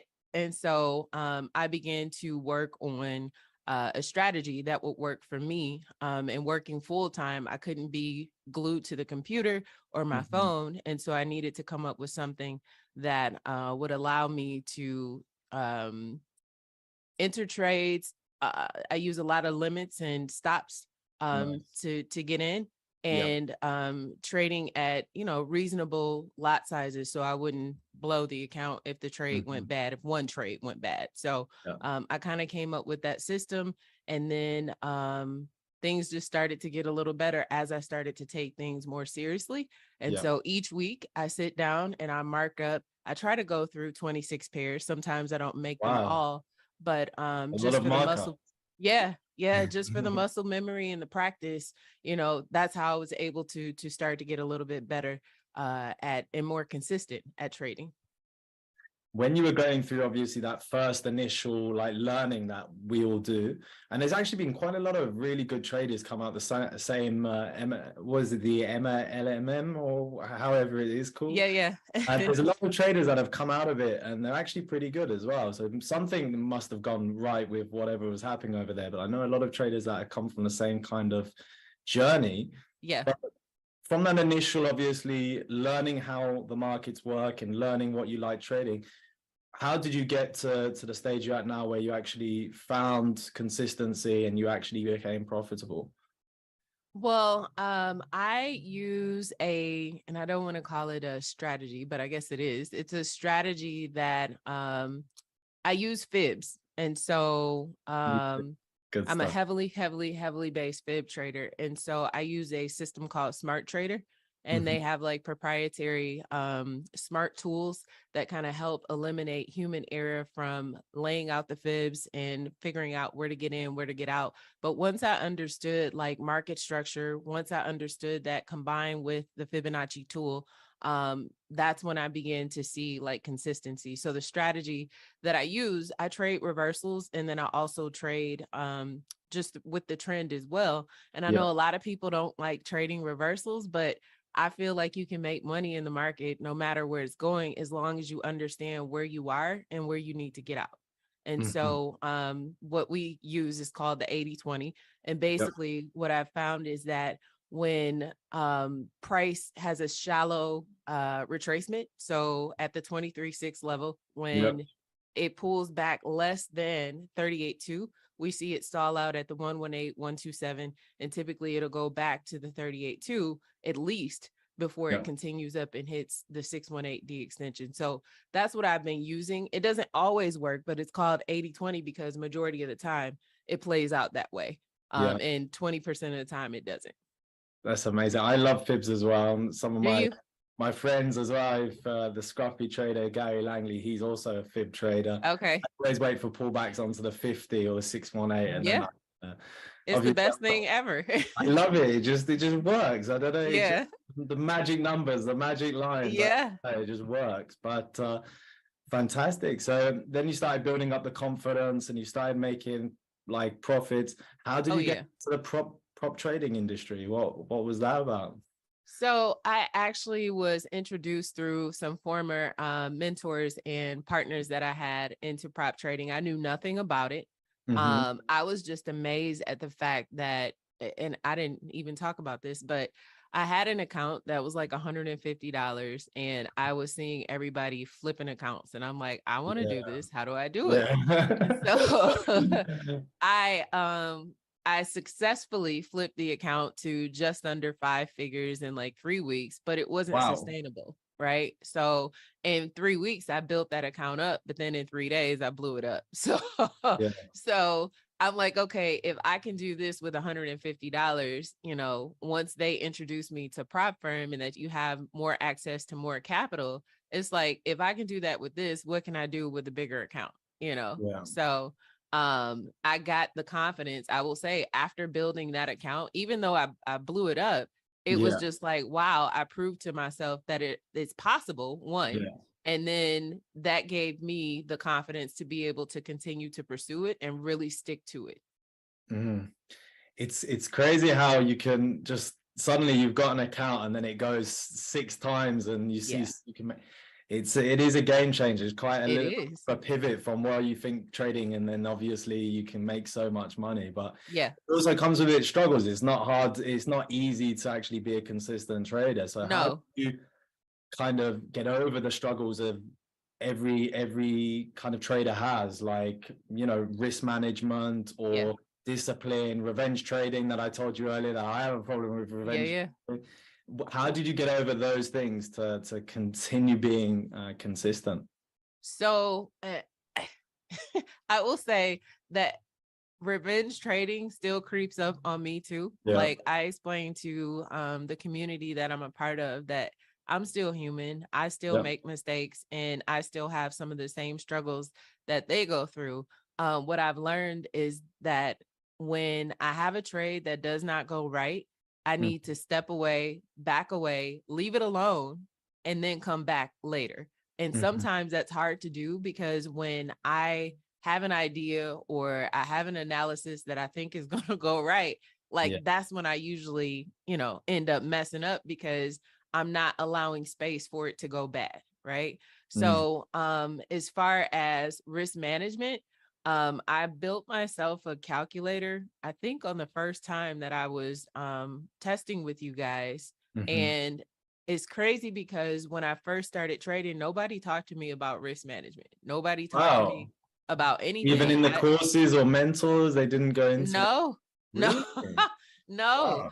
And I think that should be at the forefront of 100%, everyone's trading plan. Like if you understand risk management and you're disciplined enough to stay with it, like it makes all the world of difference in your trading. So once I had that tool and I was able to go plug in like my setup, and I figured out that, you know, your position size should be based on the desired risk and the amount of pips in your stop loss, then I was able to go and, you know, consistently see better results than what I was seeing before. Position sizing your trade correctly is extremely important. That's something that we find as well with a lot of bootcamp traders, because the bootcamp was originally designed for beginner traders, because they Okay. want to obviously allow traders to start on a demo and build their confidence up over a long period of time and then get funded. Okay. Obviously, you've got more experienced traders now trading it as well. So, but that was the original idea. And some of the first things that I had to help with a lot of people is position sizing, because people would put 1 or 2 lots on. It didn't matter where the stop loss was, and they could be obviously risking a lot more than they want to actually lose. And then that obviously turns into overexposing and then revenge trading and a feeling of you're not doing it correctly. And it actually has a lot of hit on your confidence where you could be right, but because the position is wrong, it can really take you off the whole of your game. Absolutely. It's an important thing. Absolutely.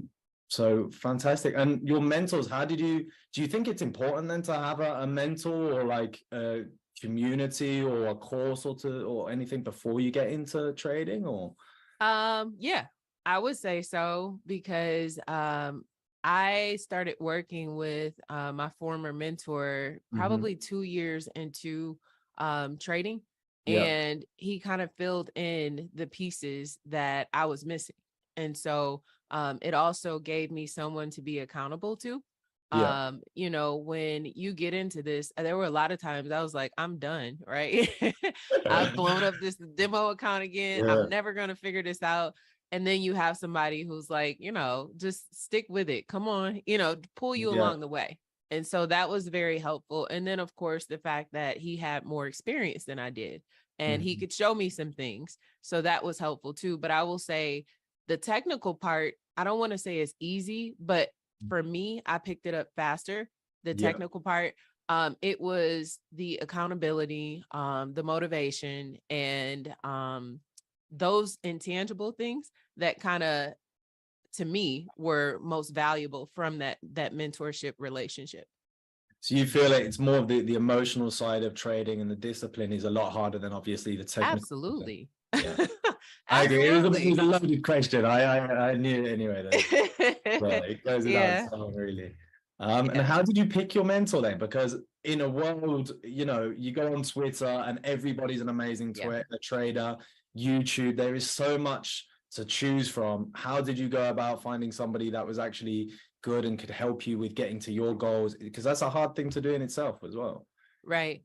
Well, for me, initially, I was interested in what I saw. People were posting screenshots of the MT4 profit screen, right? So that drew my initial interest. But as I got involved and as I began to understand, you know, the money wasn't necessarily the driver anymore. It was who actually knows and understands this skill set and who can teach me that. And so my mentor and I were friends on Facebook, and I would see him post his charts.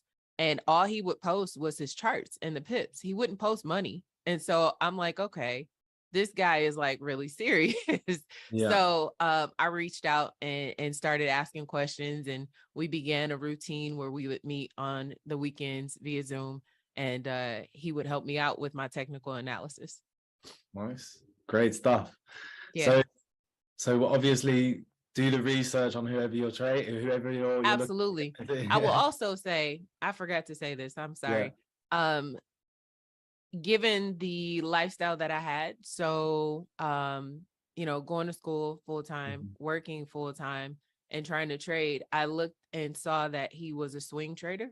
And so that matched with my lifestyle. And I think a lot of people may not be successful or may not see the growth that they want to see because how they're trying to trade doesn't match with what their lifestyle allows. So that was really, really key. Like, I can't be a scalper. Not only is my lifestyle not it's not fitting for that, my makeup, I would just be like on edge all the time. I have anxiety. That would drive me insane, you know. But for somebody like my cousin who is funded through a different company, he scalps all day and it doesn't bother him. But knowing who I am, that's not going to work for me, you know? Yeah. I must say I'm also a little bit, I wouldn't say impatient, but I prefer intraday trades or scalping and things like that, because I don't want to wait that long for a trade. I want to be in and out by the end of the day. So it is so important to find the right type of techniques for you as a person. So we probably had to cut a little bit out because we had a little bit of a technical issue, but we'll carry on from where we left off. We had loads of little golden nuggets and things that we mentioned in the last one. Before we continue, and I know you've got an analysis and kind of a methodology that you would like to show everybody, maybe I'll just jump onto your dashboards and we can start off by looking through some of the progress you made in the boot camp and also in that first 100K funded account. Okay. So I'll share the screen. We can go over just very briefly the accounts. Yeah, so this was your boot camp. So we only see actually the last level of the boot camp account. But you must have made this was a really nice, you were on a roll pretty much, I think, throughout your boot camp. What was your methodology going in as risk management or many different things going through the boot camp? Because it is there for beginner traders, but we have a lot of experienced traders do it as well. And you kind of breezed through it very easily. So what was your methodology? How was the risk? All of those different things. Well, my idea was because I did take a boot camp that I did not pass the second one on. And I think I went in way too aggressively to start. So I like to build just a little bit of a cushion before taking a more aggressive position. That way I'm not digging myself out of a huge hole. And so that's what I attempted to do on this one. And then I saw an opportunity, which was opposite of my initial analysis on USD JPY, I believe it was. And I kind of went heavy on it. I think I had 3 positions at $15 a pip that allowed me to kind of catapult my equity in the account. Yeah. So this was this position, I take it. Yep. Fantastic. So what was your thoughts behind, obviously you had an initial analysis and then you just cut and then just decided to go the other way around. Now that's quite hard for a lot of people to do, especially when you're like right and you've got that tunnel vision on you want to be right and you've got that tunnel vision on a specific trade. You didn't have that with this position. Why is that? I think the important thing is trading what you see. So even though I had an idea in my mind of what I thought was going to happen, like price was printing right in front of me. The setup was playing out right in front of me. So at that point, my ego wasn't attached to my analysis and me having to be right. It was, okay, I see an opportunity. Let me cut my loss and let me execute on this. So the main thing is just being able to separate like emotion from being married to having to be right or wrong. Is just taking advantage of what the market is giving you. Amazing. And you have no violations as well. Now the boot camp, you have a maximum of like 5 violations throughout 3 levels. And for some people, they love this. They love having that kind of that there to keep them in the guidelines and keep them trading, in line with the program. Other people think it's a hindrance. What do you feel about like the violations on the account or having kind of rules to help you be consistent? How did you feel? Did they hinder you or did they help you in any kind of way? No, I think it's helpful. Like as much as like I guess I'll say I'm kind of like a person who doesn't necessarily like structure, but I understand the benefit that it gives me in life and in trading. When you have the parameters under which to operate, it kind of is the I want to say like the pathway to success, even though you might not like it, you might be fighting it all the way through, is there for your benefit. Right. So I don't think there are enough people in the trading space who have enough discipline on their own to be given the freedom to do what they need to do in the account to make it go. So having those rules in place are kind of like a guide. Nice. And there you go. You've got your average trade duration, about 4 hours. You've got a really nice expectancy and your profit factors really high as well. So overall, you did a really good job on that account. Thank you. This was your funded account. So a lot of people that I see, because I speak to a lot of people day in, day out, especially when it comes to support and technical analysis of a specific person's account or anything like that. When traders first get past the boot camp, and especially with newer traders, and they get funded, they're really excited. Yeah. And when they're really excited, it tends to go into over risking. Yes. And when over risking tends to occur, then you revenge trade and then you blow it. It's a typical cycle. Yeah. Now, you've had a really good upwards momentum, so I'm sure you're really confident.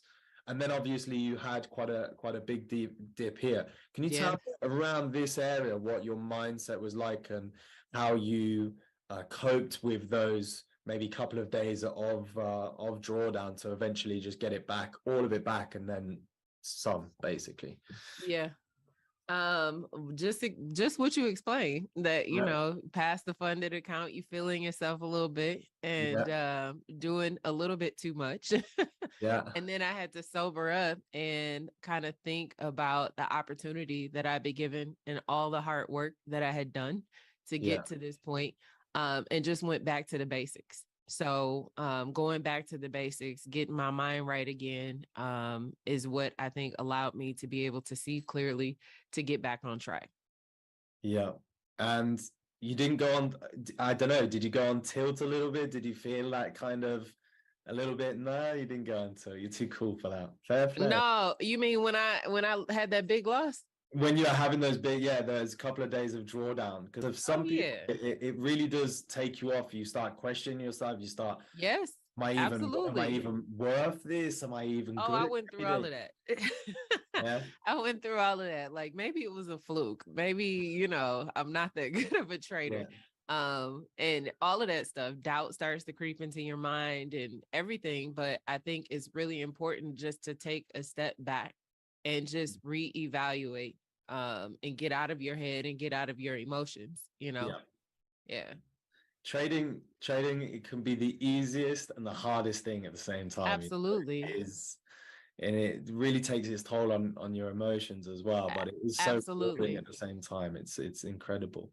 And that's what I mentioned in the I don't know if that part was going to get cut, but what I tell people all the time is that the easiest part is like finding the setups. The hardest part is managing your emotions. That'll be, and I'm 6 years in now, and I still have times, you know, where my emotions get the best of me, and I realize that, you know, my best trading is when I'm not emotionally involved in the trade. My worst trading, and I can see it, my worst trading is when I'm like just a mess emotionally. And even, I think I made a post on Facebook the other day where I was talking about just this year overall, my trading has been much, much, much better than it was last year. And it's because I had some other areas in my life that weren't where I needed them to be. Emotionally, I was not in a good space, and it affected my trading. And I didn't realize how much it was affecting my trading. But when I got to a better place in those areas as well, like everything just started to improve, even the trading. It's so interesting how that is, you know. I tend, when I start, you know, leaving a little bit of rubbish, you know, like in the car, my car's a little bit dirty, or my desk's a little bit dirty, suddenly my trading comes a little bit dirty as well. It's not and I tell you what, the amount of profits that I've probably lost from cutting trades too early because I don't want to lose. The amount that I'm like, oh, it's so close to my take profit. You know what? I'm just going to close it here. And then to the take profit. Sometimes micromanage. That's why I'm trying to get into the habit as well. Is like kind of set and forget. If that's going to be my invalidation point, then I'm going to just leave it there. But it's that wrestle with yourself as well, not to be in. Maybe for you, it's a little bit different because you're more of a swinger type. But for me, always being in front of it, I'm always trying to play with the position, which is sometimes better to not let that. That's when I do bad.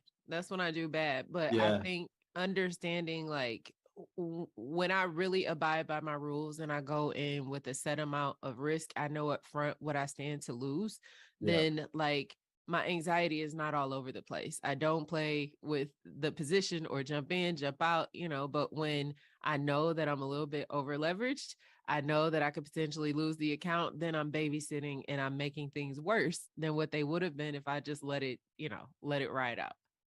Yeah.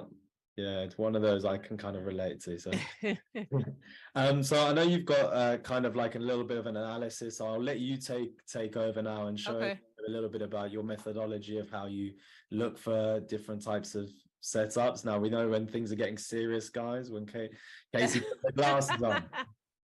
I had to put on my glasses so I can see. Can you see it? Yeah. Okay, so I use Smart Trader, and in Smart Trader they have a proprietary smart tools, and so the smart tools include like the smart trend lines, smart support, smart resistance, and what that basically means is that you can go into the system, you can click smart support, and it'll show you all the levels of support on this time frame. And so what I do is I go in and I do it by hand first, just for practice, because there have been times that the system has been down and I haven't been able to access it, and I have to go over to TradingView. But I go in, I do it by hand, and then I double check, what I've done to make sure that's what the system matches up with. So here is an NZD USD trade, and I've activated the smart fibs, which I really, really like because it takes the human error out of placing the fibs. I think that's what a lot of traders run into. Where do I put this? How do I measure? And sometimes they draw the fib too large or too big, and it's for trades that, are going to take forever to happen. So I really like that. So this is highlighted because it's the active fib. And what I saw on this setup, it's on the 4-hour. We have our A high, our B low. And before I even get there, I use a combined retracement and extension tool. So I learned about Fibonacci, and I only learned about these levels first. And I'm like, okay, this shows you entry, but how do I know when to get out? And so these outside of that AB boundary tell you where to get out. And they're color coded because theoretically, if price pulls back to one of these red levels, then theoretically you would anticipate it's going to take profit at that red extension. Or if it pulls back to the blue or green, it's going to take profit at that blue or green extension. There are some nuances with that though. Like this is the setup where nuance. So we have our A high, our B low. We have less than a 38.2 pullback. So I know it's really hard to see, but this is where price did it. Yeah, it didn't hit it. So that's a weekly resistance point that was formed. And so what we saw here was that price stalled out at the 118.127. And there's also a 4-hour level of support. And so I drew my trend lines looking for a potential buy opportunity. I was able to get in right here.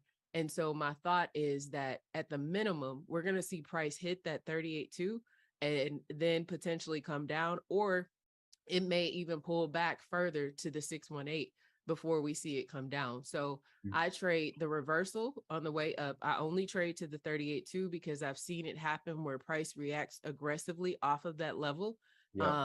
But if it goes farther, then I just wait for the sell confirmation, and then I take the sell down too. So there's really 2 moves in one. I think total on this setup, this is 100 pips to the 38.2. And then if it plays off of this 38.2, then to that sell point, that D extension is 145 pips.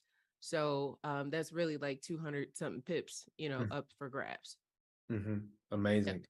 And is there any kind of pattern or any kind of trigger that you want to see? Because obviously you've got those levels there. You've got a fib level on a weekly resistance. You've already had 2 touches. So 3, it could even go to 4 in the long term. What do you want to see on the lower time frames for you to say, okay, that's it, I'm taking the short? Is it like a break of market structure? Is it a candle? Is it a certain level? Or So I typically look for a break on the 15-minute. So if I get a swing low, like my entry should have been here, but I was pretty confident in this. So if I get a break above structure and a backside retest of the trend line and a swing low, I'm executing right away, because this tells me that we're on our way up. So a swing low is, just a 5 candle formation with a low center candle, 2 to the left that are higher, 2 to the right that are higher. And then I've got all the other confirmation, the stall out at the 118.127. we're at a 4-hour level of support. We got the break, backside retest. Then it's time to execute and go in. Nice. Really clean. Yeah. Kind of roughly the kind of thing that I look for as well. So it's really nice to see. Yeah.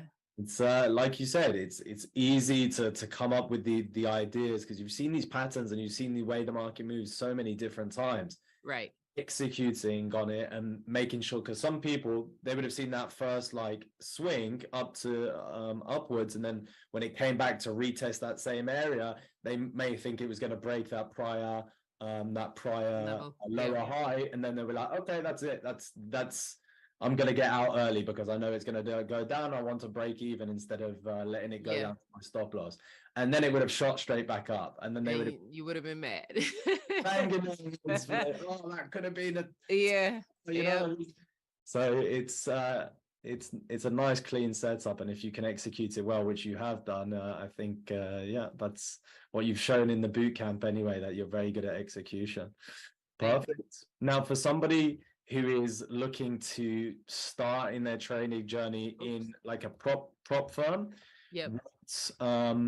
what would you kind of recommend for them? Would you I know we talked about mentors and communities and things like that before, but let's say if you had all your time again and you were coming into the prop firm and industry, what would you kind of want to hold the lessons to get through successfully? First and foremost, understanding risk management, understanding position sizing. But even before that, finding a mentor that trades like you, finding a good source of education. I think a lot of people waste money and buy into hype, if you will say, and not necessarily be focused on the actual process and more so focused with the end result. So, and I'm not trying to down anybody, but I think for me, when I first got started, I saw all the shiny things on YouTube, all of, the hype, and bought into that and didn't pay as much attention as to the process in order to get to that type of success. So I think people have to be very discerning about the people that they learn from, and then making sure that they identify someone who trades like them, so that they can learn their strategy. But risk management, because that's the biggest thing with the prop firm. Like the first time I tested, it was with a different company. I had no idea how to position, how to choose my position sizes, blew up the account. And I think that it was like $400 or $500, so in a matter of 2 days, I lost that money. So understanding that, and then having a process and a plan and a strategy that they're confident in, and executing and moving forward with. Amazing. And where can people find you? I've loved talking to you, and I'm sure, a lot of people would love listening to you as well. I know you've got a YouTube and a community and things. Where can they find you? So I am on YouTube, and it's just my name, KACI Jackson. People can also connect with me on Instagram, same thing, KC Jackson _. And then I have a community on Facebook where we do some light training there, and you can go and get there by going to www.theprofitplay.co. Amazing. Well, we'll leave it there. You've given enough away. So and we'll speak soon. Thank you very much for taking the time to speak with me today. Thank you for having me again.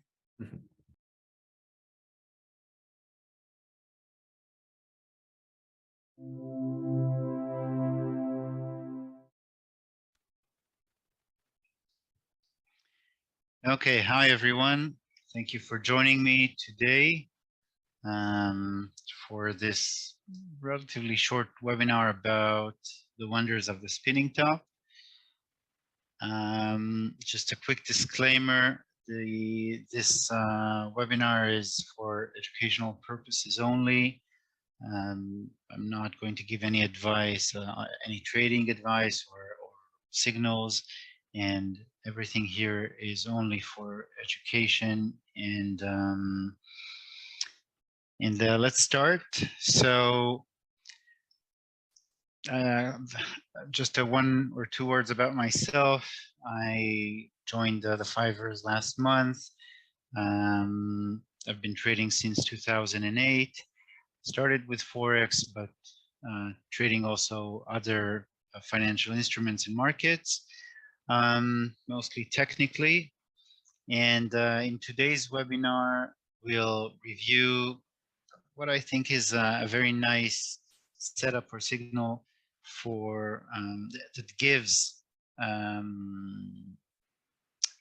let's say, a hint about what the market is going to do, and it's mostly in the long-term or high time frames, but it doesn't mean that you can't find it in lower time frames as well.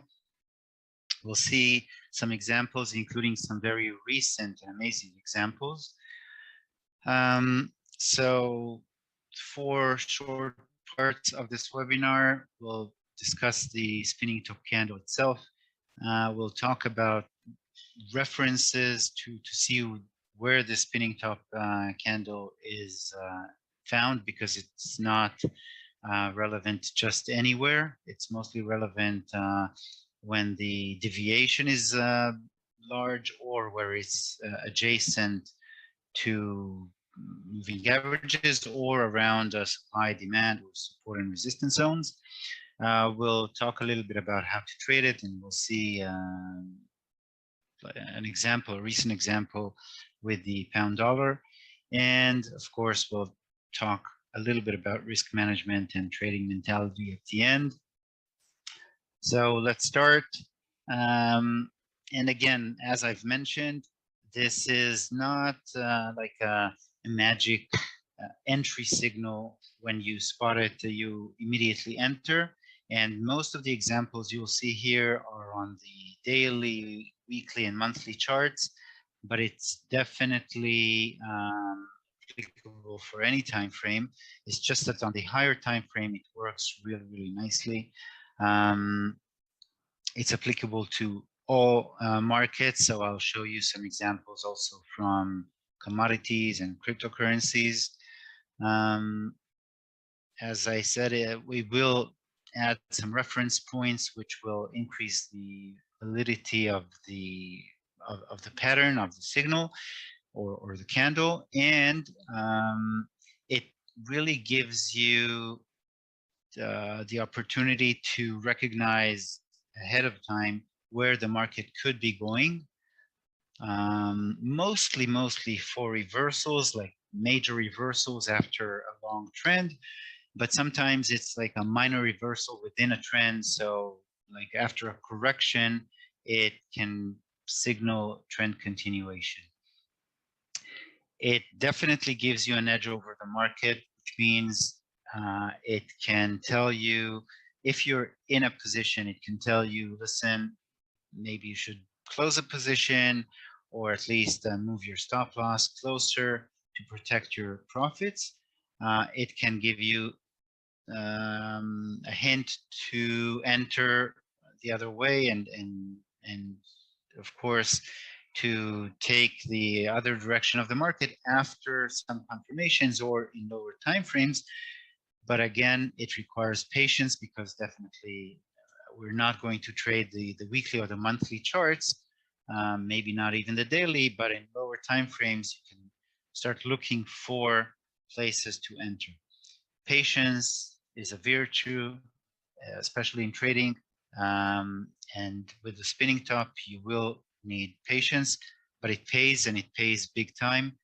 I will give you maybe also an example, or talk about some things I've seen in the last week or two from our traders that eventually, managed to take very, very big gains, but because they weren't patient, they had some losses before these big gains, and with patience, they could have avoided these losses. So let's start with the candle, the pattern itself. The spinning top candle, definition from Investopedia. It's a candlestick pattern that has a short real body. Okay, it's short. It's not a line. It's not like a doji candle with a long-legged doji candle. It has some sort of a body. Okay, that's why it's called a spinning top and not just a simple doji. And the body is vertically centered between long upper and lower shadows. And the keywords here are centered, so it's not at the bottom, it's not at the top, it's in the middle of the, like in between the wicks, and the wicks are pretty much the same size, and they're usually long. Okay, we're not talking about short wicks, we're talking about long wicks. The candlestick pattern represents indecision about the future direction of the asset. It means that neither buyers nor sellers could gain the upper hand. But again, as we'll see, usually when it comes in with specific setups, it definitely shows you or can tell you where the market is headed or who's going to have the upper hand, the buyers or the sellers. And we'll see plenty of examples, including examples from this week. The spinning top candle can appear anywhere on the chart and on any time frame, as I've mentioned, but the pattern is mostly meaningful when it appears as part of long trends. And I said at their potential end, because when the trend is there, we don't know that it has ended or it's about to end. But when you see a very long trend, usually at the end also with big candles, like there's strong momentum, and then this candle appears, usually this candle has a very significant meaning. So don't look at this candle anywhere, but usually after long trends, we'll see examples, and of course around supply and demand zones or support and resistance lines. And I've also added here examples of other reference points, such as moving averages. Maybe it can also be Bollinger Bands, but in this case, I'm using moving averages, either when the spinning top candle appears far away from the moving averages or adjacent, like on top of the moving averages. If it's not too far away and not adjacent, then probably doesn't mean anything, or it doesn't necessarily mean something, again, unless it's in a supply or demand zone. But if it's very far from the moving average, which means that there's a big divergence or a big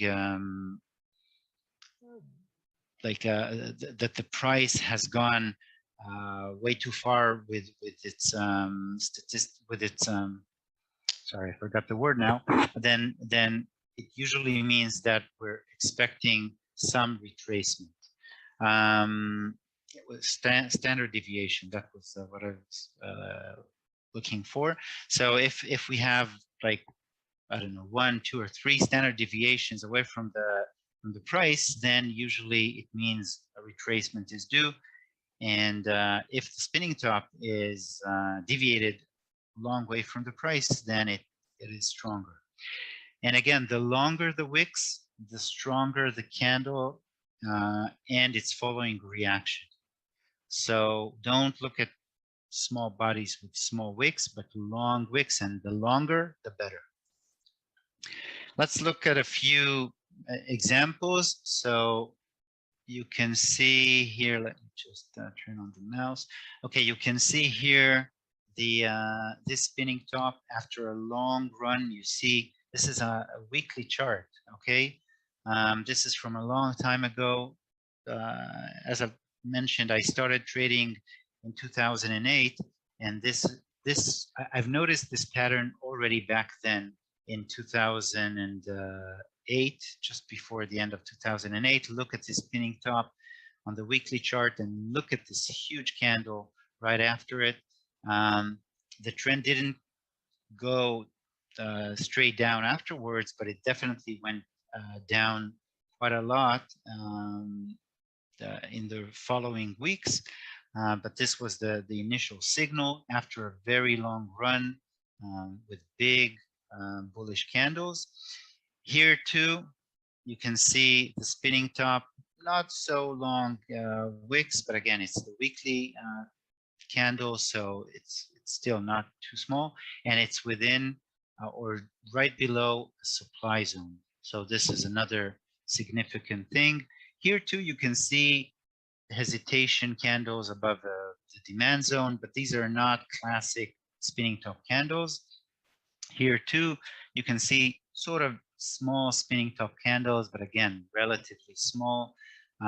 This one is definitely, and I show you this because I always kept this pattern in mind with the specific example of the euro pound. So this is classic. Another example, huge wicks. Look at this small body and this huge wicks right at the bottom of a very long move. This one is a monthly chart. Okay, huge move down, very strong, and then very, very big wicks and a confirmation candle. It doesn't, we had a move up, okay, of about, I don't know, 3,000 points or pips afterwards, but then again, it continued going down and went up again. So it was already a hint for what's to come next. And you can see that at the bottom of this spinning top, the bottom of the candle was the area of demand, after which the buyers came when the price condensed or compressed into the bottom of the demand zone that the spinning top candle formed. So again, as I said, it gives you an edge. It doesn't mean you trade it. Obviously, you don't trade the monthly candles, but it gives you an edge. It tells you where the market could move in the following days, weeks, or months, sometimes even years.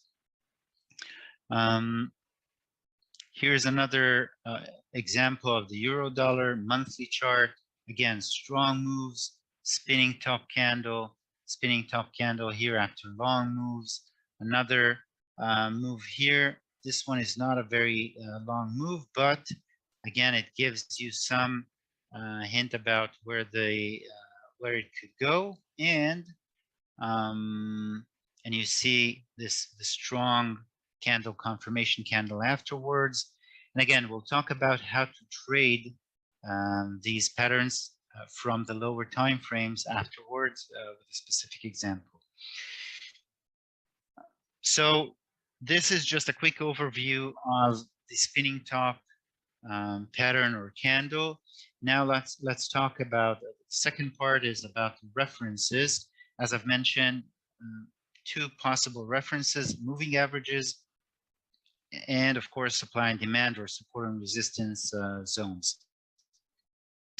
Let's start with a moving average, moving averages. So moving averages can serve as context for the spinning top to have a potential meaning or a potential reaction, because not every spinning candle or spinning top candle is relevant when you identify it on the chart.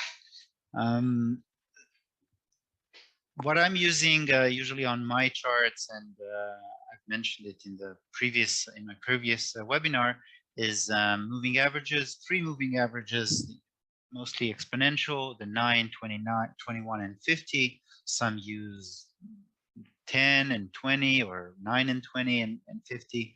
Some even add 100. And when the spinning top appears after a long, strong trend and runs away from the moving averages, which usually serve as dynamic support or dynamic resistance, and we have a strong divergence or a strong runaway from the price, then a deviation, then we usually expect a mean reversion, that the price will come back to its mean, to its average. And then with the spinning top, it's even stronger. So when the spinning top appears far away from the moving averages, it usually signals the end of the trend, and we'll see some examples in a minute. When the spinning top appears in adjacency to the moving averages after what appears to be a corrective move, then it usually signals a reversal for continuation. Here's a relatively recent example. This is the gold futures. It's the same on the XAU dollar. A spinning top after a strong move up. Okay, the monthly chart, a strong, very strong bullish move up that's been going on for almost 2 years on gold. And then the spinning top, see how far away it is from the moving averages. The first moving average is the 9 EMA. Okay, you can see how the 9 EMA serves as sort of support, but then the price runs away from it and forms a spinning top. I can tell you that when I saw this spinning top, I started shorting in the futures market. I started shorting gold, but I also sold my gold stocks, the gold mining stocks that I had, because I realized that after such a big spinning top candle, far away from the moving averages, gold was going down. And I had some gold mining stocks that I was holding in my portfolio, my long-term portfolio, my investment portfolio, and I just sold them. And yeah, I've made some money. I didn't, I didn't trade it a lot. I was working at investing.com at the time, very busy there, but still took some shorts on the futures in the futures market and just got rid of my gold stocks and gold mining stocks. And that's what I said about having an edge over the market. Even if you don't trade it, but avoid buying there or entering at this bad point, or even selling your gold mining stocks just before they go down because you see this pattern. Even this is a nice edge. Edward is asking, would you say the spinning tops only have significance on the higher time frames? So yes, as I've mentioned at the beginning of the webinar, I'm mostly focusing on the long time frames because that's where the spinning tops are the most significant. They have time to give long moves, but they're relevant also with these patterns, you know, with the long runs and the spinning top at the end. They're also relevant on short time frames. It's just that for some reason, maybe I've missed, maybe I didn't notice the right setups, but for some reason I see these spinning top patterns mostly on long time frames. And I love short time frames as well, the H4, H1, even 2-minute charts. When I traded futures, I used to use the 2-minute charts. I didn't notice this pattern so much, but again, maybe I just wasn't aware of it on the shorter time frames. And you say 5 candles prior. Okay, yes. Okay, so the question that Hartmut is asking is about this candle, the green one, which is sort of a spinning top, somewhere in between a spinning top and a doji candle, because the body is very small. As I said, if it's adjacent to the moving averages, I will refer to it only if it comes after a corrective move. So I will show you an example with Bitcoin in a minute, but here it doesn't have much significance because there was no correction and it's not far away from the moving averages. So I didn't give much significance to this specific candle here. On the third wick after the reversal, where it went back up and rejected the open, you would enter stop slightly above the high.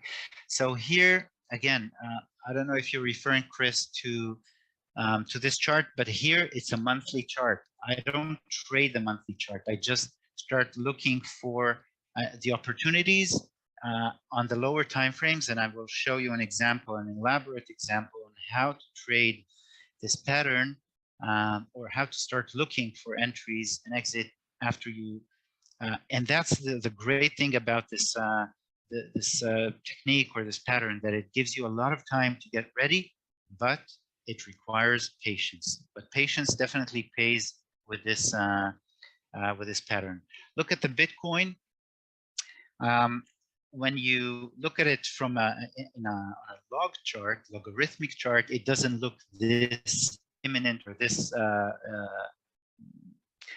impressive, but on a regular chart, it definitely looks impressive. Look at the spinning top, and I told my colleagues at the time that with such a huge spinning top, it's definitely the Bitcoin is going to go down, and it went down immediately. I mean, it didn't even wait for a few more months. This is again a monthly chart. It's amazing how it dropped from 65 at the top to 30 at the bottom within a month and a bit. It dropped from its peak by more than 50%. Okay, so yeah, this chart, I mean, watching the cryptocurrency charts is always mind-blowing. But after it went down, also look, before it went down, here's another nice example of the spinning top here at as a continuation pattern. And this is what I mentioned earlier.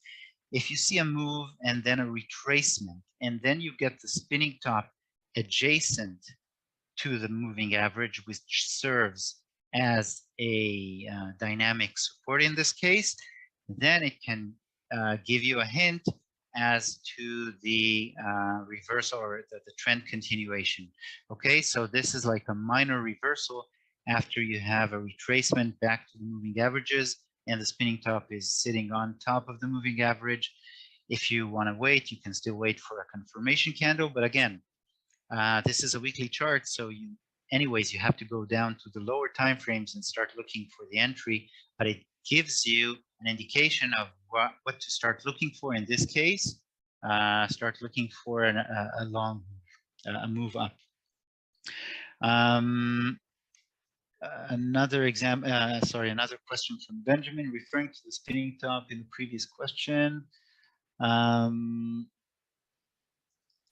Would it be wise to trade it for continuation? If you're referring, so again, if you're referring to this one, I wouldn't say it's a continuation candle so much, because it's because there was no real retracement here. I mean, it's on a monthly, yes, there was maybe some retracement, but I would look for a real retracement here. It doesn't look like a corrective move, not really. Here, by the way, maybe I should have circled it. This sort of spinning top, it's a small one because you see the wicks are not very big, but it's still a small spinning top. This one is more of a continuation pattern. You have a corrective move, the spinning top, a small one on the moving average, in this case the 21 moving average, and then even a confirmation candle, and you have a move up. Again, this is the monthly chart, so you have plenty of time to start looking for buy positions after this candle. Another example here, the pound dollar on the weekly chart again. So you can see a long move on the left side, a long move, a spinning top, and a move down.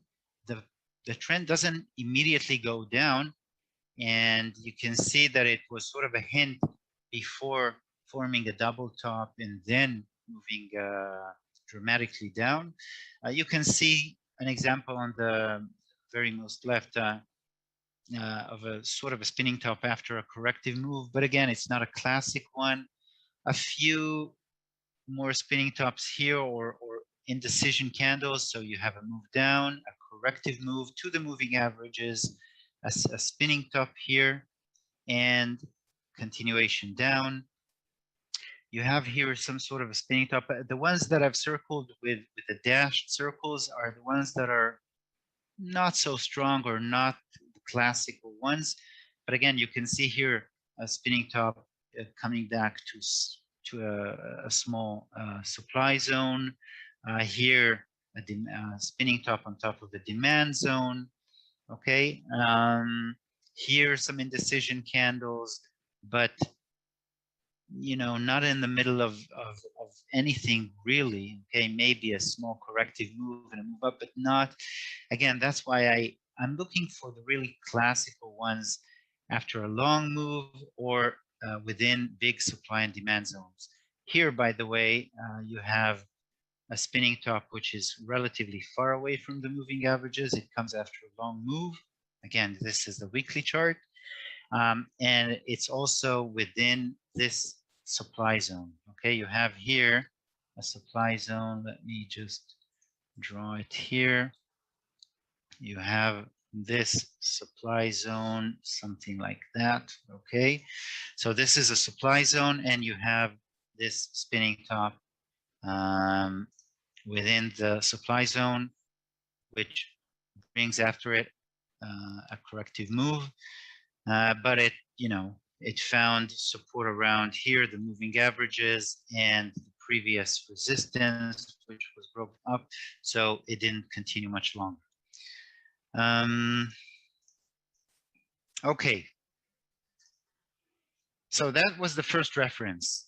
Either after a long run, a long move up or down and far away from the moving averages, this means usually a reversal, or if you have a corrective move back to the moving averages and then it finds support or resistance there before continuing to with a trend. The second option, if you don't like moving averages or you want to have something on top of moving averages, but obviously this is even a stronger reference, is of course the supply and demand zones, or if you have a local support or resistance area or support or resistance lines. So what we're looking for here is for the spinning top to appear inside or next to or on top of or below the supply and demand zones. And the spinning top itself serves as price action for the supply and demand.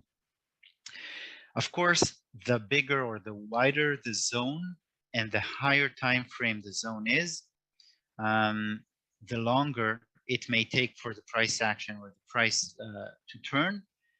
And of course, for the pattern to complete. And also, sometimes it will take a longer time, for accumulation or distribution in these zones before the move to the other side.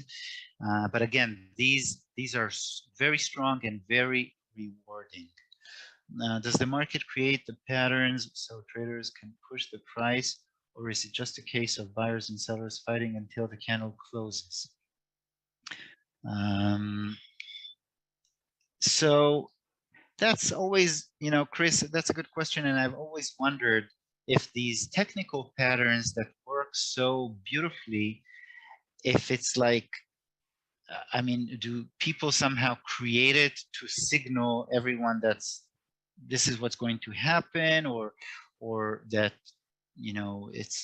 or is it just because somehow it happens and then everyone sees it and then the price moves? I think basically when buyers and sellers we call it fighting, but yeah, and also obviously algorithms see patterns and levels and act accordingly.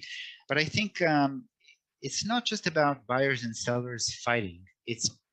I remind you, like I said, if it comes within the zone or next to the zone, it's usually around areas of accumulation or distribution. So it's not really fighting, maybe even cooperating. Some are buying, some are selling, buying, selling, buying, selling.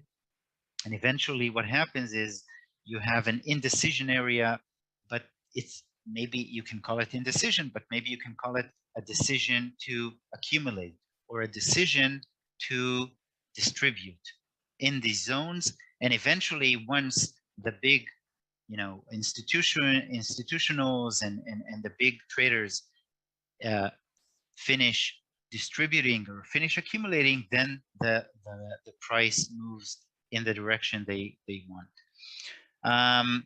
For example, let's look at the Aussie yen monthly chart. You can see this huge supply zone. And when the price went back to the supply zone and formed this spinning top, it's somewhere between spinning top and doji. Look at this huge move down. It's, absolutely amazing. This is during the 2008 crisis. Okay, everything went down, commodity prices and housing prices, of course, and the dollar became very strong. And look at this huge move down after this signal from the market. You can actually see even before this red spinning top or red doji, you can see already some sort of another spinning top, the green one. And I wouldn't say doji is significantly less indicative than a spinning top, but you know, it's just I think they're pretty much similar, but I think the spinning top, you know what, in places like this with a huge supply or huge demand, and with on a monthly or a weekly chart, I would give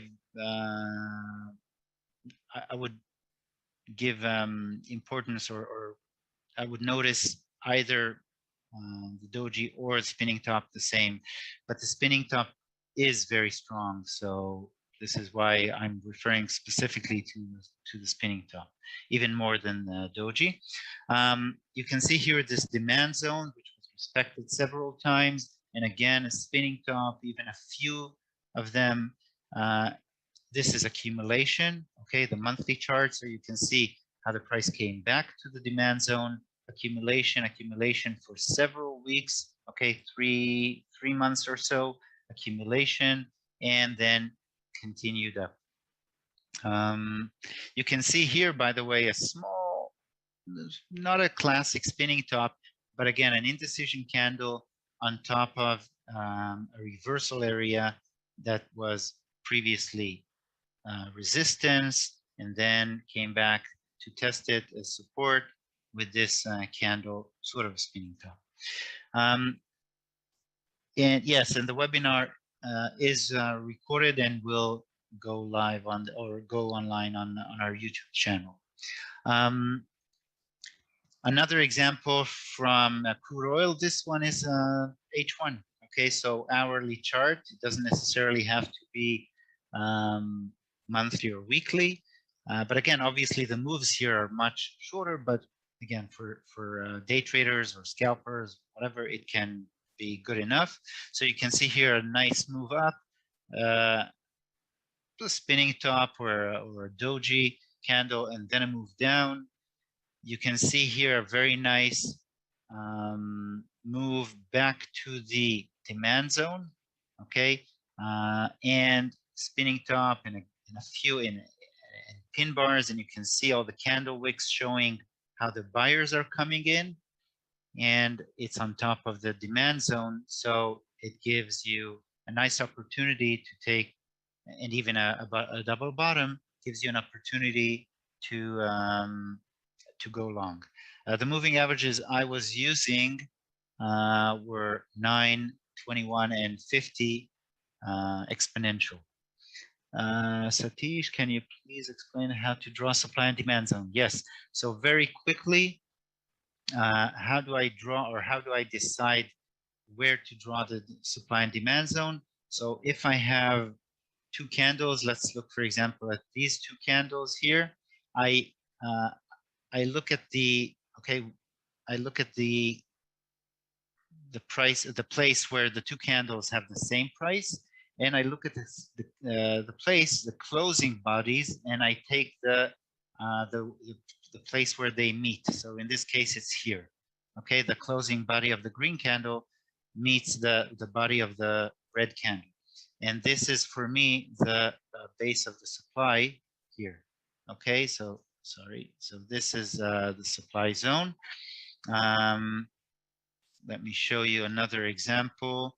let's move to the next chart, and I'll show you another example. So here, for example, you can see I take the connection, the place where the two bodies meet, okay, and then the opposite point.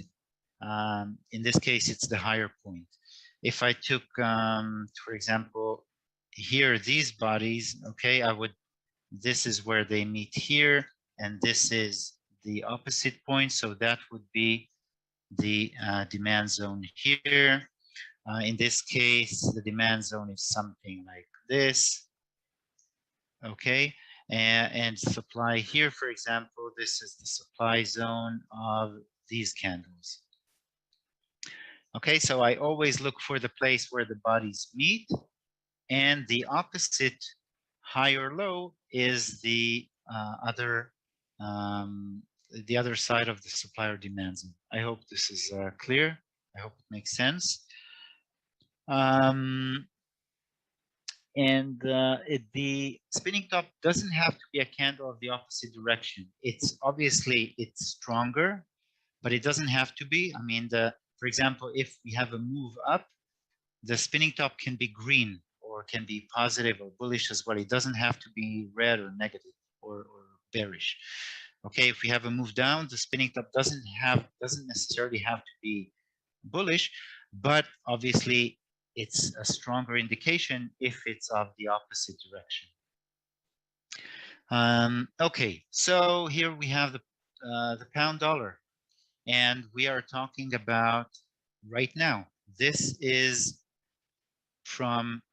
was taken today, and this candle here, the spinning top candle here, is from 2 weeks ago. Okay, and you can see the demand, sorry, the supply zone. First of all, you can see on the left side of the chart, you can see a spinning top candle after a long move and then a move down again. We saw another example how it doesn't necessarily create the move immediately, but in this case it went down and then up again before a double top, and then the big move came.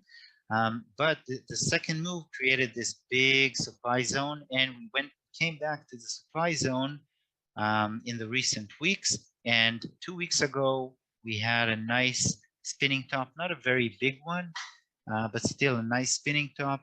And we saw the moves in the last day, a very strong move, but the move down started even earlier.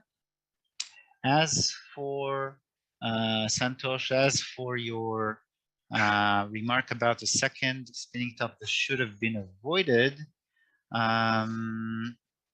as the trend was broken from 2 previous highs. I'm not sure what you mean. The trend was broken from previous 2 highs.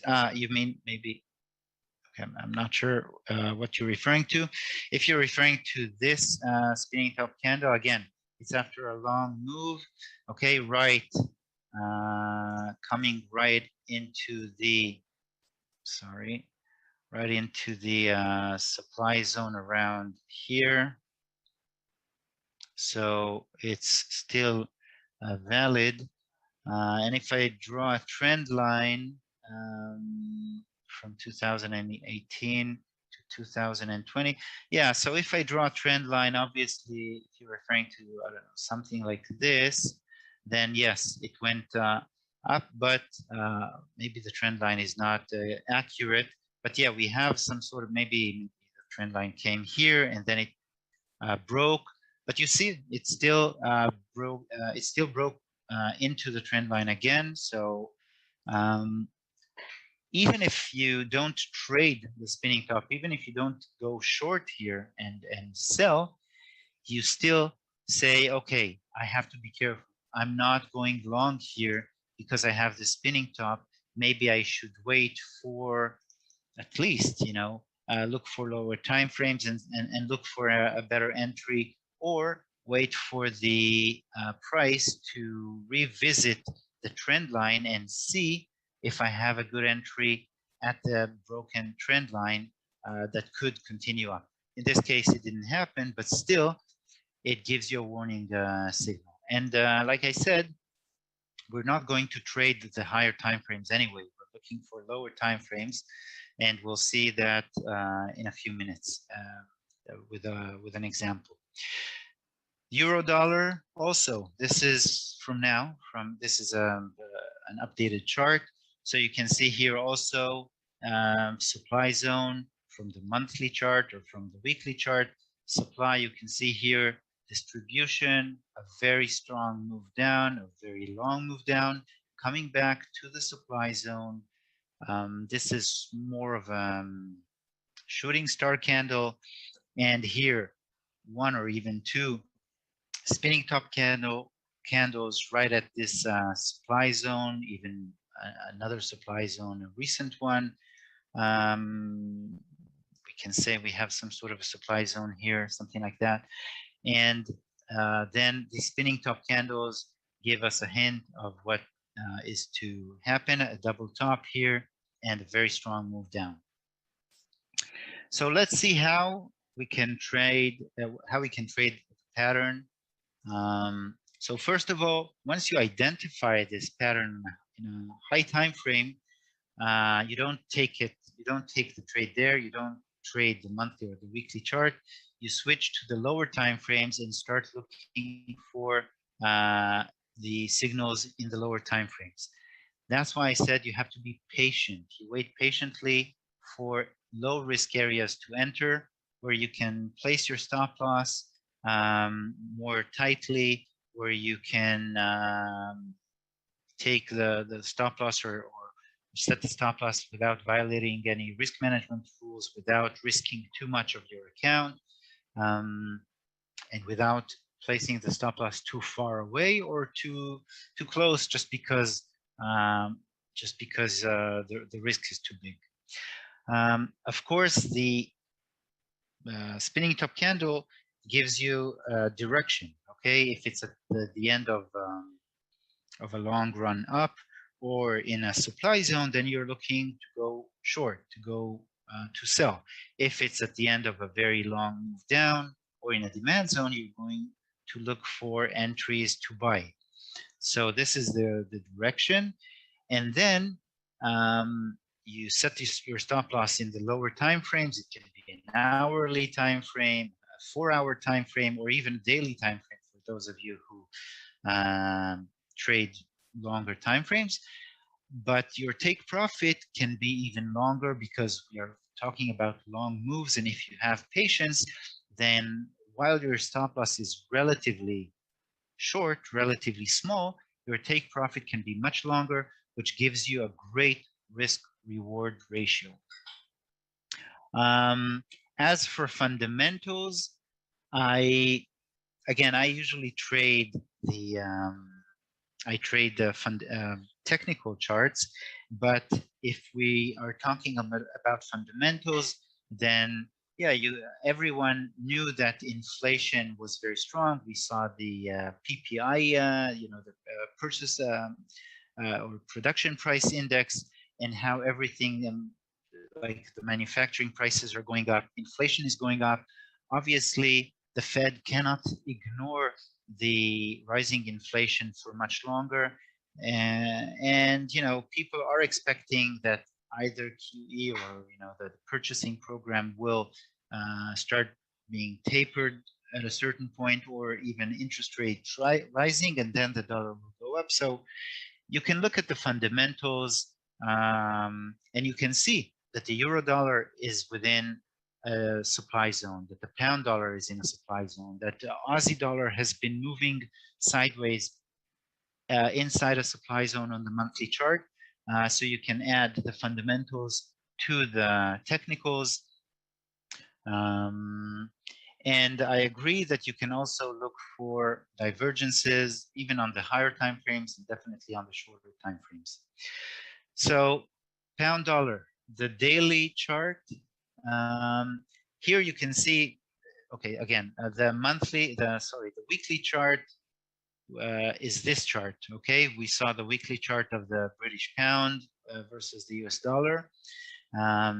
This is the very big supply zone. And now we can see this is where we're at on the weekly chart, and this is the daily chart. I can tell you that I've been tracking several traders of the 5ers, and they weren't patient, unfortunately, and they were trying to go long and short and long and short on the pound dollar, even though it's been going sideways for about 3 weeks. And unfortunately, people were losing money just because they didn't wait patiently for the price to show some decision rather than just moving sideways. And well, at least one of the traders that unfortunately was losing money, sometimes making money, sometimes losing money. Finally, the pound broke down, and this trader made a lot of money. Currently, this trader has on both accounts a profit of about I think $10,000 or $11,000 on each of his accounts just from the pound dollar, which is very, very nice. Yeah, he opened a position of 6.7 lots on the pound dollar on each account, and the accounts now have a floating equity of around $10,000 on the pound dollar. But unfortunately, he was losing money all the way, well, sometimes making, sometimes losing, just because this pound was moving sideways, and it could have been avoided, or at least managed better. And what we see here in the dashed rectangle is the doji itself. This doji candle, the weekly candle, this is how it looks on the daily charts. It goes up, up and down, up and down, up. Eventually, it closes as a spinning top candle, not a doji, a spinning top candle. And now we go down to the 4-hour chart. Again, this rectangle is how the spinning top candle looks in a lower time frames. You see the indecision, but once this is complete, once this spinning top candle has been formed, and you say, okay, I have a long move up, I'm inside the supply zone, I have a spinning top candle, I should start looking for a short position. Now maybe you can start looking for short, but where are you going to look for a short position or short entry? You're not going to look for a short entry inside a demand zone. You're not going to look for a short entry somewhere in the middle. Look and wait for places where you can have higher chances of success. For example, at the top, okay? You have here sellers coming around here. You have sellers coming around here, coming around here. Here, very strong engulfing candle. So sellers are waiting around this area of around 142, 140, 190. This is the zone where you can start looking to go short. If you want to wait a little bit longer, then wait for the price to start moving down. It has demand here, okay? The demand from this area, the blue line below the demand zone is this blue line is the weekly demand zone. Okay, so we have a weekly demand zone, we have a daily or a 4-hour demand zone. So if you feel uncomfortable taking short just above the demand zone, wait for it to break. It broke, it retested again, and now it gives you an opportunity to go short. Okay, and it went even lower after taking the screenshot earlier today. So this is the 4-hour chart, which is obviously a much lower time frame than the weekly chart. Already a good place to enter. And you can go down to the hourly chart. So you have the resistance area, you have supply zone around here, you have supply zone here, you have even a lower, you have resistance here, you have supply, So you have plenty of places to go short. Here, actually, I wouldn't go short because it's right above the demand zone. Okay, but once the demand zone is broken and consumed and the price is retesting, this is a classic place with a very small risk, but look at the reward, the potential reward. So this is amazing, and you have the hint coming here after breaking or consuming this demand zone. So this is what I mean by looking for the opportunities and waiting patiently. Okay, again, the doji, the spinning top candle, you see the edge of the spinning top candle here, this red rectangle, this is the end. This is on the hourly chart. Okay, this is the 4-hour chart. This is where the spinning top candle was formed. This is the daily chart, and this is the weekly chart. This is the spinning top candle. So after it's been formed, we have 1 and 2 weeks, almost 2 full weeks, or to really give you a very nice profit. But even after, you know, even right after the candle has been formed, you already have opportunities to go short.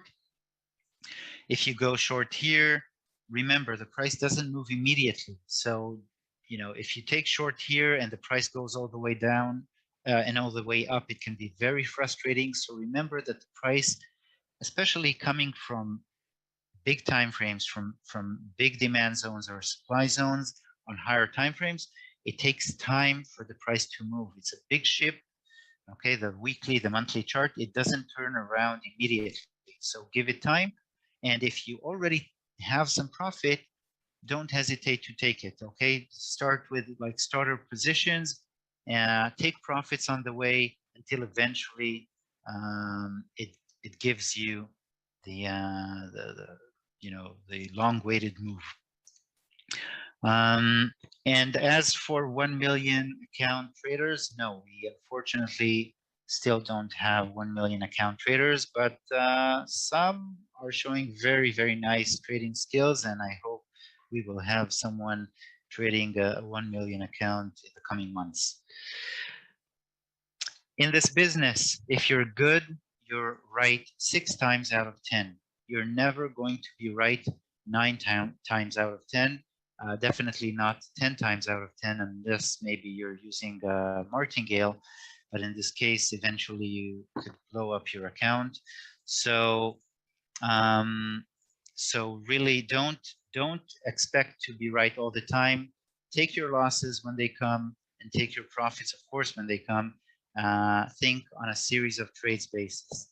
Don't forget, and I will, Pascalis, I will answer that shortly. Don't forget, always use a stop loss. Okay, use the technical levels, see where the price has support or resistance or supply and demand, and set the stop loss beyond these levels. Be sure to be comfortable with the risk. If you don't feel comfortable with the risk when you open the trade, don't open the trade or close it immediately, because if you're not comfortable with the risk, you'll start and the market moves against you, you'll start doing things that are bad for your account. You will remove the stop loss, you will move the stop loss eventually, and I'm talking from bitter experience, you will eventually lose a lot more than you've planned to lose or wanted to lose. So so just be comfortable with the risk. Comfortable enough so you can sleep tight at night, or that you can turn off your computer and not watch the chart. This is what I mean when by comfortable. That you don't care if the market hits your stop loss, you're good, whatever happens. Remember to think on a series of trades basis. Don't think that each and every trade is the most important trade, because like I said, or like Peter Lynch said, 6 out of 10 times is good enough. Remember to look left, look for the supply and demand zones, look for where the buyers and sellers are waiting. This is your edge. The price is everything. It tells you where to look for long or short. Be patient. Don't chase the market. There are always opportunities. Just wait for these opportunities And if you have a spinning top on your weekly or monthly chart, be patient. Let it, evolve. Let the price on the lower time frames give you the signals. I've just shown you on the pound dollar from this week how you had plenty of places to go in. When you leave trades overnight or over the weekend, take into account that everything can happen. So again, if you're not comfortable with the risk, just close the trade so you can sleep tight or enjoy your weekend.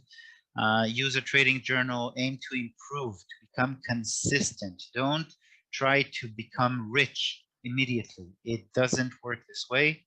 And focus on the process. The money will follow. Let me just stop sharing and share the live chart so I can maybe reply, give you some answers. So let me share the chart. And of course, if you have any other questions, feel free to ask. So basically, a question about the pound dollar, if it's still good to enter short. So again, if you're looking to enter short on the pound dollar, look for places where you can enter safely. For example, you have here a temporary supply zone. So wait for the chart or for the price to come back to this zone. Okay, you have supply, or you have even another supply here, or if the price comes even higher, you can look for places like this. So it's always definitely possible for the price to continue down. And like I said, this is a weekly chart. So, and we might see here a double top. So it can definitely go all the way down to this area first. Okay, we have here the first demand on the weekly chart, and we have another demand here. Okay, here on the weekly chart as well. So we have two very adjacent demands. So it can go, from 139.50 or so to it can go down at least maybe 100 more pips. But don't just enter here. Okay, look for entry places like intermediate demand or supply zones. This is a nice place maybe to take after a temporary support and then a strong move. So maybe this is a potential resistance. If you're using moving averages, then you can see how the 9 EMA served as a moving average dynamic resistance. If the price comes back up here, you have the 21 or the 20 moving average that can serve as resistance in addition to this area. So this is a pullback towards here can be an interesting entry point. Again, but wait for the price to stop here. Don't just enter because it could move a little bit higher and just take your stop out or your stop loss. But basically, yeah, the pound dollar could move even much lower, especially if it's a double top, but obviously not immediately. By the way, you can see here that the 20 EMA or 21 EMA, which is sort of, let's just clear these. You can see a very nice area around here. This is a nice area. You have resistance, you have support, you have potential support from this 21 EMA around here, which is also, like I mentioned, demand. So this is a first place or an initial target for short. And this is an initial target maybe, or a nice place maybe to look for long. How much do I risk per trade? People normally say 1 to 2%, but I watch these financial movies. They usually make so when you watch. Yeah, so usually I don't think risking more than 1% per trade from your entire portfolio is smart. I think it's 1% is already a lot. But yeah, 1 to 2%, so that even if you lose, let's say, 5 trades in a row, which is definitely possible, you don't lose more than 5 to 10% of your portfolio. You still have plenty of money to continue without affecting your psychology.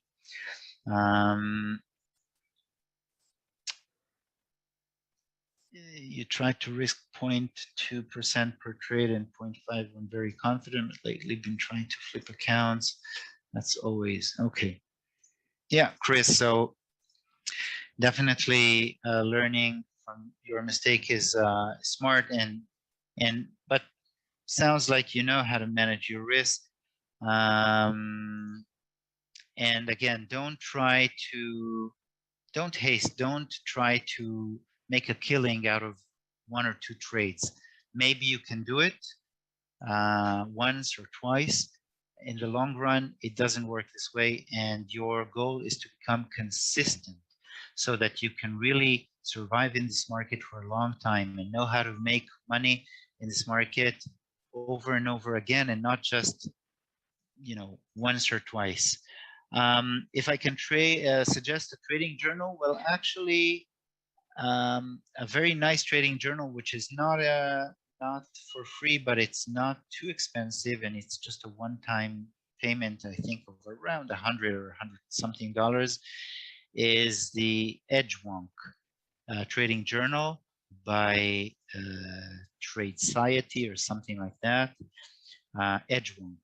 So that's a nice trading journal with lots of features, and it can show you like your psychology progress and things like that. Yeah, and let me just write it down for you. So the name is Edgewonk, something like that, or Edgewonk. Yeah, so I think, well, yeah, just look for Edgewonk. If I'm not mistaken, this is the how you spell it. Yeah, great. So basically, this is it. Thank you very much for attending. And again, trade patiently, trade well, manage your risk. Always, you have plenty of opportunities, plenty of trading methods, but your edge is your mentality, and you should really just be patient and focus on the process, not on the money. Pascalis, you would like to ask how often you can expect a reliable setup in the majors and crosses. When you're talking about, but a setup according to what? According to the spinning top, because spinning top doesn't appear too often. So, and again, it depends where you see the spinning top. If it's on the weekly chart, then obviously not sure you will see it every month or so. On the daily chart, maybe you can see it, and on the on lower time frames, obviously you can see it much more frequently. As for other setups, I mean, you have other great setups all the time. I gave a webinar like a month ago on you know, setups with supply and demand and with moving averages that appears all the time on all time frames. But yeah, spinning top is relatively rare. It doesn't happen a lot, but when it happens, it gives you, you know, it gives you great opportunities to ride the market. All right, guys, thank you very much. Trade well. May the God of Pips be with you. And I'm happy you learn from these streams, from these webinars. So good luck to all of you. Thank you for joining me today. And you're always welcome to try the free program, the summer plan, and see how you're doing with this challenge. So this webinar will go live. Will go on online on our YouTube channel. And glad to hear you passed one, Lucien. So yeah, see you next time. Thank you very much, guys. Take care. Good luck.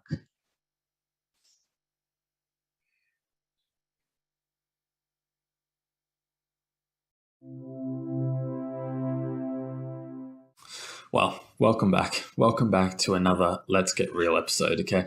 I did this the first time when we talked about stop strategy jumping, and that resonated with so many of you guys out there, especially in the trading sector, that you realized upon me talking about it that that is exactly what you were doing. You were strategy jumping. You were looking for some kind of holy grail instead of willing to put in the hard work and to sit down and really assess what it was you were trading and how you were trading it. Firstly, I want to address everyone who come out, commented, liked, spoke to me about it, reached out, talked about how they changed their method, talked about how they were going about their trading from here, and that it was just kind of a slap in the face and a wake-up call. Thank you. It meant a lot. It's nice to know that the value I was trying to put out there was received to so many of you, even TradingView. Big thanks to you guys. You guys went out and you shared it on your weekly digest as a headliner there.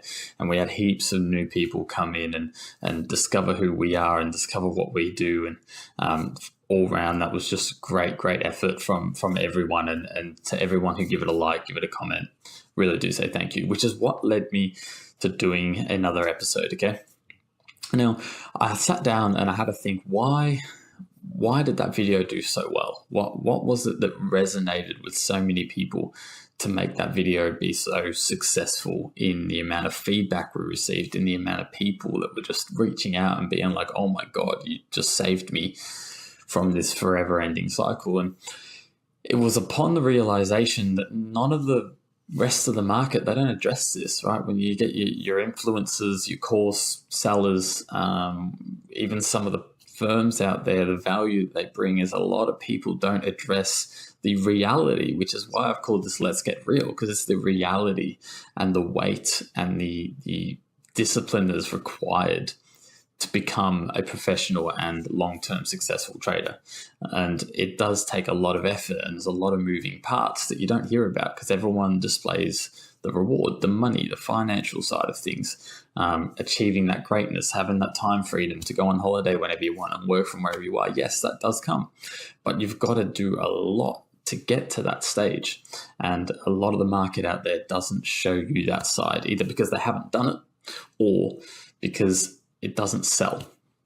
The beauty in what we do is we deal with more professional-based traders. We deal with more realistic traders.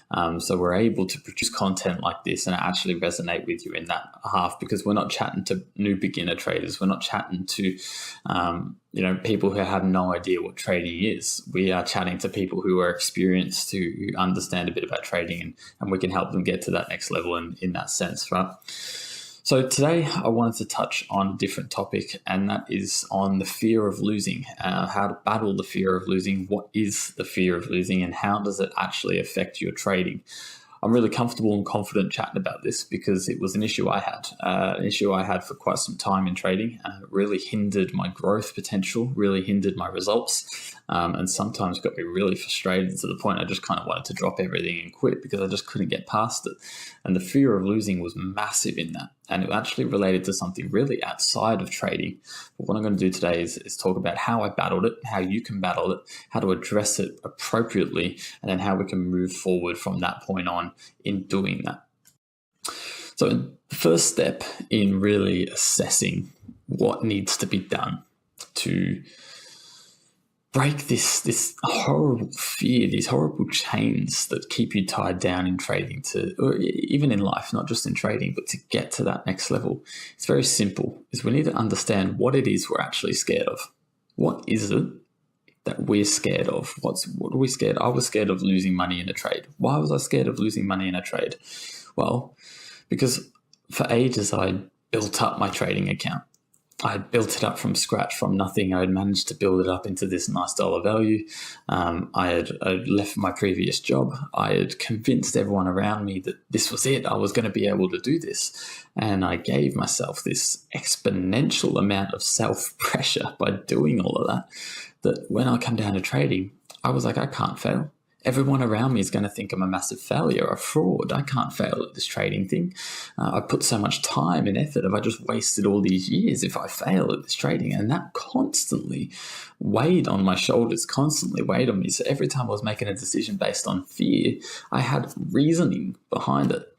And that might resonate with you. It may not.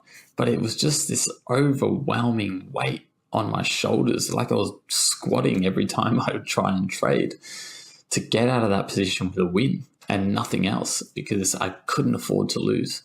And it is just detrimental to your trading ability. And sometimes this might happen in life. Maybe you're too scared to leave your safe job to chase what it is you really want, or you're a little scared of leaving that relationship you're in because you don't know what else is next. It's safe, it's certain in these places, and it happens so many times. But all of this builds up from a fear of losing or a fear of being out of control. And today I'm going to teach you how to address that. Okay, so step one is understand exactly what you are scared of. What is it that is driving this fear within you? What is it that we can do to address and to understand why it is you're so terrified of losing? The next step, once we realize what it is that we're actually scared of, is understanding that we see the full picture, understanding that we can take a step back and we can see what it is we're attempting to do, where it is we're trying to get, what risks we have to take to get there, and what the end goal looks like, what the bad side looks like, right? We need to understand the full grasp of the situation and what we're in. And to do that, I'm going to share a little personal story of mine. I took on a job very early in my trading career at a mailing factory, very, very low casual job, worked in a factory, kind of working on machines, doing the odd job 8 hours a day, okay? And this job, when I took it, I said to myself, I'll give myself 4 or 5 months. It'll be able for me to save up X amount for my trading account, and then I'm going to go and trade that account. Okay, so I had this money coming in. This was my goal. This was how I was going to get my account funded to the level I wanted to get it funded to, and that was the process I was going to take. I found myself in that job about 1.5 years later with the money in the trading account, plus a lot more, just working the job. And I had no intention of leaving. I didn't want to leave. I felt safe and secure with this money coming in that I didn't need to take that risk. I didn't want to take that risk because the downside of taking that risk was too great. That was all I could concentrate on. If I leave this job and go into trading and trading fails, what am I going to do? What am I going to do? And that just weighed on me. I had no intention of leaving or losing that job. And to be honest, if I didn't do what happens next, I probably would still be there. There's a solid chance I would still be there. About 1.5 years into working at this job, they merged with another business and they moved to the other side of the city, which was a very long drive. Okay, it was about 1.5 hour drive from where I lived to get there. And when they told me they were moving to this other factory, this other place, they offered me the same position and the same amount of money and stuff like that. And I had to think about it. And that was my driving force to officially say no. That was the moment I went, sorry, I'm not doing that. I'm not driving that far for that amount of money. It's time for me to start taking my trading more serious. It's time for me to finally take that leap that I wanted to do 1 year prior. But the thing is, I got stuck and I didn't take that leap. And the reason I didn't take that leap is because I was scared of losing. I was scared of losing the job. I was scared of losing the income. I was scared of losing the support around me. My friends, what are they going to think if I go completely bankrupt from trading? All these different things. What this fears held me down. And then I was lucky that the business moved and all the doors kind of just opened in the same direction in order for me to just finally make that leap, to finally take that step forward. And the point that I'm getting with this is it's necessary for you to lose in order to gain. Okay, I would not be where I am in my career, especially the consistency I can get on a trading count, if I was still in that job. That is a guarantee. If I was still in that job, I probably wouldn't even be trading today. I had to have that loss in order to gain where I really wanted to gain. And this can relate in so many different ways in your professional life, in your romantic life. Maybe you've had a partner in the past, but now you're with a new partner that you absolutely love. Okay, you would not have been with this new partner unless you had that previous loss in order to gain. This goes whether you're professional, whether it's in trading, whether it's emotional, whether it's social, wherever it might be in life. Sometimes you need to lose in order to gain. Okay, and that's the point, because a lot of people feel like you have to gain before you lose. You have to gain so you can factor in the loss. It's not true. It's not true. Sometimes you just got to take that leap prior to everything else coming down. Okay, very simple one that I want you to do before you make every single decision.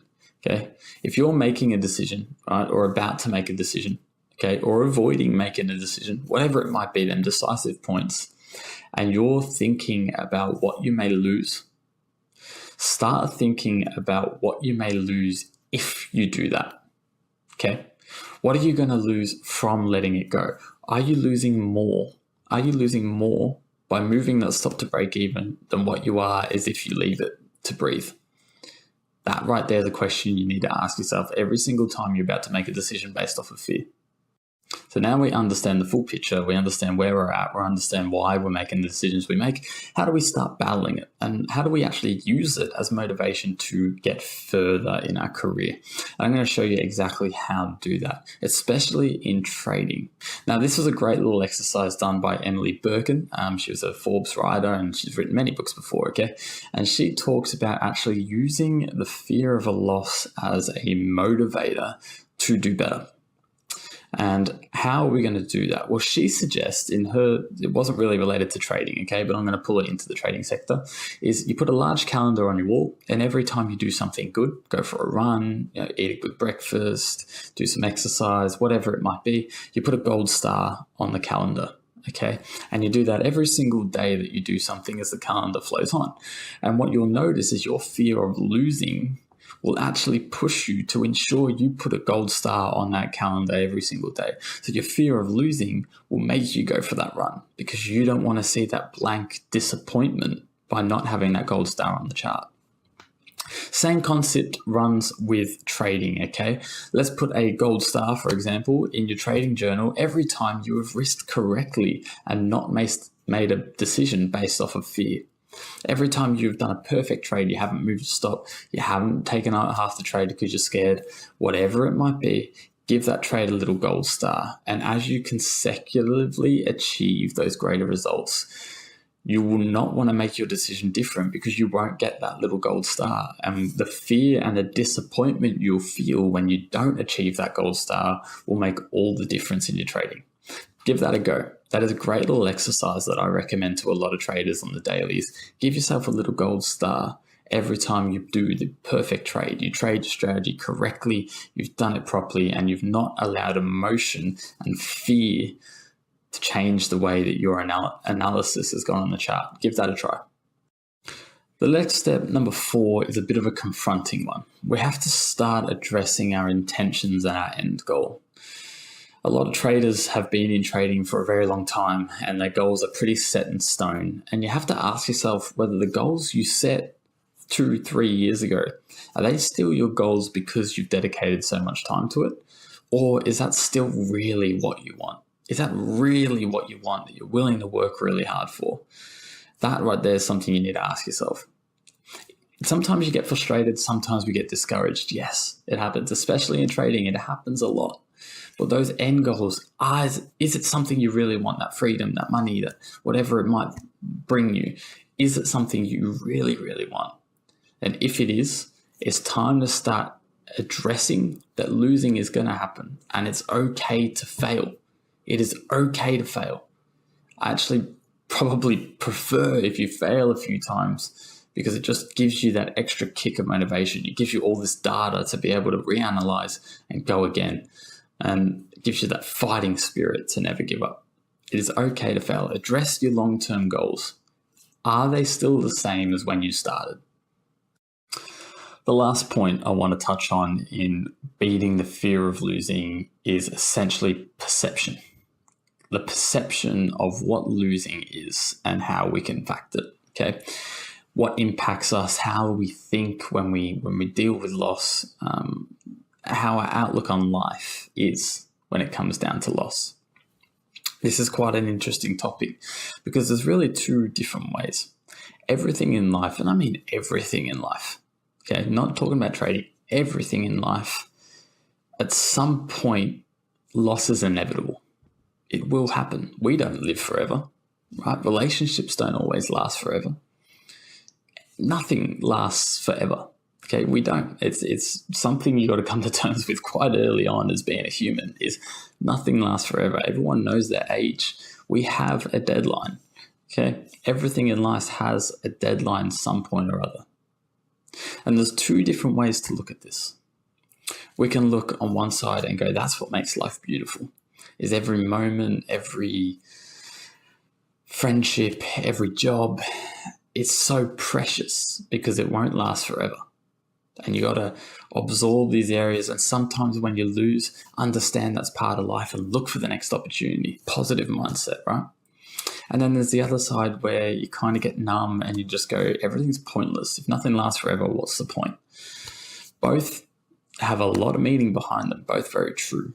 However, one will lead to failure over and over again, and the other will lead to passion, happiness, and success. Now, I don't reckon I need to tell you which one's which.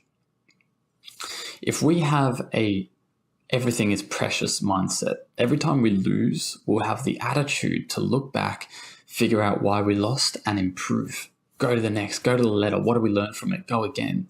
If we lose with the negative mindset, then we just lose and we go, oh yeah, that was inevitable. What did you learn from that? Where do we go from here? You just can't shut yourself down. Guess what? You'll go do the next trade, you do the same again, do the next trade, do the same again. You'll never learn from your losses. You'll never understand why you're losing, because you just sit there with a negative attitude that's going to force you to be a lazy trader and not push to that next level. You've got to be looking to learn. You've got to be looking to progress after each step like that. Okay? I want to leave you with one little thing, is everyone at life at some point has dealt with loss. You, me, wherever it was in life, you know, whether you've lost family members, whether you've lost relationships, whether you've lost houses, financially, jobs, whatever it might be, at some point over your life, you've lost something. And some of you might resonate bigger than that. You might be thinking of a spot right now and getting quite emotional, thinking, yeah, I remember this time I lost that. Well, guess what? You're still standing here. You're here trading the financial markets. Would you think you'd be here when that loss was going on? No, probably not. Life goes on. We progress, we move, but only with positivity and only with the right outlook and the right process to understanding our emotions on a deeper level to achieve those results on charts, to achieve those trading results. We have to address the 4 things I've pointed about today. Why or what are you scared of losing? Okay. Are you losing more by not doing what you need to do? Okay. By not leaving that job. I don't recommend you go leave your job, but you know what I'm trying to say. By not leaving that job, by not risking more on that trade, are you losing less or are you losing more? By taking off half that position, are you hurting your gains or are you protecting yourself? These are fine margins, and it all comes down to decision making. If your strategy says leave it there, leave it there. It doesn't matter the way this ends up. You will rise again, and you will proceed, and you will achieve, because this human spirit. We get knocked down, what do? We get up. You get knocked down again, what do? We get up. And that's the mindset we have to have in trading. We're going to get knocked down a lot. So get good at getting back up. If you get good at getting back up, guess what? That loss isn't going to hurt. You're going to cop that loss and you're going to go, it's fine. I stood back up. And you can progress and you can keep improving. I hope that resonated with some of you. It was a bit deep, a bit meaningful, a bit real, something you don't usually see out there before. But it's something I wanted to address because so many people ask about it and so many people battle it. And I want to share my experience with getting it and kind of the steps you can take to get through that decision making, because the fear of losing doesn't come into trading. It's somewhere else. It's somewhere else that emotional impact comes back from the result of not achieving. That's where the fear of losing comes from. So I want you all to take away what you need to take away from this video. Sit back, have a think. Will these steps help you? Do you have a fear of losing? And start planning to get up and just constantly get back up. As always, have a fantastic trading week, guys. I hope you enjoyed this video and I'll see you all next time. Thanks.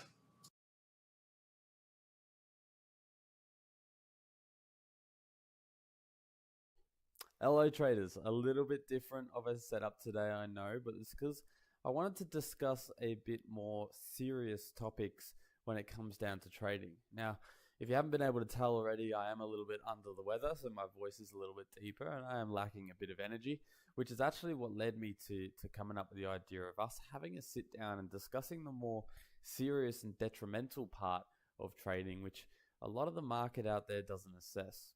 What I wanted to talk about today is the inability to find the strategy. Now, a lot of you will probably relate with that, as I did in my starting days as a trader. And this constant hunt for a holy grail strategy is a complete fraud, and it's actually what leads so many traders to fail.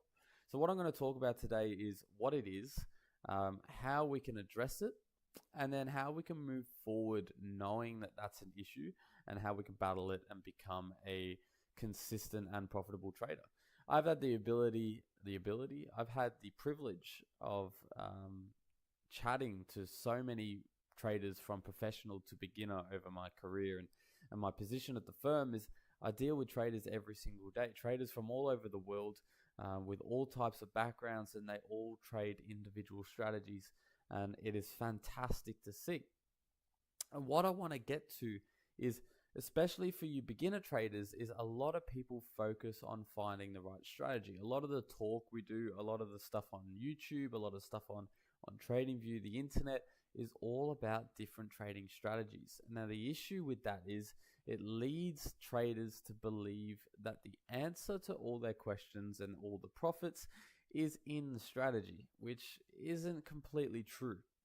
While it is important to have a good strategy, it only makes up about 10 to 20% of your whole trader performance.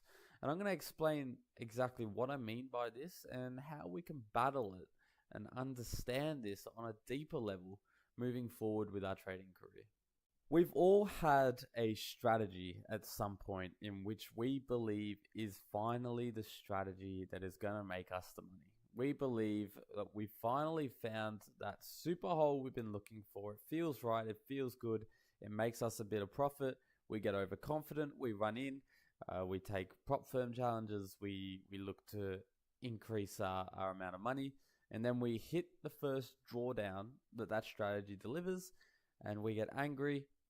We get frustrated. We think this is a load of baloney. And we start looking elsewhere for more education because we believe we didn't understand what happened. This right here is a common cycle in the market and something I've seen and been a part of for quite some time. I was stuck in that cycle. I would pay someone to teach me how to trade their strategy. I would take parts of their strategy, make a new one, half-ass the back testing, believe it showed good results, trade it live forward testing, achieve good results, get overconfident, fall into a drawdown, throw out the strategy, start again. And this is a common theme with a whole range of traders out there. And I see it still to this day with traders getting stuck in this pattern. I can tell you now with so much confidence, there is no one strategy out there that is going to fit you perfectly to exactly what you want. Trying to understand this market in a way that you want it to act and a way that you want it to make money, very difficult to do. You can hunt for years and years and you still may come up unsuccessful with what you're looking for. The issue with everyone bouncing is they're never trading their own strategy. They're never trading a strategy they came up with, that they tested and understand and then trade. They're always looking for what that professional's doing, or what that professional's doing, or what this educator's doing. And the issue with that is you never come to full term and synchronization with the strategy. And that's one of the topics I wanted to touch on today, and something that you definitely need to work on if this is relating with you. When you find a strategy, whether it be the one the educators provided, whether it be a wherever it may have come from, maybe something you made yourself, we're going to have to sit down for hours and hours on end, back testing and fully understanding that strategy. Now, I don't mean going on one chart and back testing for the past 6 months, taking that data and assuming that that is something to go off. I mean, let's sit down for hours of testing, days, weeks, whatever it may take, and fully understand what drawdowns we could see, what profits it can make, what's its Kalmar ratio, performance factor. If you're at the 5%, there's these different little hints that we can give you on what firms look for when it comes to good traders. And once we fully understand the strategy and we know it is a profitable strategy, once you've sat through that hard work, you'll start noticing that you don't care what that educator's doing or what that strategy is, or you stop looking outwards because you know you have a golden strategy and you start looking inwards. And the moment in trading you start looking inwards for self-improvement, that is when you start making progress as a trader. Everyone, if you have a job, okay, and you have some type of work, whether you work in retail, maybe you work in finance, maybe you work in business, whatever it might be, there's always some aspect of your job that you don't really like doing. Realistically, it's a bit time consuming, you don't enjoy it, but you still get it done. And you still get it done properly. Why? You get it done because in order to complete the project that you're working on, it needs to be done. In order to get that project successful as a whole, that work needs to be done. Same goes with trading. In order to get your system complete and to help you as a trader improve, the work needs to be done. The work that you don't want to do has to be done. And that comes to understanding and becoming synchronized with your strategy. It doesn't have to be complex. It doesn't have to be a out-of-the-box crazy strategy. It could be something as simple as moving average crossovers. I don't like the idea, I don't like the concept, but I've seen traders be extremely successful off of that idea. It doesn't take a lot of work in building a successful strategy. Anything can work if the trader knows its boundaries and knows how to trade it. The only difference factor in all of these strategies is who's trading it. If you can get you to the point you can trade a strategy successfully, whether that strategy is good or bad, you will see profits. Because then you will actively be able to analyze different strategies and know which ones will bring you profit to the point that it will only make 10% of your gain, and you know the rest of your game is built up on what decisions you make and how you make those decisions. It is paramount that you understand synchronization with your strategy. Don't look for the next educator. Don't look for the next guy saying he's making $6,000 a day. It doesn't matter. It doesn't matter what everyone else is doing. Let's look to improve you. Let's get you to that next step. Stop looking outwards, start looking inwards. And once you've fully and done the homework and fully comprehend what trading strategy you are doing, as simple as it may be, pick one, just pick one and do some hard work on it. You will be able to turn a profit. Then you can start reading your emotions in trading, understand the market on a deeper concept. If you understand what drawdowns your strategy can bring, the next time you go into a little drawdown, you're not going to be able to panic. Why? Because you understand, you've accepted that risk in bringing it in, and you've changed your risk levels to coincide with that possible drawdown. It's a very simple concept when you talk about it like this, but something a lot of people need to hear. And that's why I wanted to talk about it today. That's just a small topic on this. And with that, I want to leave you a challenge. I want to challenge you to do that. Pick a strategy. I don't care what it is. Make it up yourself. I don't care if it works. I don't care if it doesn't.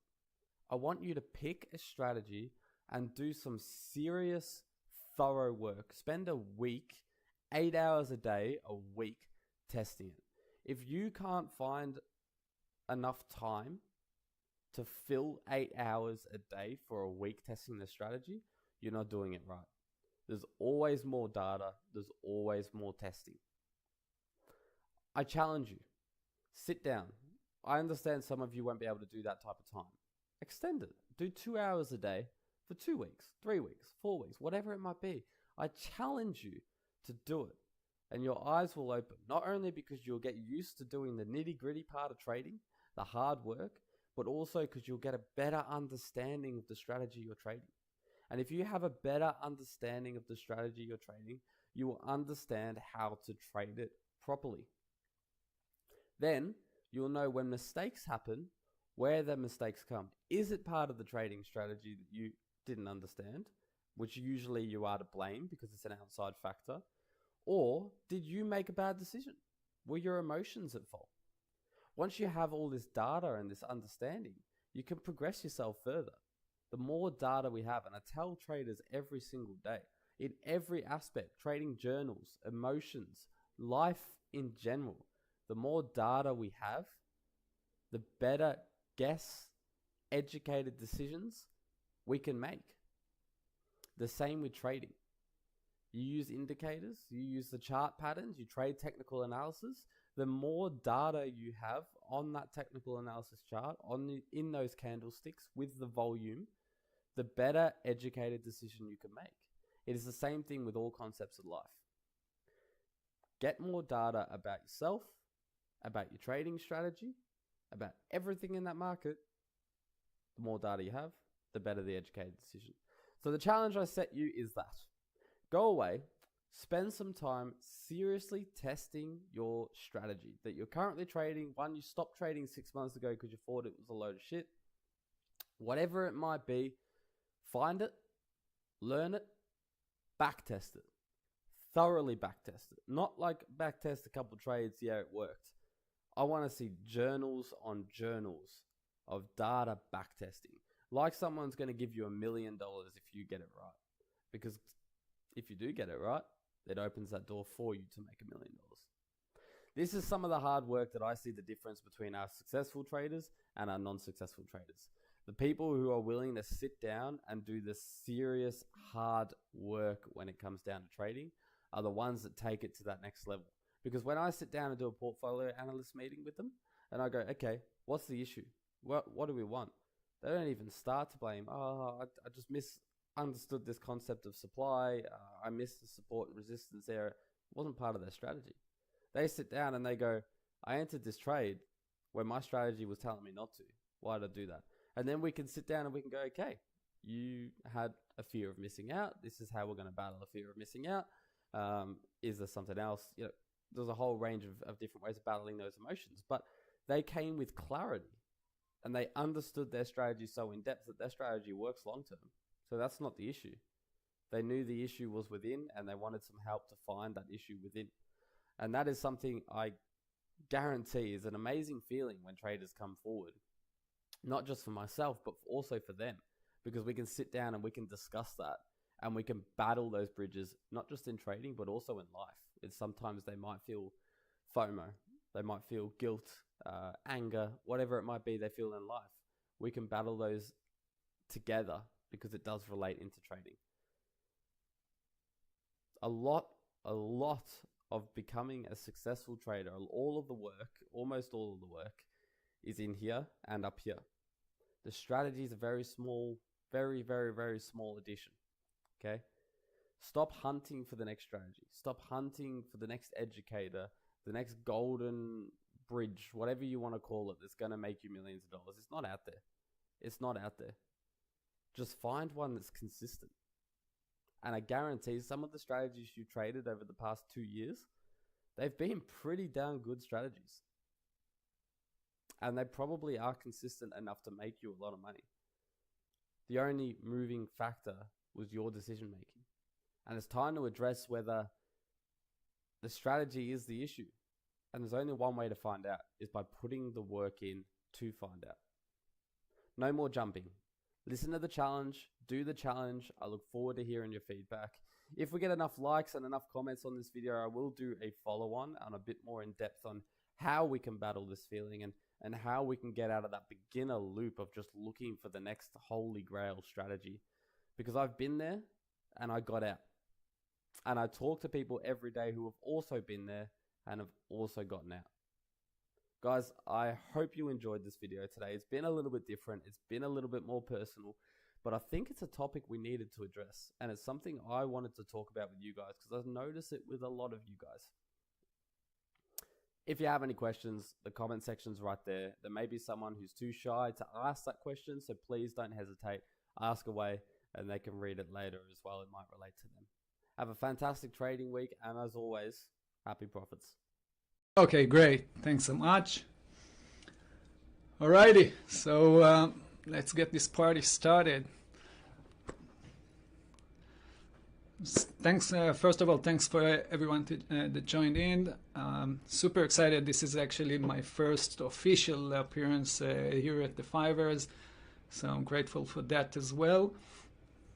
Thanks you guys for spending time with me. I appreciate that. That means a lot, and also means that you are serious about your business. And this is exactly what we are going to talk about today in this webinar that called Trading for a Living, basically. And just before we will get started, please let me know by typing on your keyboard which one of you is a 5er, already been trading with us. Type 1 on your keyboard if you are a trader at the 5er, and 2 if not, just so I can get to know you just a little bit more before we will start, and I will introduce myself as well.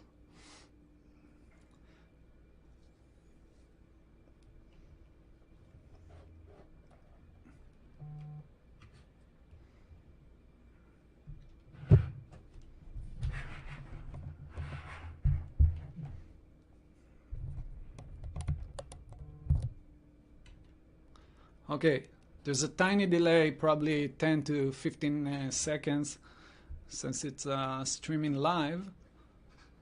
So now I can see the numbers coming in. So 1 if you are a 5er, 2 if it's the first time with us. Let me know who's with me on the line. Hey, from Venezuela. Okay, great. Paul. Wonderful, guys. So I see that most of you, probably 80% at least for now, trading with us, so that's good news.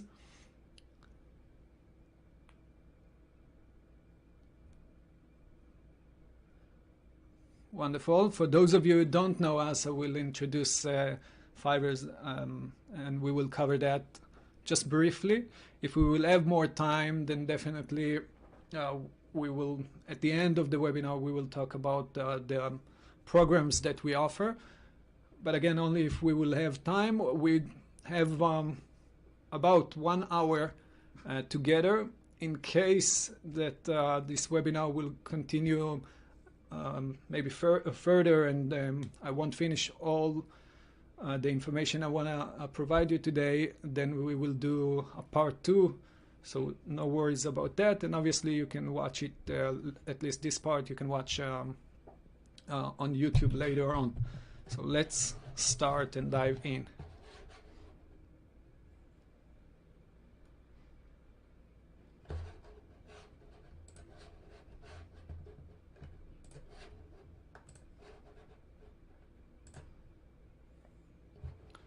Okay, great. So as I mentioned, we are talking about trading for a living, not just trading as an extra income or side income, but actually doing it full time and focusing on that all day long, and obviously making it your primary, your main income.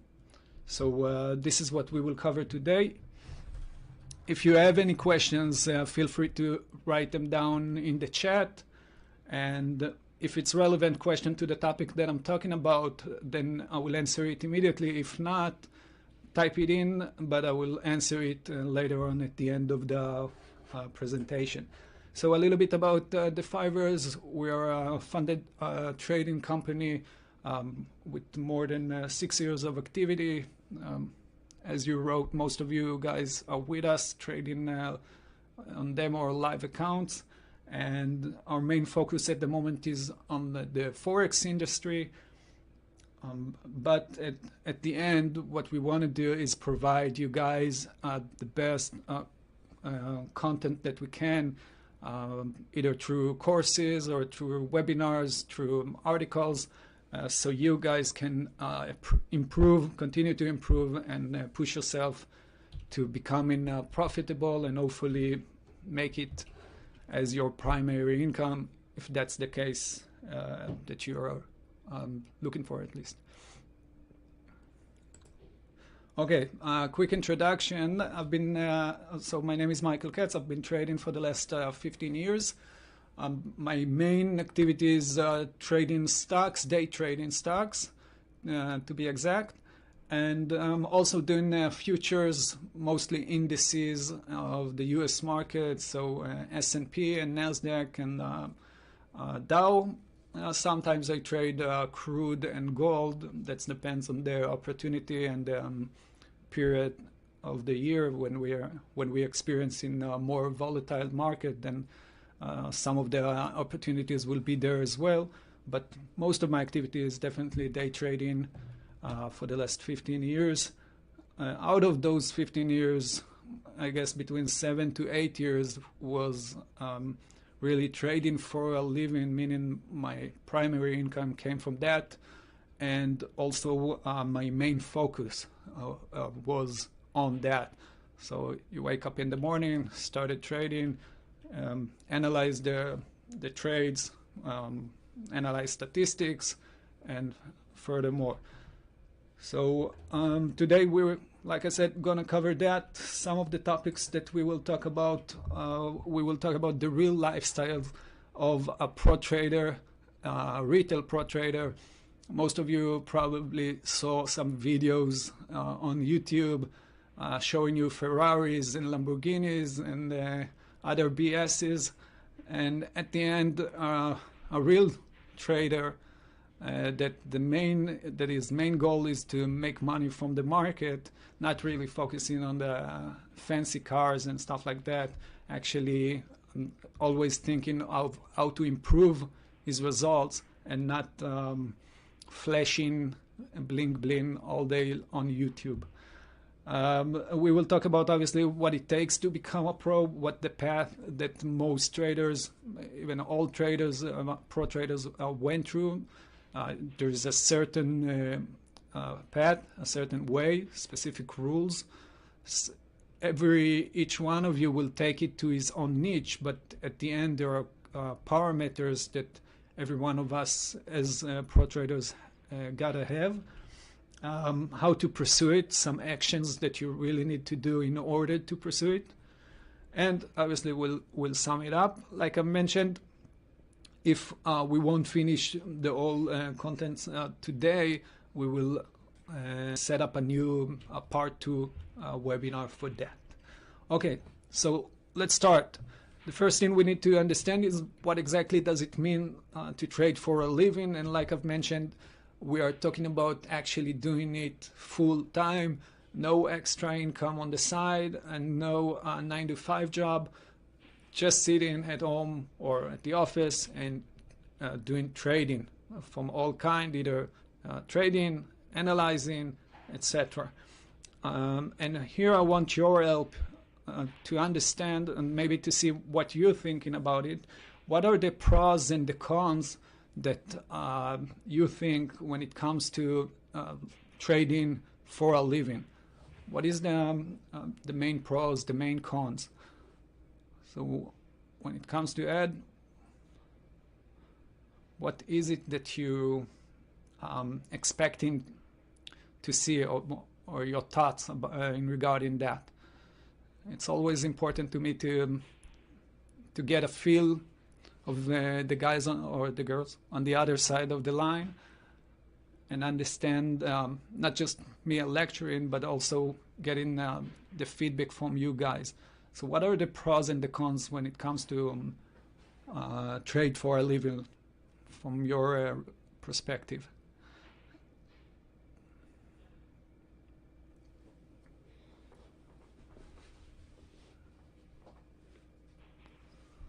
Okay, Scrappy is saying biggest con is greed. Okay. Yeah, greed is one of them, definitely. Financial independence, that's a big word. Trader 72, we'll cover that in a second. Okay, Remy, you're saying not having to work for a boss, freedom, right?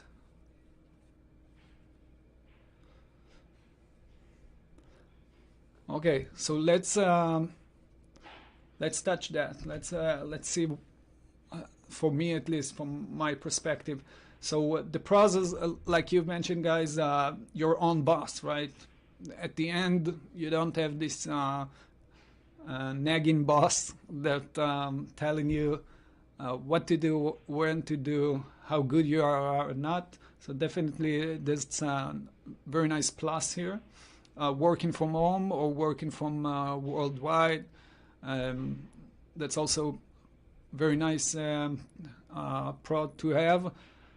I did it usually when I'm flying just before the corona, but when I'm flying to, I don't know, like a vacation or a vacation here in the country, I usually connect my laptop to the hotel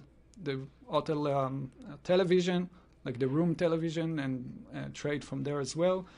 And one of the pros that also I mentioned here, no profit ceiling, right? Because at the end, when you have a paycheck, when you're employed, then you have a ceiling. Maybe you will get a raise or something like that. But when it comes to trading for a living, you can definitely reach levels that you can't really reach unless you're like a CEO of a big company or stuff like that.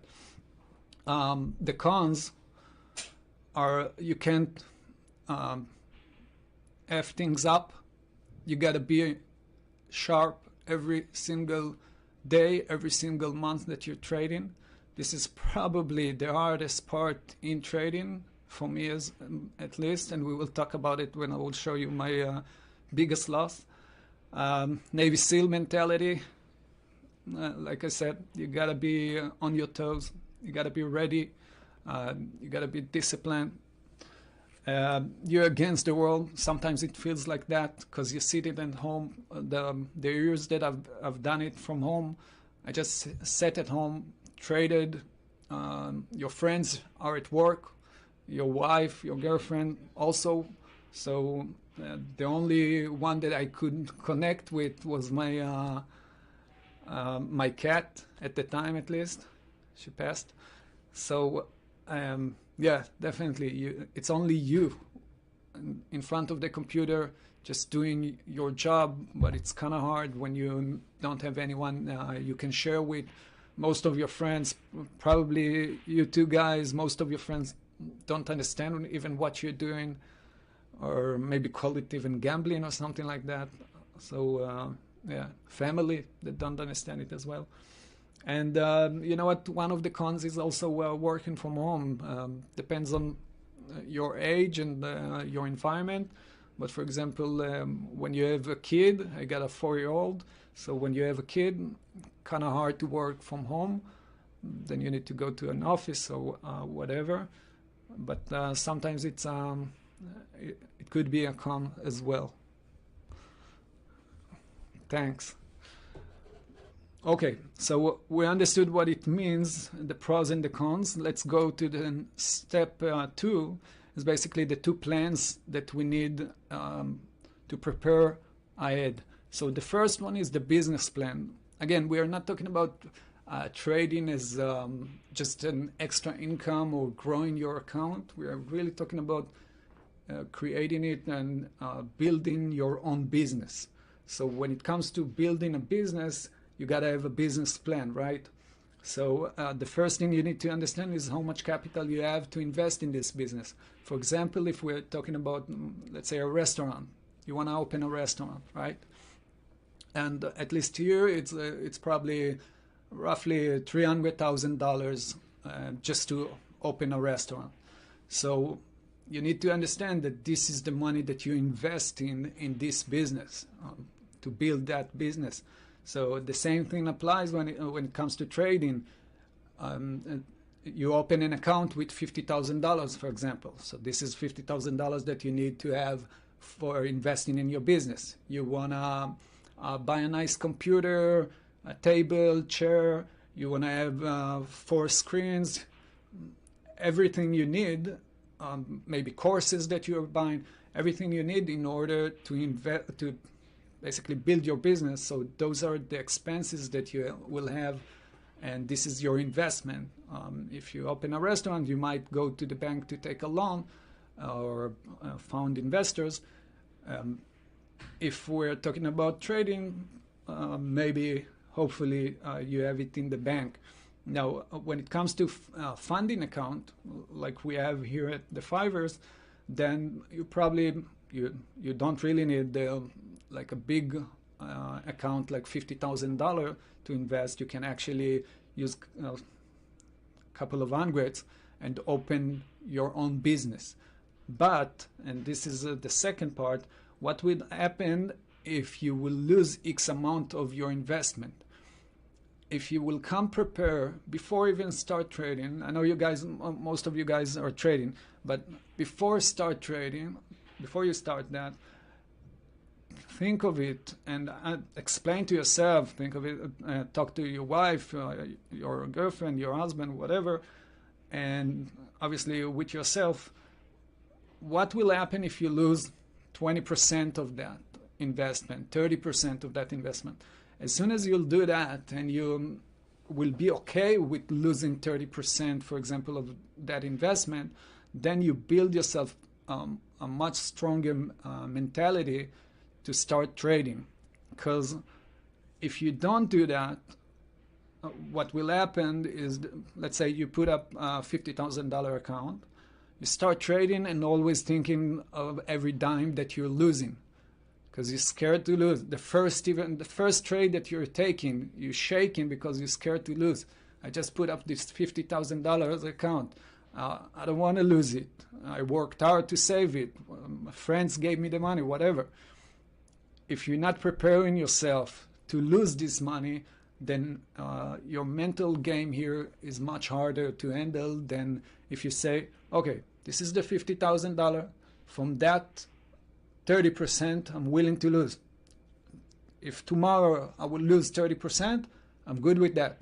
I still have food on the table, and I'm okay with that.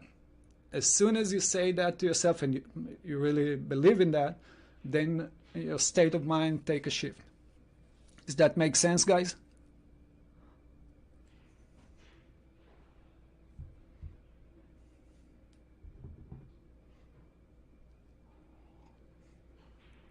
Yeah, Scruffy, regarding the playing video games, this is probably the reason I love trading.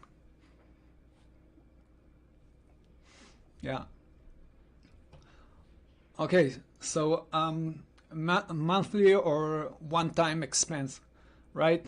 So for example, let's say you took a Fiverr freestyle program, right? That cost about $500. So this is one-time expense. But if you think it over and you give it a little bit more space, let's say You say, I got $5,000 and I'm willing to lose all of them or 50% of them. You give yourself enough space, enough room to continue to play or continue to trade, even if you, let's say, failed, reach your drawdown at the first attempt. Okay, so as soon as you know what are the expenses, and as soon as you say, okay, I know that these are my expenses, it's much easier to play, continue to play, and basically trade easier, mentally wise. And the fourth part is how much time you have to reach that goal. Give yourself time. If you want to really make it in the market for an extra income or for a living, you got to give yourself enough time. Let's say if we're going back to the restaurant example, most businesses like restaurants and stuff like that open a place, they usually takes between 1 to 3 years to just go to break even, not even making money, just break even. So obviously when it comes to trading, it might be faster than that, especially with the funded account and all the resources that you're getting, but at the end you got to give yourself enough space. Again, when you count, if this is your business plan, and before even buying your first pair of stocks, whatever, you know that you have 2 years that you give yourself in order to become profitable and make a living out of it, and you know that you have at least 30% losing part of the investment, basically, then you come much prepared to the market. That's the main idea here. And the second plan that you need is a trading plan. Now, you probably heard a lot and hopefully learned from Saul webinars as well regarding to trading plan. And there are a few things that we need to cover here and that you got to keep in mind, again, even before start trading. So the first thing is set up the goal that you want to achieve. How much money at the end of the month you want to get on average, obviously. And then how much money are you willing to lose on a specific trade and feel okay with it? And how many hours a day do you have to trade? And lastly, if you have any stats, if you already been trading. By the way, let's do that in regarding the fourth parameter. How many of you are trading more than 6 months? Type on your keyboard 1 if you're trading more than 6 months. It's interesting. So while you do that, how much money do you want to make? So one of the tables that I'm working with, an Excel sheet that I will share it with you later on, and you can apply that as well. One of the those sheets are this one that you see here, something that I've been working with for a long time. And let's go through about 2 examples, and we can see how you can handle it as well. Okay, most of you guys are trading more than 6 months. Okay, so you got stats. That's great. That's great. So let's say I want to make, $7,000. Let's start from the top. $7,000 a month. Okay, I understand this is what I want to make. That's nice and good. Now I understand the numbers behind to basically create this $7,000. So for this example, the red background is the result of the other parameters. So if I'm putting $7,000 and $300 per trade, let's say I'm doing 45 trades a month. That is pretty simple to reach when it comes to day trading. And my ratio, my average price between the losing one and the winning one is 1. So basically I'm winning $1, I'm making $1, I'm losing $1. And my fees, my commission, let's say 550. Then my winning average, my winning percentage should be 78%. Now, my early days, let's call it that, I was more of a scalper, and I took, most of the time, I took like 1-to-1 ratio. And to reach 78% success is not easy, to be honest. So when it comes to building this trading plan, you gotta understand where are you standing. So if most of you guys are trading already 6 months, you have stats that can back you up. So you know that you usually trade, let's say, 60 trades a month, and you know that your ratio between the losing and the winning is 1.5, and you know that your success rate is around the 60%. So as soon as you get that, you can fill it in the Excel sheet and get a feeling of what to expect, basically. Or if you want to achieve more than what you're getting right now, then just place the number and see what's the result. So you can play with this Excel sheet either by risk, number of trade, that's the results that you will get by putting those parameters. The ratio that you need, maybe some of you guys are having very low winning percentage, but your ratio is much higher. You're usually taking 2 times your losing trade, or 3 or 4, etc. So just play with it and get a feeling of what will work for you, because at the end of the day, trading is super individual, right? Each one of us have his own style, his own temper, his own feelings that control him, all of that, and you will have to find your own way, but you gotta have this trading plan in order to find the way, right? In order to reach that goal, you gotta have, you gotta place those parameters and understand where you're standing. So I usually use this before the beginning of each month when I'm setting up my goal. And besides that, when I'm trading along the month, I can actually see where I'm standing. So for example, if I started, let's take this example of the 5,000. So if I started and I see that I'm doing okay with the numbers of the trading, but my winning percentage are very low, I need either to keep my focus on building it up and taking more of what I call A+ setups. So the best setups that I can, wait, not to go and try to take every trade, but wait for the perfect one to increase my winning percentage. Or the opposite, understand that maybe this month I will go with lower winning percentage, but try to push every trade that I'm taking to get much higher ratio than other months. So yeah. Does that make sense, guys? Are you with me on that?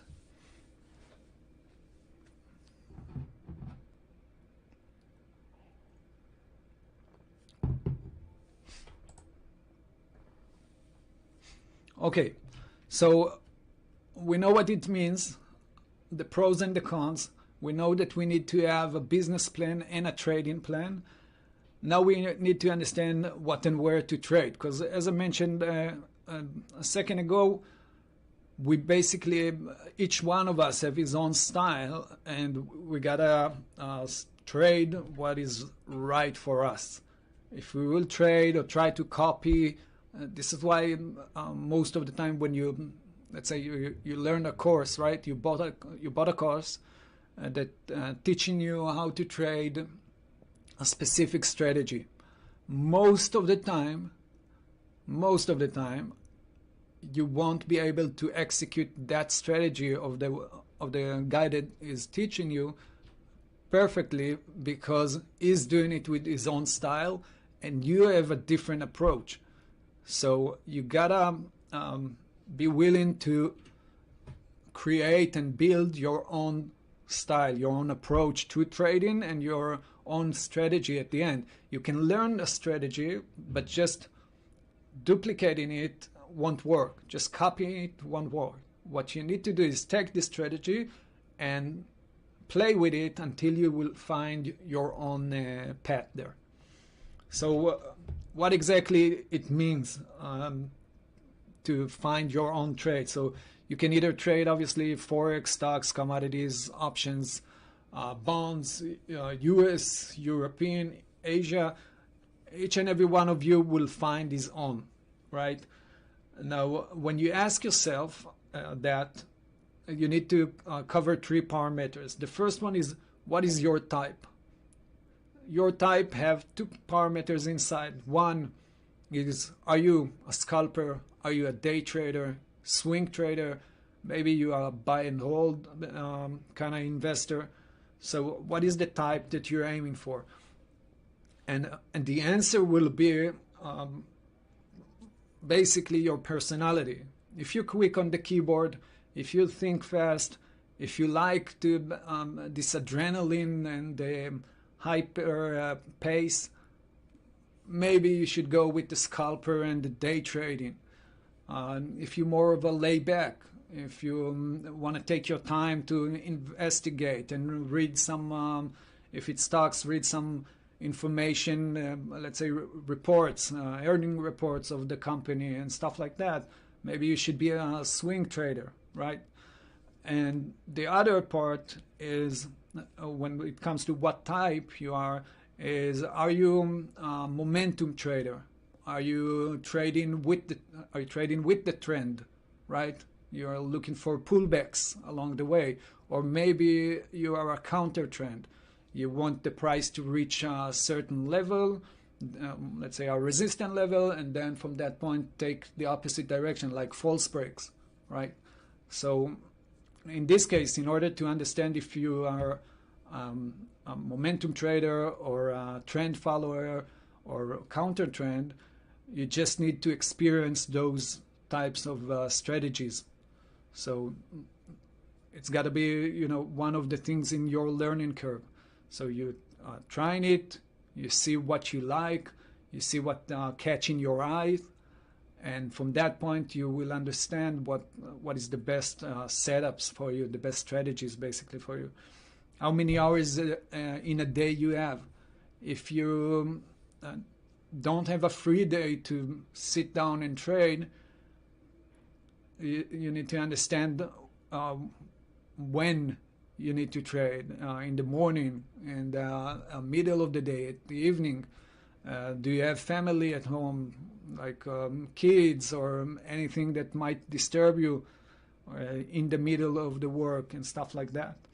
And those are the 3 parameters, or maybe 4 parameters, that could help you decide what is your type, or where and what to trade as I mentioned, as a trader for a living. Now, in time, you probably find yourself, for example, as I did, I traded most of my years. I traded stocks, and probably 4, maybe 5 years ago, I started trading futures as well. So, last year I started trading just a little bit options. Didn't get into it too much, but as you continue, you will probably find yourself moving toward and expanding your niche. But at the end, you gotta have something that, like your main focus on, and then from that develop it. Yeah, amazing. Okay, now that we understand what it means and how to build a business plan and a trading plan, and what type of trader are you, if we understand that, it's kind of easy, right? It sounds easy, but why it's so hard then it sounds. So try to tell me here, this is your stage, try to tell me, what do you think, why it's so hard to achieve that goal? Because at the end, if you go through that path, it's kind of easy. It's supposed to be pretty simple. You sit down with yourself, you write a plan, etc. But why it's so hard to achieve that? makes trading so hard, right? Let me know what do you think.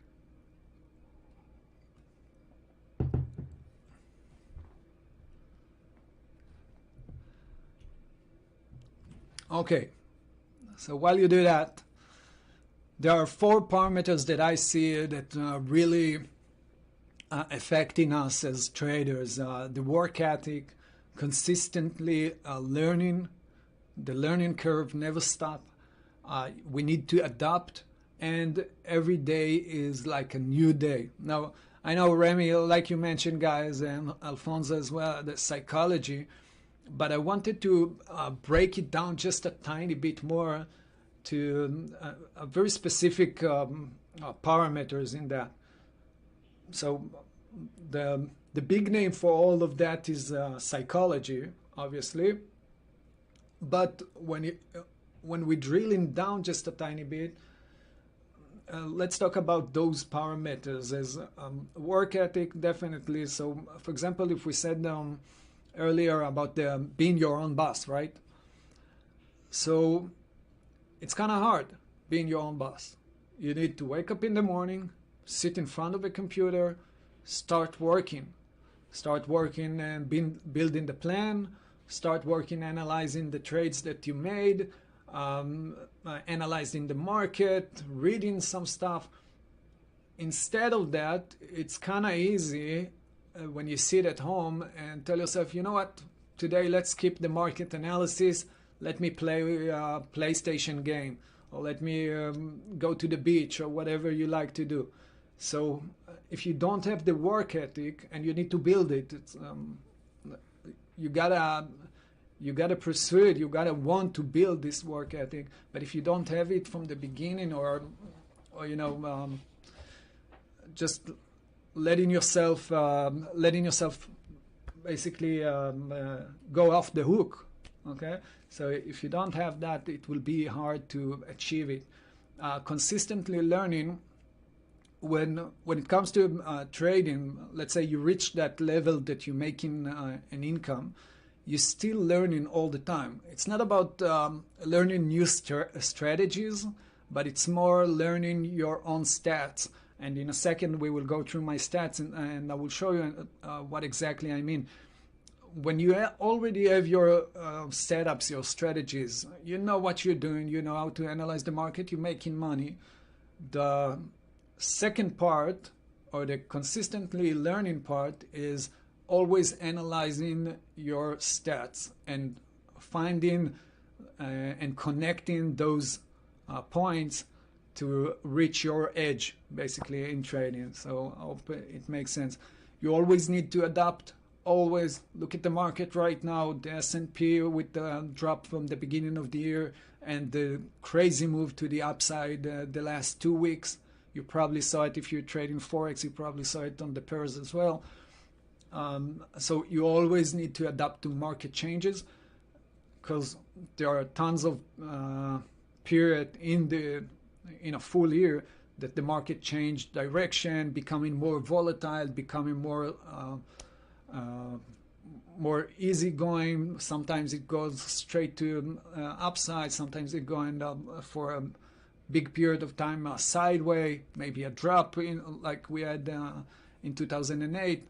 So you always need to adapt and change. And lastly, every day is a new day. And this is something similar to maybe sales, because, you know, a salesman, a saleswoman go to the store, and every day is new for them, right? Because it's not, they might not get even a paycheck, like a minimum paycheck, but they only work for the commission. And this is something similar to what we do. Every day, every month, we're just about to start April, and we will start with 0 and we'll grow from there. Because even if I made last month $10,000, doesn't really matter.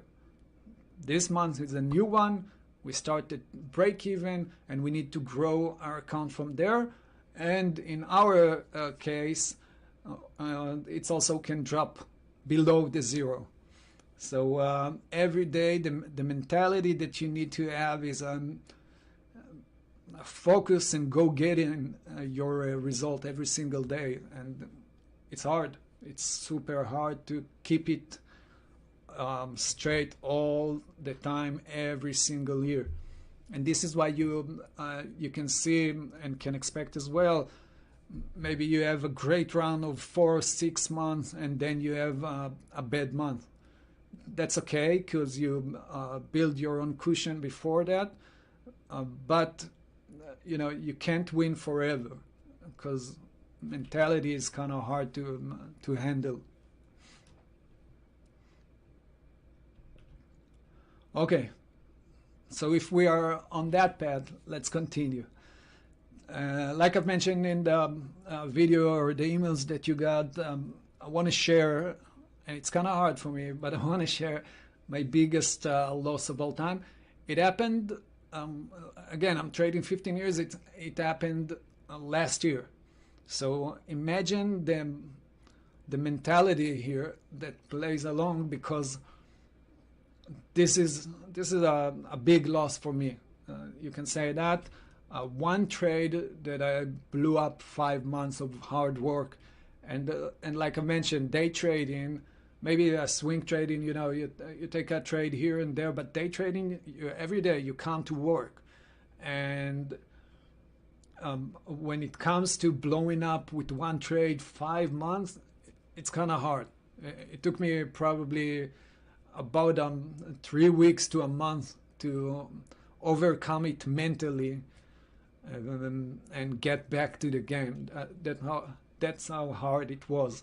So don't F things up. So this is it. This is the trade. So you guys know Richard Branson, probably heard about him, well-known figure, investor, entrepreneur, or business guy, right? That one of his biggest achievement was sending the rocket to the space, the rocket to the moon, space, and SPCE. This is the one that we're talking about, Virgin Galactic, the one that, blew me over. So I traded that stocks, SPCE, at the same day they launched, had a successful launch to space, and this is the result after 3 days. That was one trade. 3 days I held it, and I lost almost 30% of my account, 30% of my whole account in one trade. At the end, it was almost $92,000 loss. I'm talking about it right now, and I'm still like in my head. That's crazy, yeah. And that was the trade. So basically, what I did here, I took long. I actually was in profit, about $2,000 in profit when I started. It was pre-market. I bought it, and as the market opened, it just planked crazy to the downside, not stopping whatsoever, just dropping down. Now I started to average down, and I know averaging down might not be the right approach, let's say, but the result here maybe not showing that, but I know most of the time where to average down and how to do that, and I'm not doing that all of the time, and in this case nothing worked. Nothing that I did actually worked. I bought, averaged down, bought again, etc., etc. Here you can see my trading, some of it, just something that I capture along the trade. So if you can see it, it's probably tiny, but if you can see the blue triangles and the red triangles are right here. So I'm buying, I'm selling, I'm buying, I'm selling, I'm trying to fix everything, and I didn't. It took me 3 days to cover that trade at the end, And to be honest, I just lost it basically. I just lost it mentally because I didn't follow my plan. I lost obviously much more than what I wanted to lose. Again, this is 5 months for me of trading. It's kind of hard to express that feeling. So one of the things you need to do is not effing things up. So it's hard, but if you if I can take things that I learned from that point, from that trade, some of them at least, was to build a more firm plan for a specific averaging down. I also had a technical problem when I traded it. In the stock market, your broker gives you 4 times your size of the account. So basically, I had roughly 1.1 million as buying power leverage. But since it dropped down majorly, the broker closed the 4 times buying power and dropped it to 2 times. So in one point, I ended up ended up without any money to add to my position. And in this case, like a snowing ball. And at the first day, I was down $25,000. I don't remember the second day and the third day. Yeah, you see the results. But hopefully, and fortunately, let's say, I was already up. When thinking about it, probably one of my mistakes was that I was already up in this month or this year. So I felt pretty okay, and I gave it more room to go against me because I had a cushion. So fortunately, it ended up good for me at the end of the year.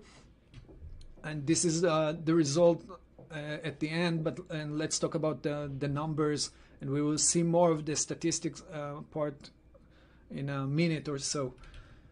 So that was a rough move. Yeah, sad story, definitely. But I recovered. And this is also super important to remember or to know how to recover from that. Like I've mentioned, it took me about a month to really recover mentally from that point, because it was hard. Not just you see the $90,000 and it's a nice sum to lose, right? It's a big sum to lose, but the part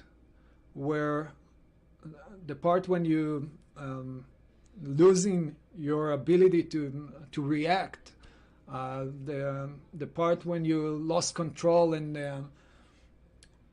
didn't worked accordingly with your trading plan and just blew it. That's the hardest part here, not just the money wise. So nice results here, and what I want you to see is focus on the numbers that we talked about earlier in the Excel sheet. So for example, this is a 63%, almost 64% success rate. So if I know that these are my rates, I know that I can put them into consideration in the Excel sheet. And the same, for example, for the profit factor, 2.36, and other numbers besides that, the number of trades and etc. So as soon as I have those numbers, I can actually see that I can put them in the Excel sheet and see what can I expect. So this is it. That was a good year after all, but it could have been amazing. Yeah. Okay, so let's talk about how we can achieve those goals, and basically how to achieve the trading for a living part. This is what we need. We need to understand if it's the right call for us, if it's the right path for us. Do you really want it? Sit down with yourself, with the wife, with the husband, or just by yourself and think it through. Do you really want to become not a profitable trader, right? Because we all want to become a profitable trader. You are trading right now, you want to be profitable. But do you want to do it for a living? Do you want to focus mainly on that? And if you guys believe so that's great. If not, that's also great. Knowing what not to do is great, the same as knowing what to do, you know. And this is something maybe that in time you're getting to understand. You need to read more. And if we're talking about reading more, we're not talking about technical wise, like learn more strategies and stuff like that, but more focusing on your mentality, how to become a trader that needs to handle those kind of losses or those kind of everyday routine of trading and stuff like that. How to handle a 5% loss a month. Let's say you had a good run of 2 months and the third one is going against you. How are you overcoming that and controlling yourself again and start trading again? So try to think of it like athlete, right? If LeBron James going to the field playing the best that he can, but at the end Lakers are losing. So what does it make him feel, and how can he overcome that and come to the next game prepared and ready mentally to actually winning at the end? Develop your own routine. Pump up your strategies by using stats, and I will show you in a second some of my stats and how I doing that. Build a growth and improvement plan, and find your support system. So let's drill down. So reading more, these are definitely books that you should read. My favorite one, you probably know, all of you probably know Gary Dighton. He did great webinars here, still doing that, so definitely don't miss that. I've been reading probably several of time, at least the Playbook by Mike Belafora. And again, don't look for the new strategy or the holy grail or something like that, but better look for understanding better your psychological react to trading this trade, specific trade, or full month, a full year, etc. So those are great books that you can start with if you want to work on your mentality. Develop a daily routine. So waking up early. Most traders, like professional traders, waking up early. They're not again like the types that you see on YouTube, just every day driving their Rolls Royce that they just rented, but they're actually waking up early, starting their daily routine, analyzing the market, etc. So doing that, it takes a work ethic, because you need to wake up at 5. And if you want to wake up at 5 and you want to perform, then you got to go to sleep early, right? And most of us in life are going to sleep, late at night, from 10 and above. But at the end, if you want to wake up at 5 and be ready for the day, you gotta go to bed at 9 or 9:30 p.m. So those are the type of things you need to change in order to start building a good daily routine. Next thing is the sentiment. You need to start digging and understanding the sentiment that moves the market. So today is the the war with Russia and Ukraine. Tomorrow it will be, or the day before it was the inflation. Tomorrow it will be something else. Every time there is sentiments that move in the market, and you need to follow that, understand what is who is actually moving the market, and where do they want to take it, how long it should take for that to end, to switch to a different direction, etc. The other thing is the assets that you want to trade. If you're day trading, for example, you need to find the right asset to trade every single day. Now, most of you that trade, let's say, Forex, and you have like 20, 30 pairs to trade, from those pairs, you got to understand which one is the right one for today or for the time that you are planning to trade. Because it's not really effective to scan all of them and just look for the opportunity just when it arrives, right? You need to prepare yourself to that opportunity. So let's just say, I will take the example of stocks just because it's easier for me, but and it's easier to understand. So let's say you know that Facebook is reporting, right, the earning report, and you know that the sentiment around Facebook is not a good sentiment. People on the media don't like it. Users are abandoning Facebook, let's say, and people don't like Mark Zuckerberg on the social media, and etc. Then you understand that the sentiment might be, obviously, in a little bit more depth, right?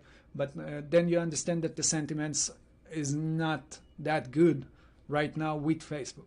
And then you say, okay, let's analyze Facebook. Facebook looks this and that, resistance level, support level, what they did, previous earnings and stuff like that. And then you know, okay, this is the one that I've been trading for today or tomorrow or the next month, because there's a sentiment behind that moving it. Or a big lawsuit, or a new product, anything like that will move the stock, basically. Another thing that you can do as a daily routine is building scenarios and obviously trade them. So every time I'm started to analyze, basically, even if it's not for day trading, but when I'm going to the market and started to analyze it, what I'm doing is creating scenarios. Scenarios means that, let's say I'm looking at the NASDAQ and I'm saying, okay, there's a resistance level above it, support very close to it. So I'm saying, okay, if it will reach resistance level and break through it and retest it as support, then I will go long. If it will break the support level, retest it as resistance, then I will go short, stuff like that.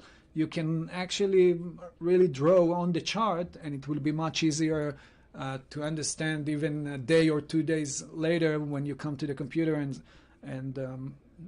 it will be easier to trade. You won't have to spend time of analyzing it again and again. So it will just be in front of your eyes. So after you see the scenario, obviously execute it.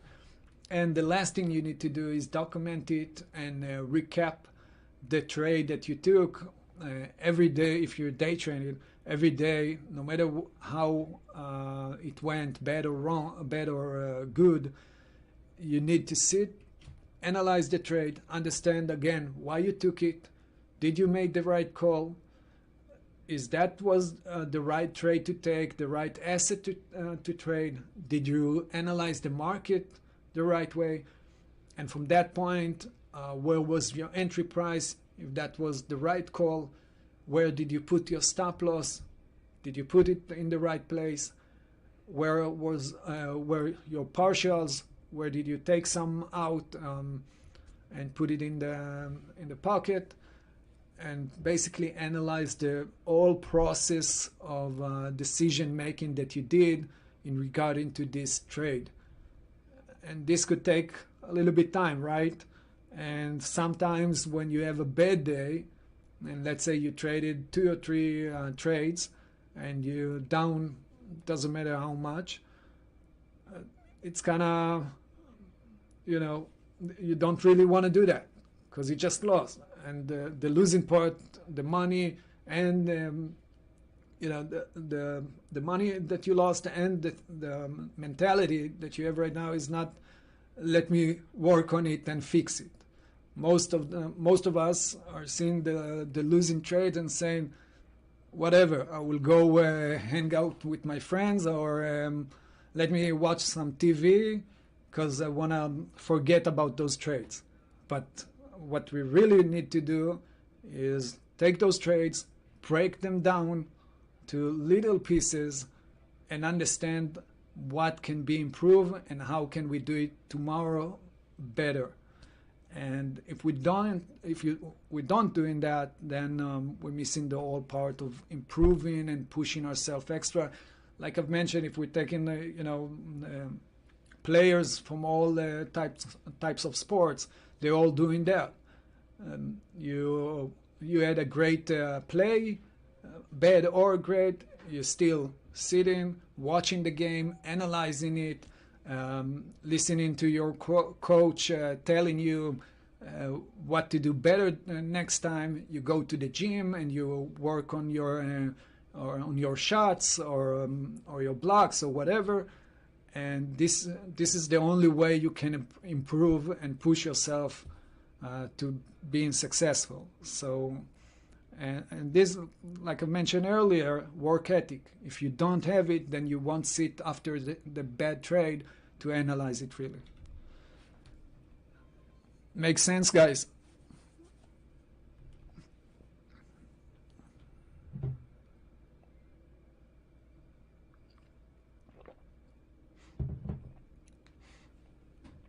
Okay.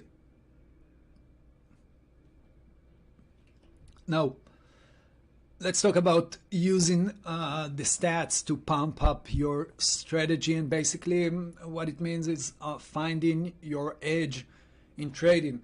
You probably heard about it a lot in articles or other videos that you watch. Find your edge, find your edge. What it means, what does it really mean, find your edge?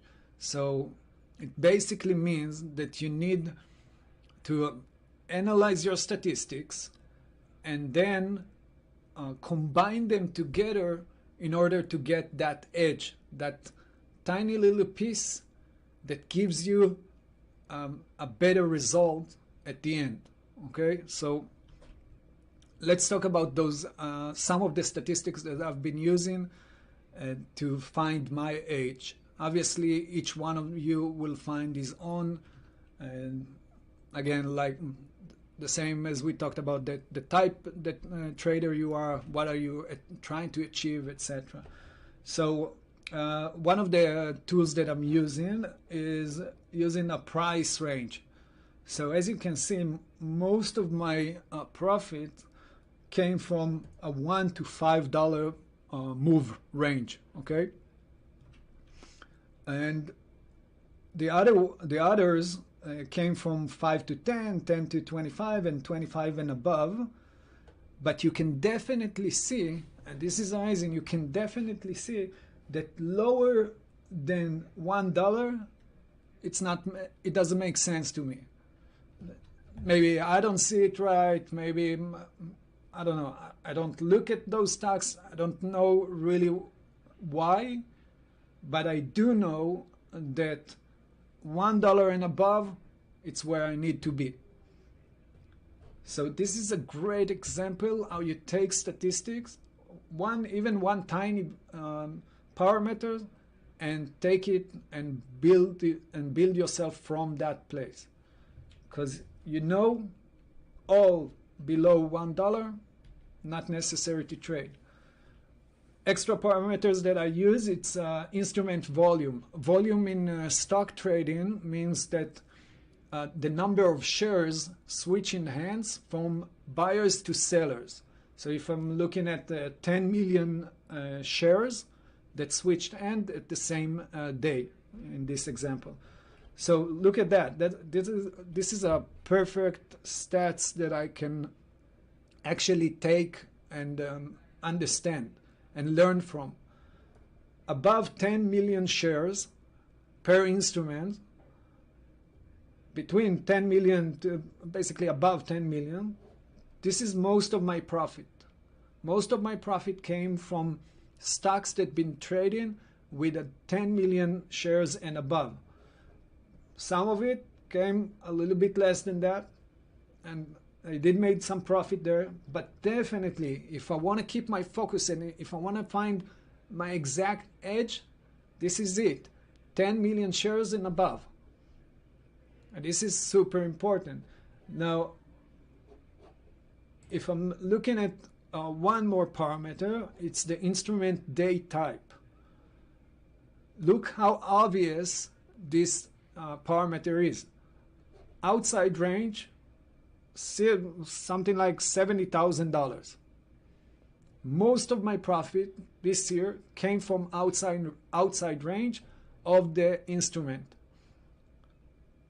So imagine how simple, right, at least from the technical part, is to find your niche, to find your spot. Now, yeah, when it trend down, I made a little bit money. When it's inside range, I made a little bit money. But outside range, blew everything up. One more parameter is the SPY day type. SPY, it's the ETF for the S&P 500, basically the S&P 500 index. And look how amazing this stats as well. Outside range, most of my profit. And lastly, if we're looking at the types of instrument, the symbols, I can use that as well and find my place. So for example, most of my profit, the one that I made the most money was mRNA, Moderna, the vaccine company, because of the sentiment. So if we're going back just a little bit, remember the sentiment, right? So obviously during the Corona time, this last year, vaccine companies were hot, right? So this is the sentiment. Now I analyze the asset, Moderna, BioNTech, BNTX, right? NEO, all the electric cars. So QQQ is the ETF for the NASDAQ 100. Alibaba. So other companies that are super hot, and those have strong sentiment, and this is easy to trade or to find the right asset to trade. Now look how you can create your edge. If I want to trade specifically, my edge is take stocks that the price range is above $1, only with 10 million shares and above, when specific day is outside range, when the SPY is outside range, and those sentiments are hot, those symbols that are hot. If I'm combining these statistics, this is where I find my real edge. When I know that when I have this, and that, I actually can perform and have much better results in percentage-wise and profit factor.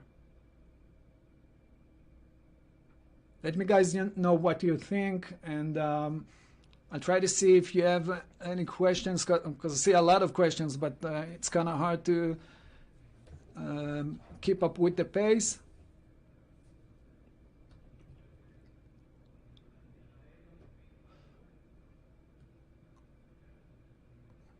No, outside range means that it opens outside of literally the range from the daily bar. So for example, it moved for 4 months, it moves between $10 to $20, and today it's going above $20, let's say. So breaking a channel, breaking a triangle, moving higher and breaking through a major resistance level or support level.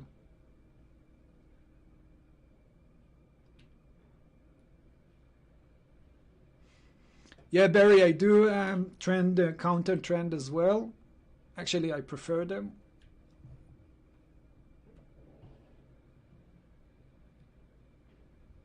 So for those of you guys that are trading with us on Fivers, you do have on your dashboard a lot of the information that I shared before, the profit factor, the percentage and all of that. You can definitely use that to start analyzing. I'm using a specific one for stocks, so I'm not sure it will fit guys that are trading Forex.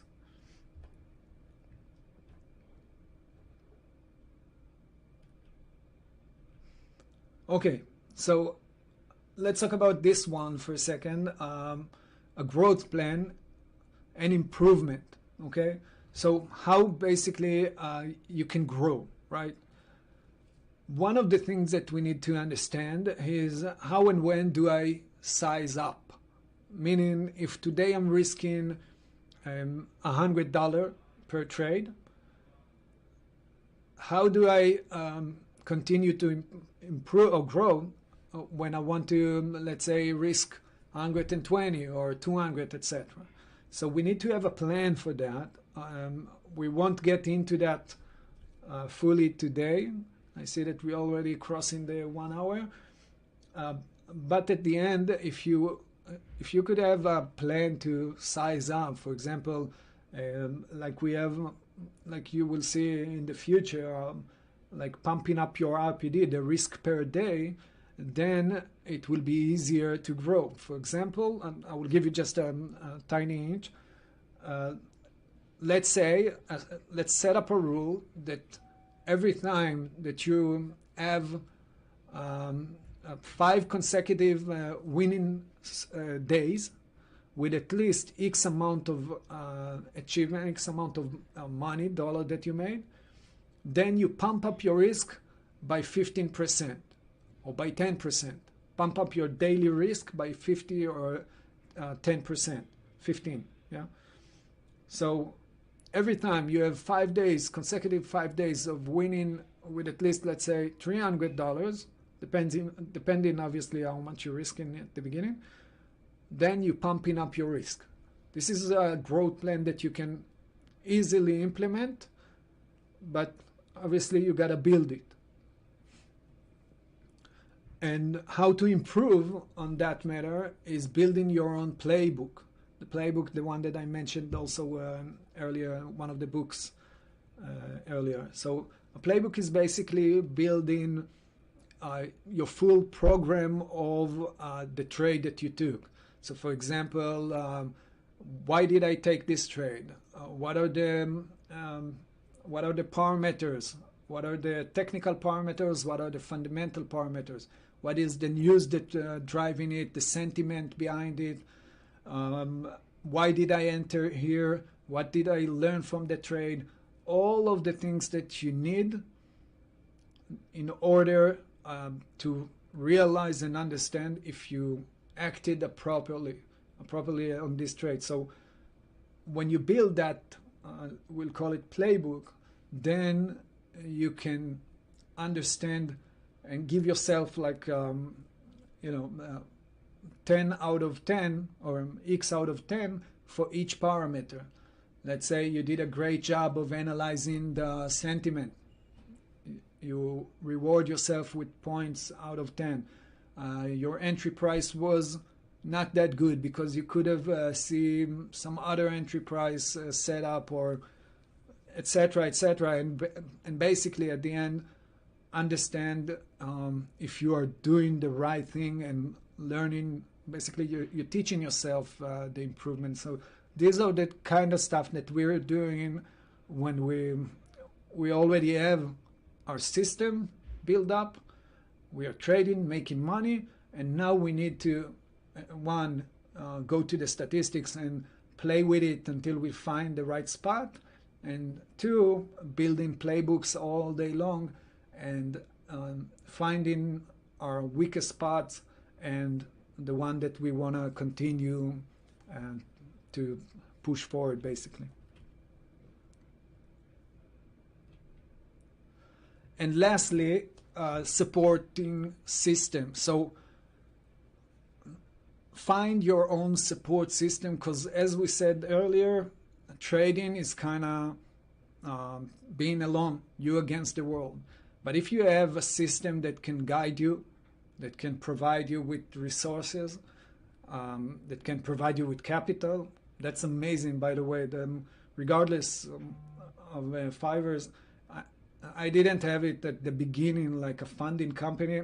This is a no-brainer for me. As soon as I understood there are funding companies, I mean, it's the right call to do.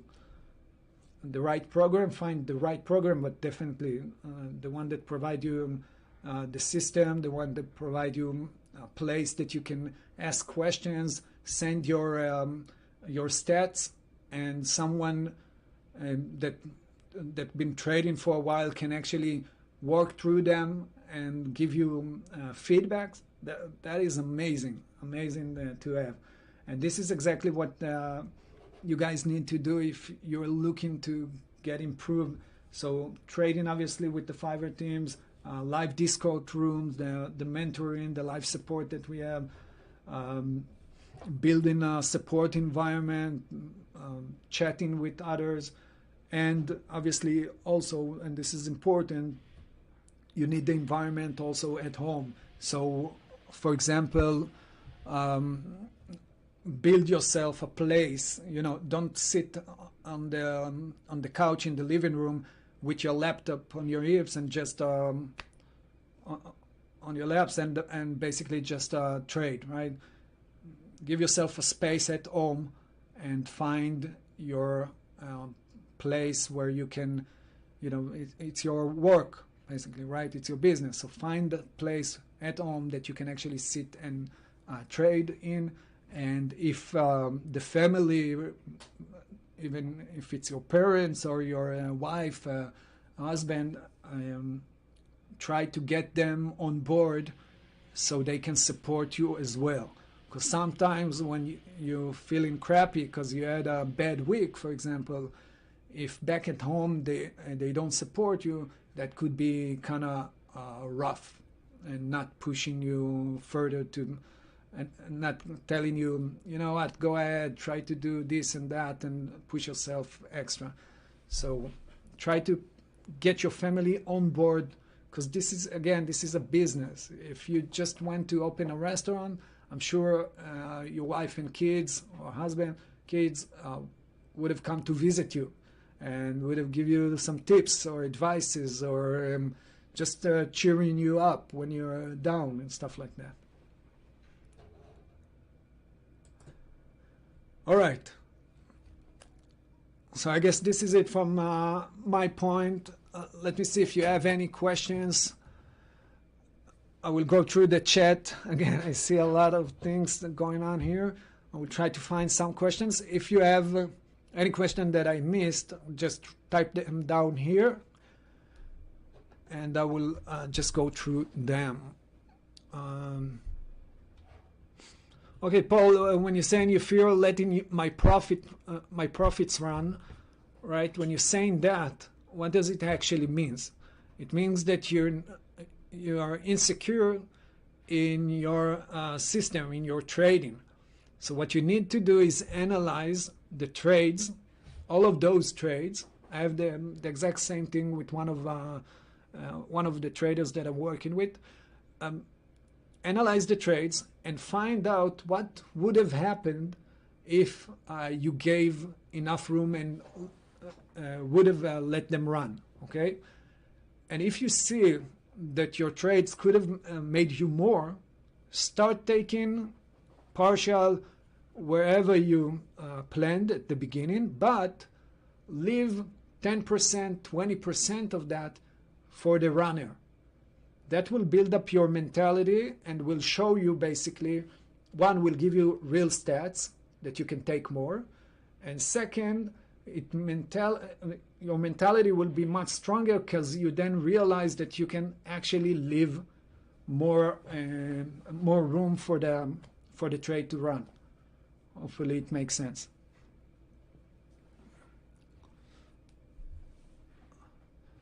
Malice, regarding broker for stocks, I'm using interactive brokers at the moment.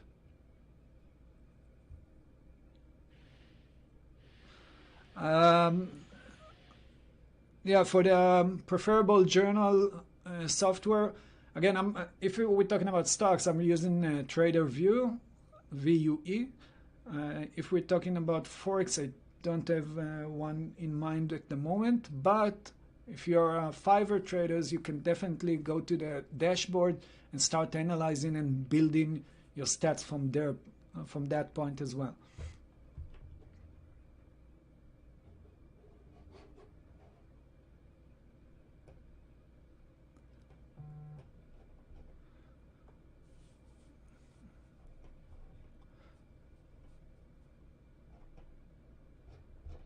Okay, guys. So thanks so much for sticking out with me. Really appreciate that.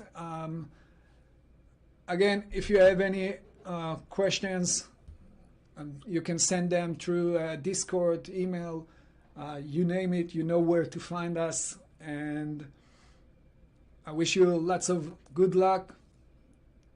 Definitely recommend to watch this video maybe even one more time, just so everything will soak in correctly. And we'll see you next time. Yeah.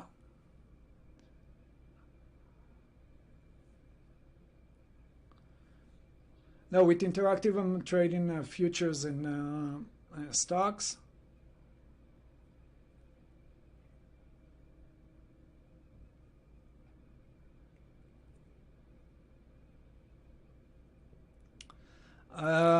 Park, I'm not setting time limits for my trades, but you can test it as well. This is one of the statistics that you can definitely have.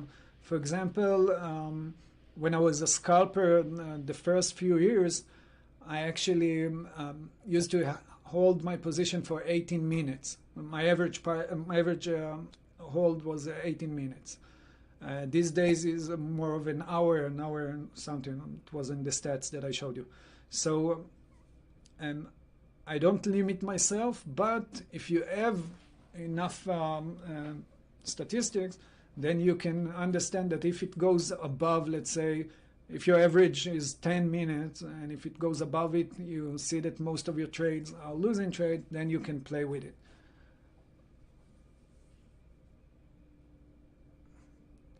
Hey Adam, I'm in the center of Israel, next to Tel Aviv.